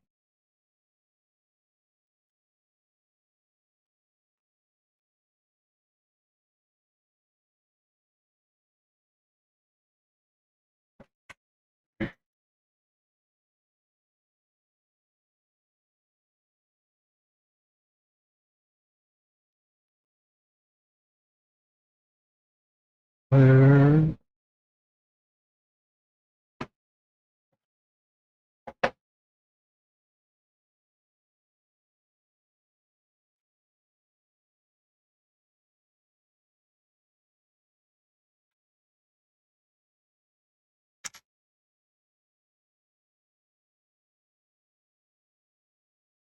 We'll go up, down in the front, down in the back.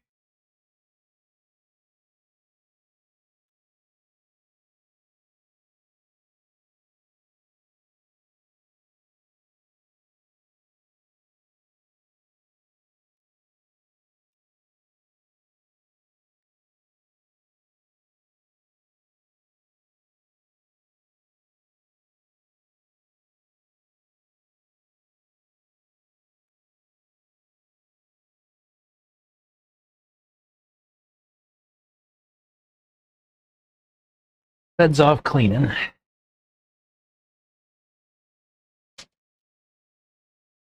Top line's off mixing some sauce. Who else we got here? Hop in and say hi in chat. What are you wrenching on? Oh, I guess I have to take those nuts off the top in order to get the shocks off, huh?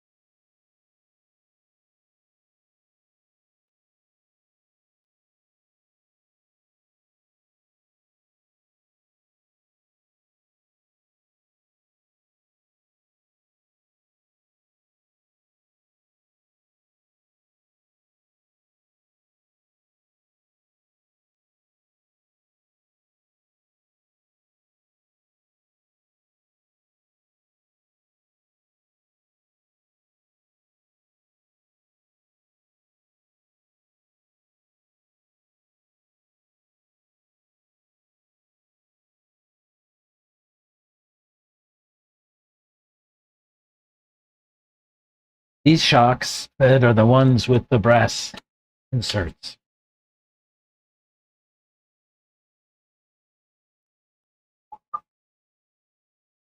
Uh, Steel wrench.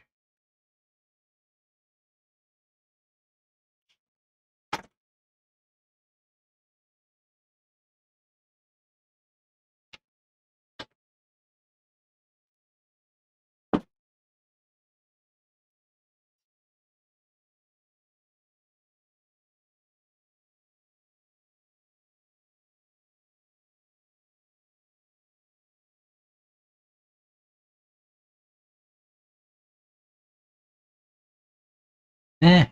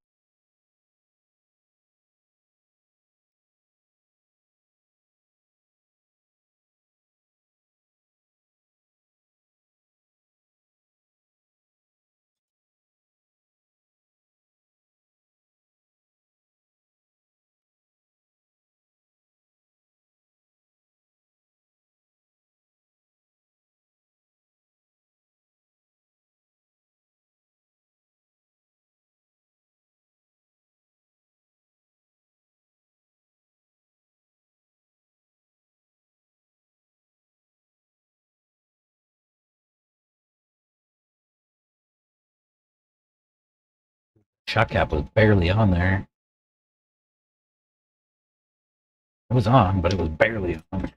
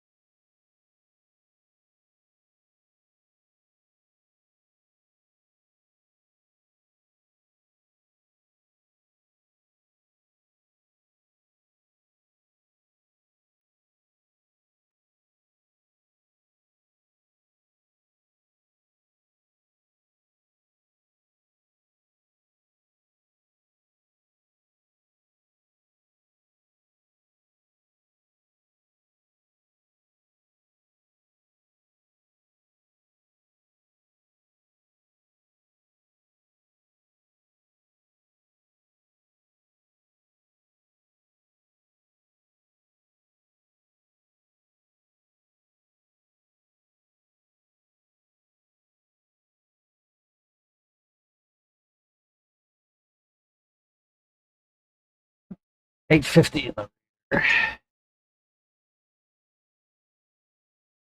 It's like he said 50, 50 back in the rear and 100 front, which is about what we're doing. Not precise. Like most things we do here, more art than science.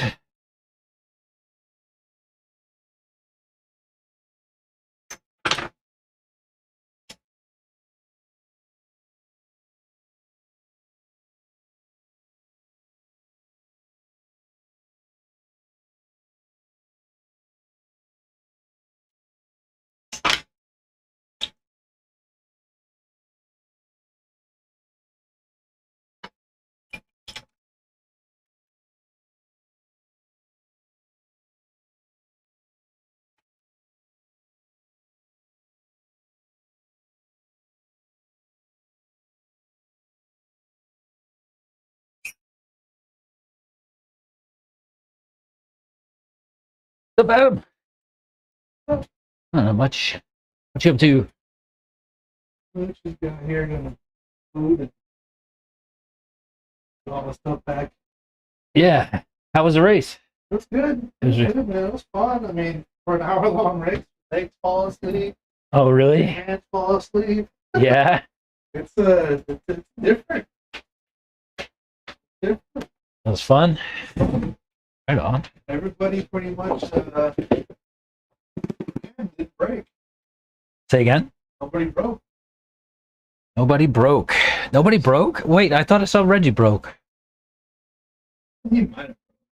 I mean, for the most part, but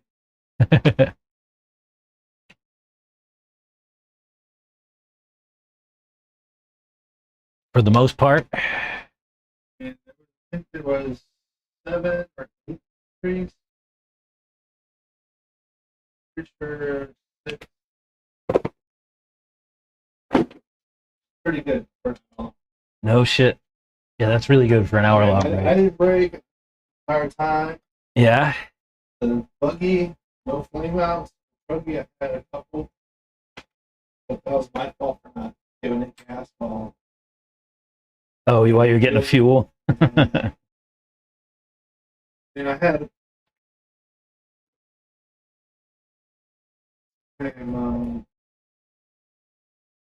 William Thomas Padilla. Oh, Norris, yeah. Wife was hitting me, so I didn't want to be like gunning it on her. Yeah. Like, I was still being courteous. Yeah. Plus, she was helping me with the druggie too, so like really big. Yeah. So I wasn't trying to be just pouring and trying to film me up. Yeah. I hear you. She's doing me a favor, so For real. she said she had a lot of fun doing it. I think we had 8 pit stops. Yeah. And I mean, for the most part, it was pretty good. Like, I wish I would have been more competitive. I got fifth in both of them. Uh-huh. I It's a podium, man. Or do they only do 1 through 3? think that'll be one Oh, okay. podium. Oh,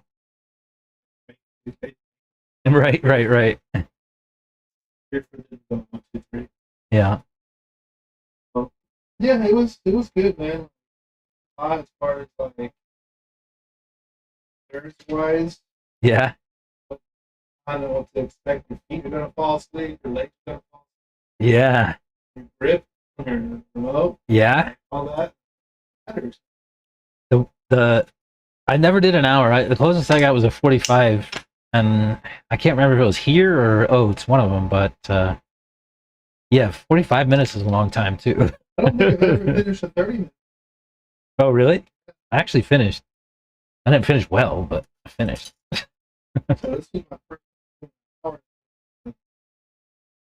That's crazy. This pace marshal race. Well, for an hour? Did you have to marshal for an hour? Yes. Holy shit! Was back to back to back. Yeah. And they only had 5 minute break time between them. Is that right? Yeah. They were kind of rushing it, you know. Yeah. Wait. Once there wasn't enough people for 2 days. Yeah. Yeah. Oh. What they wanted to do. Yeah. And that game. Oh, was that? Oh, that was Saturday night, wasn't it? Yeah. We're all trying to, get to watch the game. Yeah. Not really basketball fans. Yeah, me either. I'm a hockey fan. We watched the Stanley Cup last night. That was good. Oh, nice. I like watching hockey on there. Just like baseball. Yeah, I don't like to watch baseball on TV either, but baseball in person is actually enjoyable. Corpus. Not a lot of dude. Corpus. Yeah, there's not much. Yeah. Go swimming. The Sea Rays. Oh, I didn't even know they had a team down there. He's been Uh-huh. so we would go watch them do that.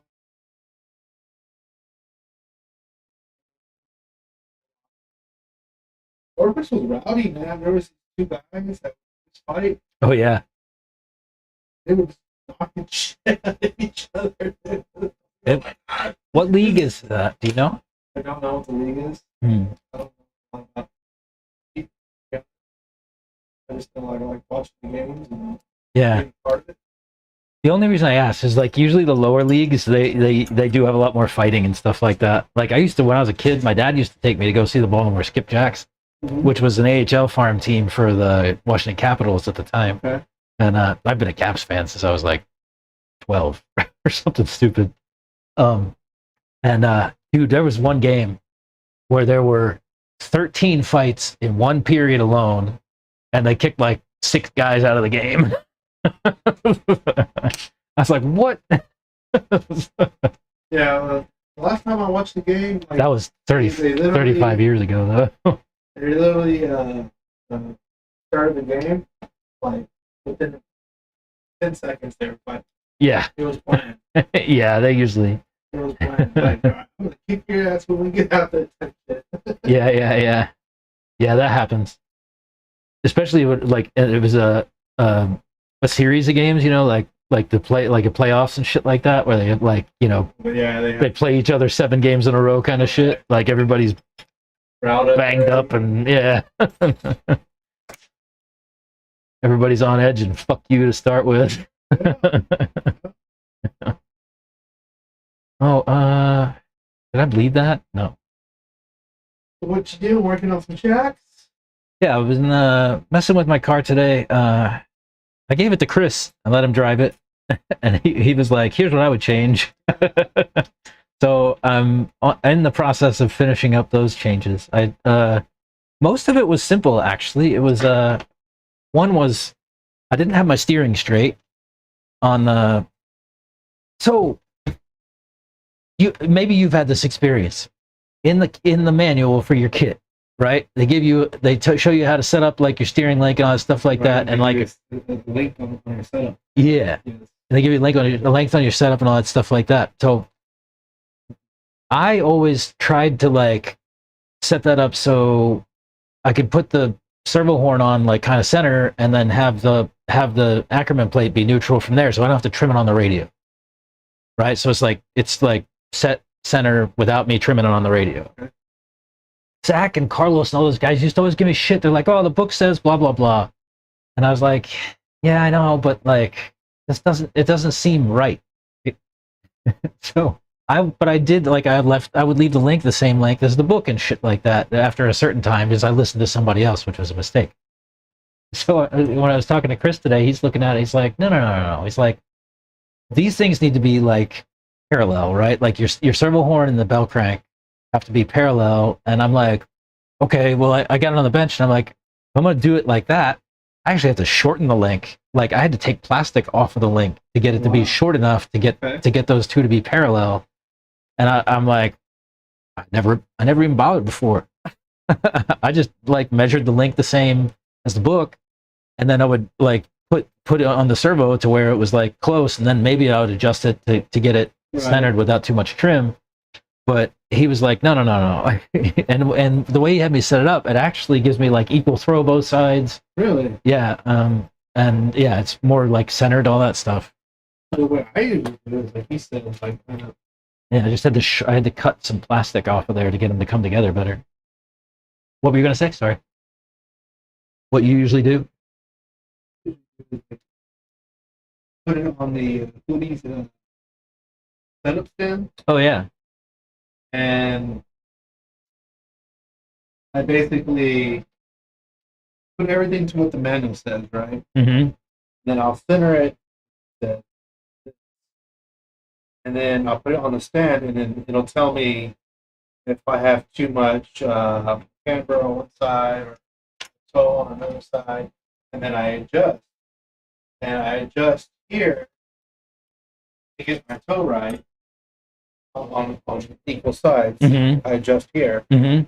and then I adjust here after that Mm-hmm. to make sure that I have Mm-hmm. 2 degrees, or whatever. Degrees. Mm-hmm. And then I go off of that. Mm-hmm. And then I adjust my radio on my dual radio. Mm-hmm. And I try to get equal throw from there. Mm-hmm. That's how I do it. Mm-hmm. And I know it's sometimes when I do that, especially if I follow the book, my car will have be either strong to the left or strong to the right, unless I do that. Really? And the way Chris Hatch tells me to do it, oh no man, I just make sure everything's all even on both sides, and then kind of go off of this and center this there. Uh-huh. There we go. Never right. Yeah, same thing. So today I followed Allison's guidelines, and that's what I got, and it seems to be better. So this right here, these two things are parallel. Telling you. Yeah, the servo horn and the bell crank should be even and parallel. Well, mine's a little offset way. The way the design is. Right, your servo sits in there sideways. And my servo sits in there. So maybe parallel the other way. I don't know. seems to work out for me. Yeah. Yeah, I do. When I follow the book to the T, it's never right. Yeah. It's never right. But yeah, everyone's like, "Oh, you follow the book." I'm like, "No, the book is wrong." Like, no, I'm not gonna follow the book. You spinning on it? Yeah. Yep. With 3 people.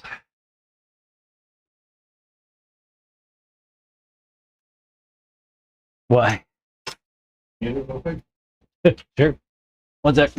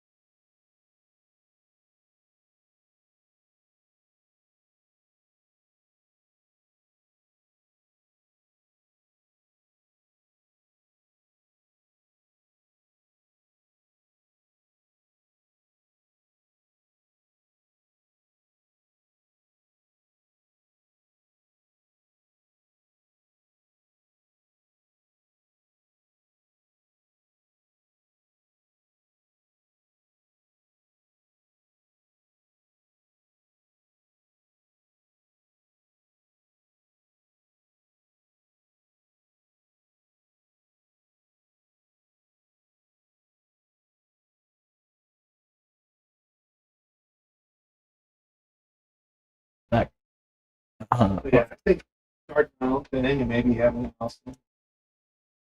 And you buy some of the equipment off of him. it's a possibility. I mean, I'm not saying he's got to give it up. No. Obviously, he's not going to give everything up for free. Like, I mean, if you get like a skid steer from him, purchase that, purchase the live RC setup, all that PA system. Yeah. Not that far of a stretch. Then if we can get then 100 grand per person, but like 50 grand per person, I think it's doable. Yeah, could be. Could be.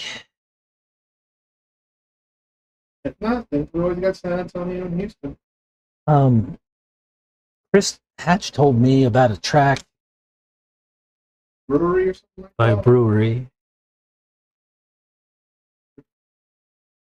I got a link. I'll send it to you.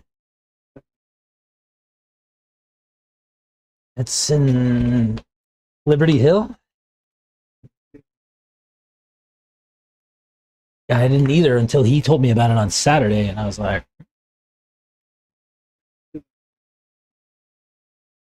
What he told me was it was set up as a basher track, and now that they know that this is going away, they're trying to set up a little a racers track setup. maybe. And all that. Yeah. What he told me was cool. I mean, I'm down. I don't need to own a track. Right. No. I just want to be a participant somewhere. Right.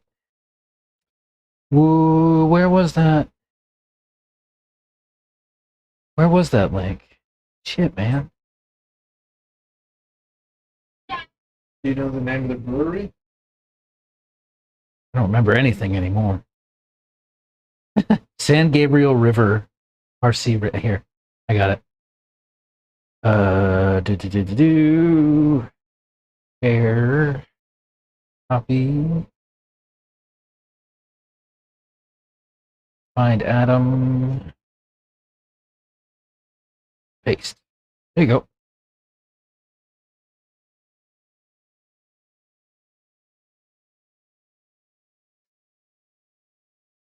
Yeah, it doesn't look like much, but it also looks like there's space.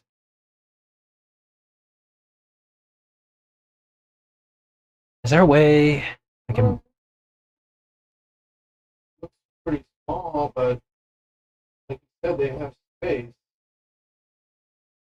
And they had something in there about Roar Insurance.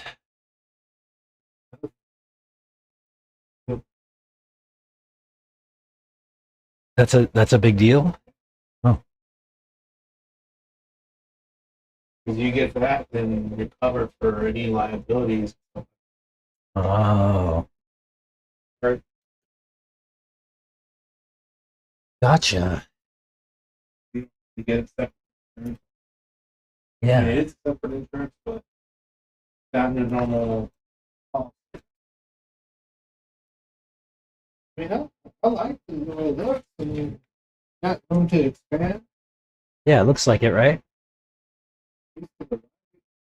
Up going towards the brewery.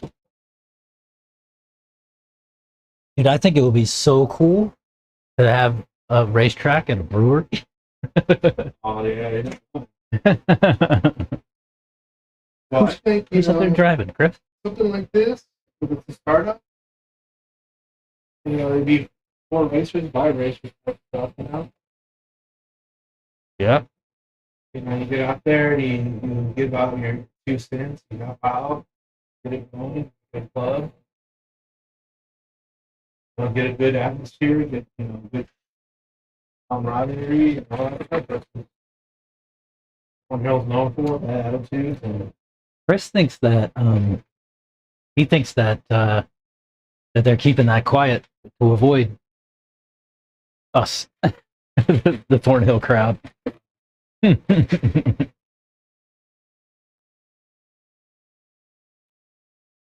Like we have a reputation, I guess. see, that's what I'm saying. Like, we're good people. I'll be alright. And I think the reputation Yeah, itself, not the people. I think so. Yeah, we talk about this shit all the time. Me and Chris and like anytime Faulkner's around too. Like we talk about this shit all the time. Like how do we get it changed, better, different? Yeah. Employees do not help, I guess. Hey, Chris was telling me, Allison was telling me that when you set camber, I was set camber with my car like on and steering centered. But he told me, he's like, no, he said, set your tires in line and then set camber like this instead of having it on and steering centered. Why? Because he's like, look, like the camber angle changes as you turn the wheel, right? And so he's like, if you got toe out, you're reading camber for 2 degrees toe out instead of camber at like square. I don't know. Oh, I see what you're saying. Okay, so like set this one straight, and this one's gonna be out this way Yep. a little bit more. Yep. And then you'll see your camber a lot. Okay, that makes sense. Right? Yeah. And then do the same thing on the other side. You just square it to the other one and measure. That makes sense to me. That makes sense. It does. I've never measured camber like that before, Me though. It clicks in my head like, yeah, that makes sense. It makes sense. Because it does. I mean, it really does. It changes. I mean, Yeah, like if I turn a little bit this way, I'm at 0. Right. You know, Right. if I go that way, I'm at 10. That makes total sense. It really does. I just never ever did it that way. Never thought about it. Yeah, never thought about it. Never did it. I mean, that could make it break a car. right? It really can. It really can. Huh. See, these are the things that. See, that's what I think too. Is like I think we need to have more. What do they call it? Like workshops. Oh yeah, Hey, like Wednesday night. well, that's what I do all day here. No, you do. I can't watch you at work. I get in trouble. But you do anyway. It's when my machine's running and I'm at downtime. So I'm only on for like 10 minutes. And I gotta get off because we have AI cameras. Oh yeah. They bust us all the time. My boss came up to me one time and he was like, "Hey, you said us you were on the phone for like 3 hours yesterday." I was like, 3 hours? There's no way I'm running the machine. He's like, 3 hours total. I was like, how do you even know? AI camera. Fuckers. That's right. Who's up there? Is that Kurt? Well, that might be the guy out there. Oh yeah. Who's that? You know? I don't know his name. He was. Oh, you weren't here on the weekend. He was here on Saturday. We had practice day, and he's got a mobility wheelchair and that kind of stuff. So he was like riding his wheelchair up and down the I've ramp. seen him on the wheelchair. Yeah. Yeah, it's not. It's not the same guy who was here the other weekend. It's a different guy. I don't know his name. The other guy was called Jonathan something. I don't know what this guy's name. Well, I know this is the one that doesn't have like basically his hands or something. Yeah, he uses his mouth to drive the cart. I don't know what he drives. How he drives his cars. I'd be curious to see. Oh yeah, Do that? fuck yeah. And he's got his wife's with him and stuff. Yeah, that's not a bad gig right there. That guy has little off-road and stuff too. Yeah, you can go anywhere in that thing. Pretty much. I'm gonna unload all my. All right, I'm gonna get a pack and probably think about getting out of here.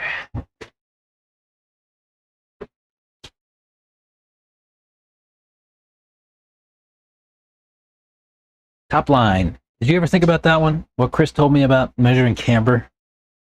Have your front wheels measure one side at a time and have your front wheels straight with your back wheels. Measure, and then do the other side the same way instead of neutral with like toe. Interesting. I'd never ever done it that way before until Chris told me about that today. I usually turn the car on, let the steering go to neutral, then measure it.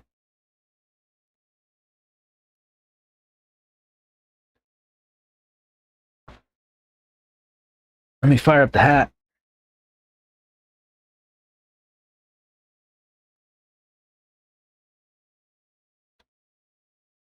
Nope, you do yours differently. How do you do yours? Like we said earlier, there's not, if anybody tries to tell you there's a singular right way of doing things, they're lying to you.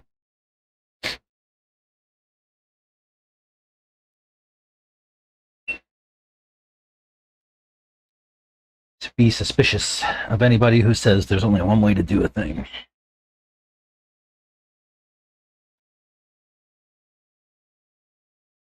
Oh, what did I change in my shocks? I changed oils. I changed springs earlier. I went up in springs from orange to red. And then I went down in oil, 100 in the front and 50 in the rear. So I'm at like 800 in the front and like 750 in the rear. So that's where we settled. That was Chris's suggestion. All right, let me switch over to hat. See you over there.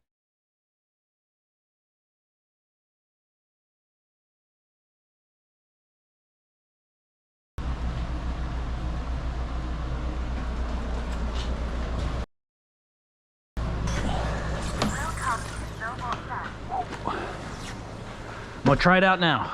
My car likes the flat distance.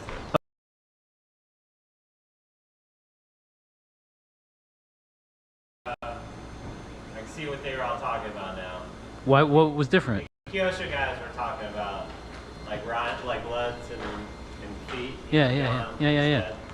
They're all saying that the flat piston keeps the car flatter. Does it? Higher speed stuff. Does it? It does, yeah. Interesting. It's totally weird. Mm. Now 50 weight thinner oil, and it bottoms out less. I knew it would because it's got more pack. Right. Bigger Yeah. piston, you know, Longer hole. holes. Yep. But it felt like it had more grip everywhere too. Really? Which more pack would make it feel like that. Yeah.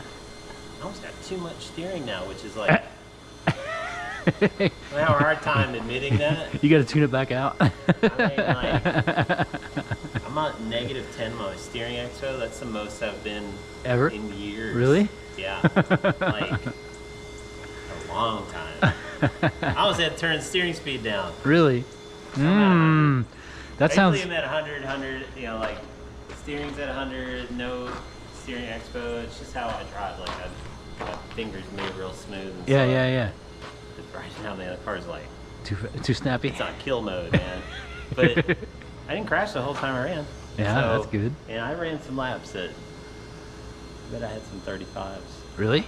Yeah, 'cause Yeah. I was running a lot of like I ran like two 36.0s back to back this last Saturday. I ran some 35s, like 35.9s and stuff. And these felt faster than that. Wow. So it's just the corner speed was like on, man. Nice. It was like felt good. I had Real my surprised by that, honestly. I had my fastest on the weekend too. Was like 37.9, That's good. which is good for me. That was my first time getting into 37s. Well, that's good. Wait, wanna try it? Feel it? See if it feels any better. I can stand in there and drive it too. I want to do it in the same spot I was. Oh, okay.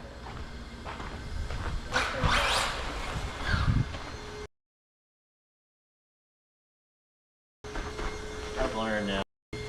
Oh, I do. It burns my hand. Yeah, you have to be real careful. Because mine comes off like Yeah, how hot? 150 to Yeah, 160. Yeah. I put a fan on mine So yeah, kinda just to be kill safe. mode. Just to be Like safe. I think my throttle's at 100. Is it? Yeah. This one is. There's nothing turned down right now. I wonder if I remember like standing over there. Yeah, like there. I'll stand right. Can I move this at all or no? Move. Yeah, whatever you want. It's just like angled in. Though. Oh yeah, yeah, yeah.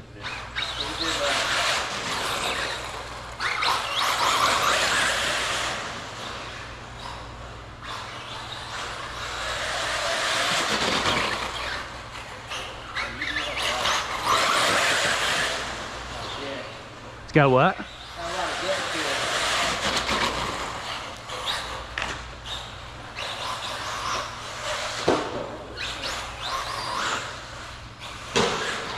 Yeah, it goes faster.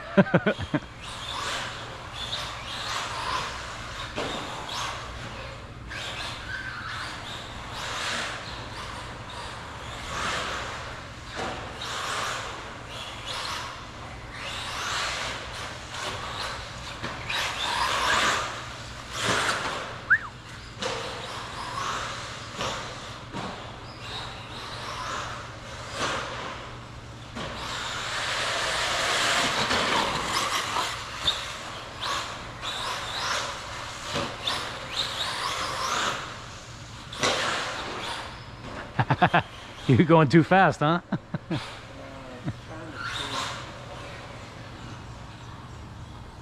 See, to me, your steering is too slow. It's too slow. I think the channel. I checked the channel speed. I think that might be turned down there. Well, But- I don't want to mess it up for you. No, it's fine. I can put it back. It's swipe. Yeah, there you go. Top left. Yeah, you do have your steering. What was it at? 0.09. Okay.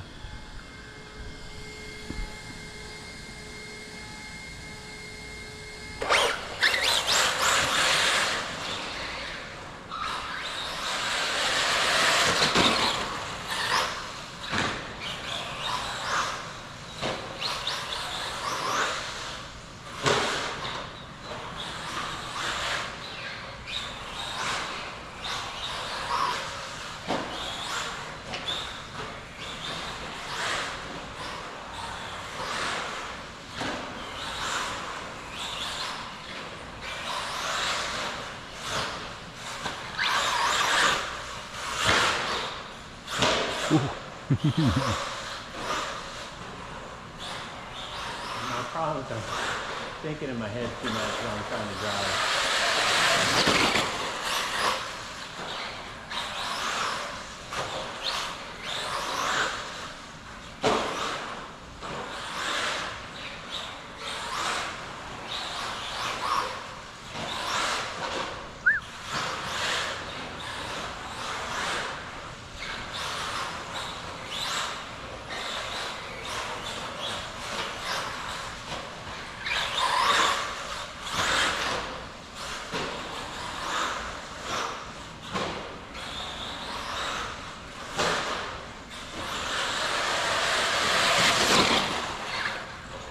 It's definitely better. Definitely better. Definitely better than it was in terms of the steering feel and like it was not consistent before. Like when the suspension would move, the steering would change dramatically, honestly. And now it's not doing that near as much. Good. And so it's way better. It's still, for me, way dead off center. But that's me. Okay. Most people don't like to where I like it. Okay. So I would say it's pretty good. I mean, I feel I have to wait on it. And Where? I don't have to wait on my car at all. It just Where do you have to wait on it? in the turns. And so how would you take that out? I'd have to really look at it to figure that out. But drive and get used to it like this. If this feels better and has more steering, Yeah. drive and get used to it. And Okay. see if you like it with the steering faster. Yeah. If you don't, slow it back down. But Okay. I used to have it turned up. I think you have the motor turned up too high though for you. Really? Yeah. Well, Turn it out though. what would you turn down? Well, what do you have it at? Is It's- it at 100? Endpoint. Yeah. Your But- EPA's 100 on Yeah, it? EPS 100 on here. Yeah, I would maybe back it down to like 95 or 90, somewhere near, just to try it. Oh, really? Yeah. Get to where you're more comfortable. Like, I know a lot of guys, they drive to where a lot of the track, they're like at half throttle. Yeah. You can stay on the throttle quite a bit. Just Yeah. keep it. Work on varying your throttle more. Okay. And if you lower the throttle down more, you'll get used to like giving it full throttle more in areas and stuff like that, because you won't overpower the car. Right. Like there's a lot of areas to where I'll hit full throttle, you know, to gain a little bit of time, and most of the guys don't do it. Yeah. I mean, all the fast guys do, Yeah, the fast guy. Yeah. but all the other guys don't, because they're afraid if they hit throttle they're gonna overshoot Right. things, or it's not gonna go right. you Right, know? right. But back it down a little so you get used to hitting more throttle in certain areas, because you're like, man, the car's just sitting here, let's go. You know, get used to varying that throttle more, because Okay. the throttle is just as important as the steering. Yeah, yeah. As much input as you put into the steering, that's how much input you should be putting into the throttle. Okay. It's Okay. an equal amount, man. You have to. It's a lot of throttle changes, lots of steering changes. So people just don't think about that. But the better you are at this, Yeah. the faster you will be. Yeah, for sure. I noticed that. Like, Yeah. that's If just you a watch weird time. any like the younger pros and stuff, you watch their throttle. They're just like they're like Yeah. all over the place. Yeah. And so, and they're steering the same way. You know, a lot of the guys that are in, you know, I'd say like that 38 to 42nd on this track, Mm-hmm. they don't move their throttle a ton. You know, they do a lot of areas where they're just like half throttle or something, and that's- just turn into wheel. That's me. Yeah. Yeah. I know. I'm just saying. Jason's the same way. I Yeah. can't get him to stop doing it. So I'm like, well, whatever. But if you're wanting to try to go faster, work on varying the throttle a lot more, and to do that, back the throttle down so it doesn't destroy you in places. Got it. Maybe it's a little slow on the straightaway, Yeah.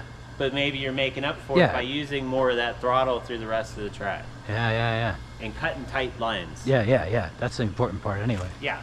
And who cares how fast you're on a straightaway? If you lose- you make up 5 feet on somebody on a straightaway, Yeah. and then the next 2 turns you hug them tight, you way more than 5 Yeah. foot over somebody. Yeah. I'll tell you that right now. Yeah, for sure. So, you know, it's all the turns. Yeah. The turns is where all the speed is. All the speed's in the turns. Yeah. If you're a tenth of a second faster, just the tenth in every turn than somebody else, well, count it up. You got 1, 2, 3, 4, 5, 6, 7, 8, 9. We'll call that 10, 11, 12, 13, 14, 15, 16, 17. Yeah. That'd be 1.7 seconds. Yeah. Just by being 1/10 faster. I worked for this guy. He was an executive at Verizon. I think it was when I was still there, and he was like this British guy, and he raced at a famous British track. I can't think of the name of it, but Okay. it's not important. Yeah. What's important is that like that's where he goes in club races and stuff like that, right? Okay. And so, like one day they had like an exhibition or something like that, and they got, you know, some old pro driver, another British guy, Nigel something or another probably. Okay. and so he's like, well, I go out on the track, and this guy beats me by a second and a half, and he hardly ever runs the track, and you know it's my club track, so I'm here all the time, right? And so he goes, I said to the guy, like, you know, like, what the hell, like, how can you beat me, you know, like by a second and a half? He's like, well, I'm a tenth of a second faster everywhere. That's right. Yeah. It adds up. I mean, every time you blow a turn, every time like you're waiting for the car to finish turning, Yeah. or you're waiting, or you know, you mess up a line, or you overjump, or any of that. Yeah. Anytime that you are not actively engaging steering, throttle, or brake, you're losing time. Yeah.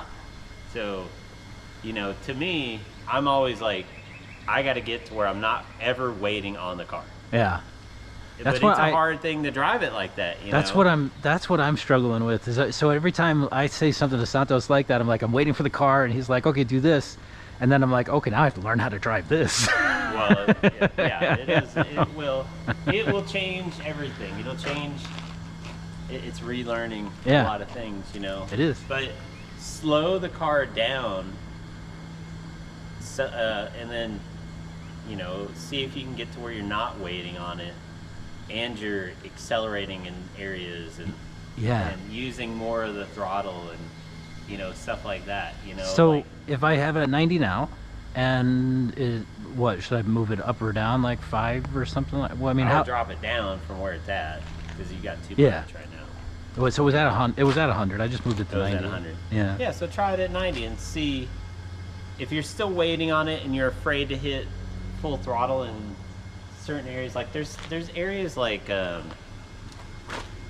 so a good example, like, so I'll go around this turn, Mhm. I go over that triple jump. It's usually half to 3/4 throttle with mine. Mhm. I'll land that jump and I'll gas it just a touch to get up to the turn. But I mean, I hit it. You know, Mhm. it's not just like, Oh, you like hit that. it. I You hit it good. Up Oh. into that turn. I do the turn to go across that where the protects are. Yep. I'm full throttle for a second there too. Not half throttle, not anything like that. And you're full going back that way too when you come And down. when I go around turn, boom, full throttle for a second. I don't go full throttle there. That's what I'm saying. It's Yeah. like there's areas that you need to utilize more throttle, but if you have too much in the car, you won't be able to control it. You won't be able to do quick enough. You know? Yeah. Like get used to having less and using more of the throttle range Yeah. to where you don't get in trouble, and then you can slowly try bringing it up as you get more and more used to using more throttle. Mhm. If you have too much throttle, you're always scared to touch it. So Yeah. you're always at like half throttle because you're like, oh, the only place you probably hit full throttle is on the straightaway. Yeah. Yeah. Well, that's the problem. Yeah. If you're not hitting full throttle in more places than just the straightaway, you have it turned up too high. Yeah. That's the only place I hit full. I'm full throttle all over the place. Yeah. Like I'm full throttle in so many places. Yeah. You were even full coming down there, like over Yeah, that I'm little full throttle. drag I'm like full that. throttle over this. Yeah, You yeah. know, there's a ton of places Oh. I'm just nailing it out of the turns, and it's just, you know, I'm just like hammering the car sometimes, you know, Mm-hmm. and I'm not waiting, and so I don't always run it at 100. I'm usually at 95. That's what you said. You don't like to run it at 100 ever. You say you like to have some Not space totally to go, often. right? Yeah, I always like to have a little. I wish I had a faster servo, honestly, because usually I'm at 100% on my steering speed, Uh-huh. and there's times I wish it was faster. But then I just like go, well, turn your hands faster, you moron. Yeah. And so then I start doing that, and I'm like, oh yeah, that's better. Yeah. Let me You go can see. vary your servo speed right here, just to let you know. Yeah. Totally. It's a hard thing to do. It is. But, I mean, It is. take whatever I'm telling you for whatever, but I'm just saying, if you learn to use your throttle more, Yeah. you will become a better driver. I like it. That's what I'm here for. Yeah, and if you're only hitting full throttle on straightaway, you need to slow it down so you're hitting full throttle in more places. Got it. So I need to be like full throttle at least 5 times this pack. I would say In there's several places on the track that you need to hit full throttle in like blips and areas and stuff like that. You know, there's definitely places to do it. There's definitely time to be made up by doing it. Okay. I'll keep an eye out. Guys that are just holding it partial throttle, Uh-huh. I'm passing those guys in all the spots. Yeah. Yeah. Thanks, dude.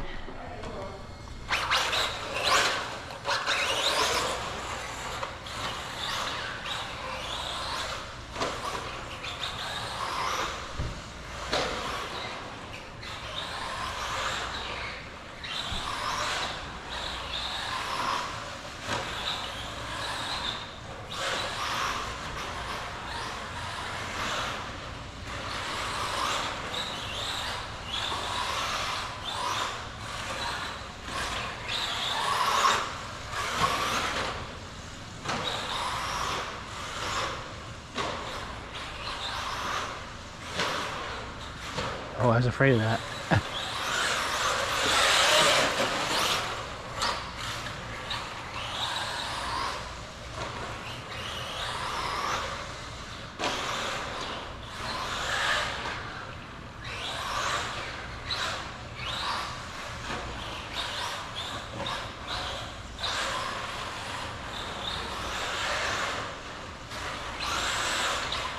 Oh, I got too heavy.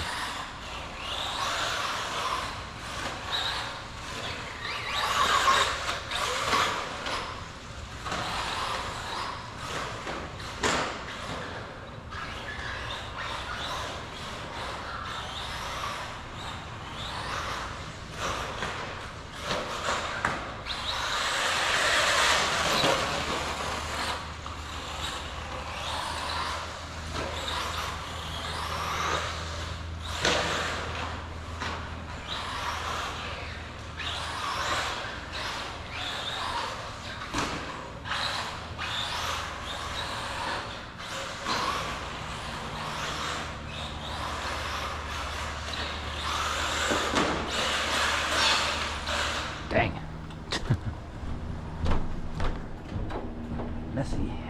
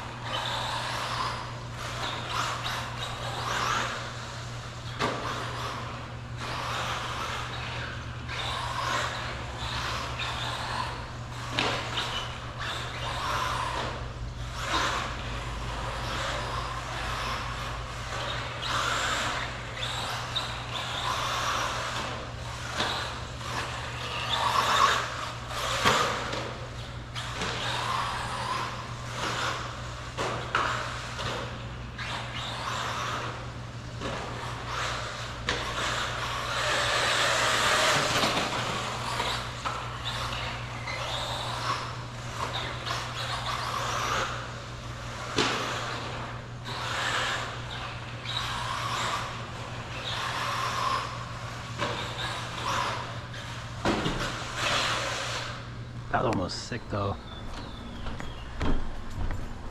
That pack's gonna be beat.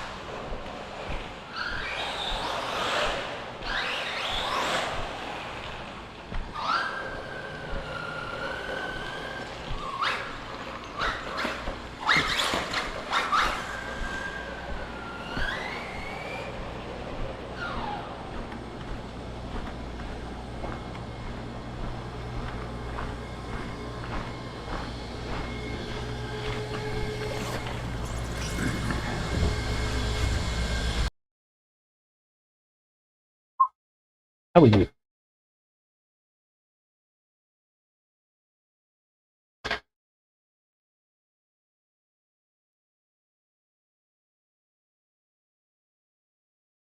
Shut up the hat. Let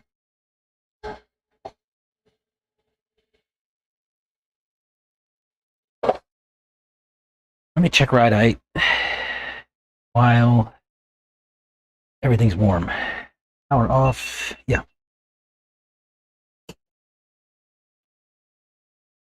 It's too high. Way too high. Oh, I raised it and I should have. I should not.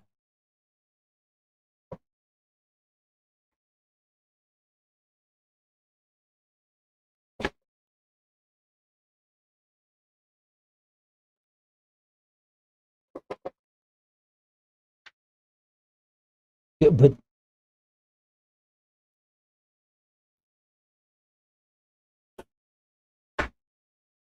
no, no, it was fine.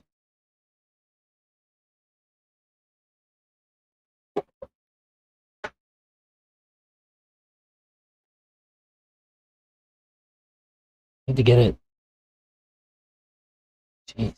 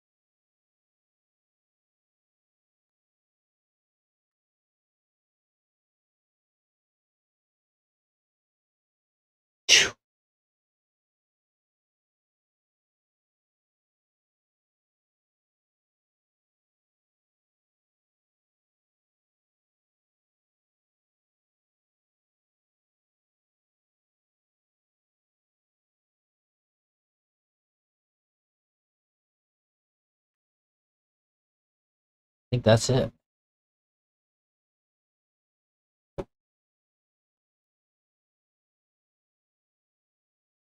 So I won't adjust this next time. I'm gonna leave it.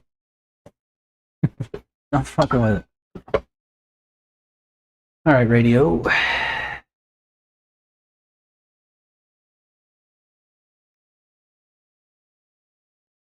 you guys get a nice? Did we get a nice chat with Chris?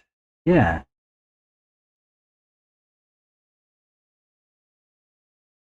How'd you guys like that? Learn something new.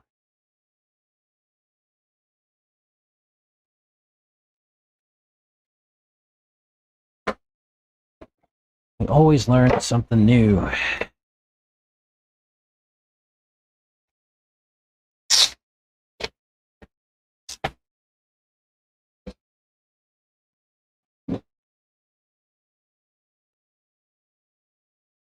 Store this pack.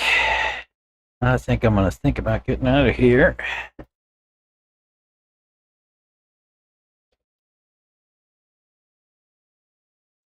Oh, it's like just under storage voltage. Nice.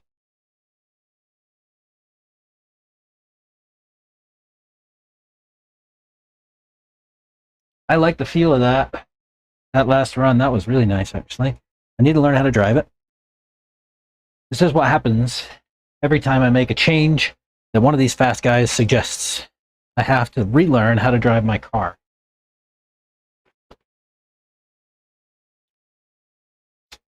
But that felt really nice, actually. I definitely have to stop listening to people when they tell me things like, they're crazy to have red springs.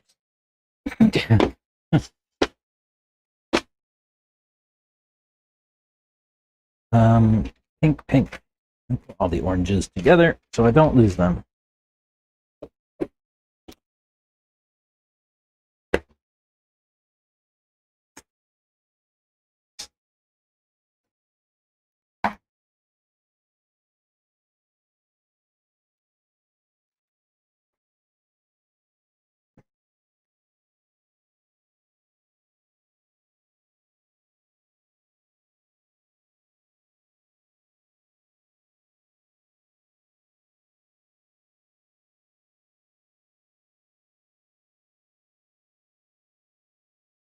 My drive cup for my front gearbox got a notch up. It's in bad shape.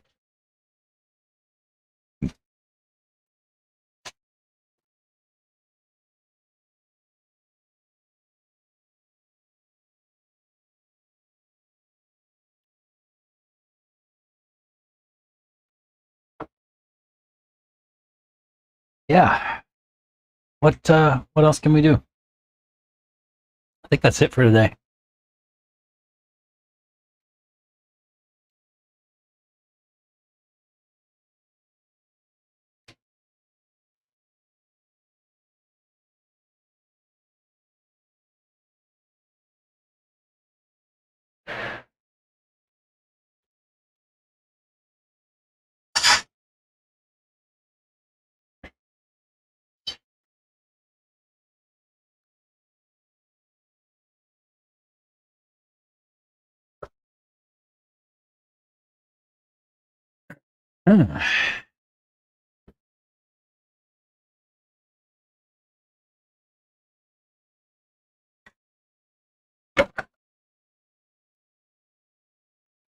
Actually put some stuff away.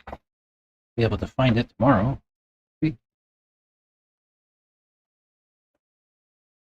Maybe. All right, y'all. I'm gonna shut her down. Pack up my stuff.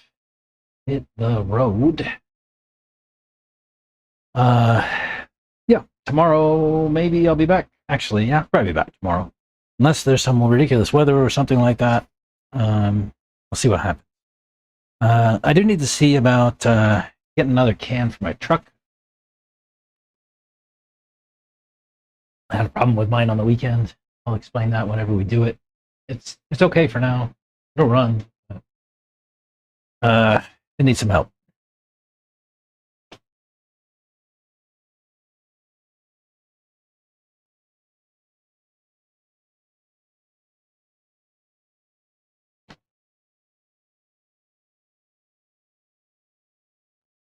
Yeah. So what else? I think that's it. I think I'm gonna pack this stuff up. Get out of here.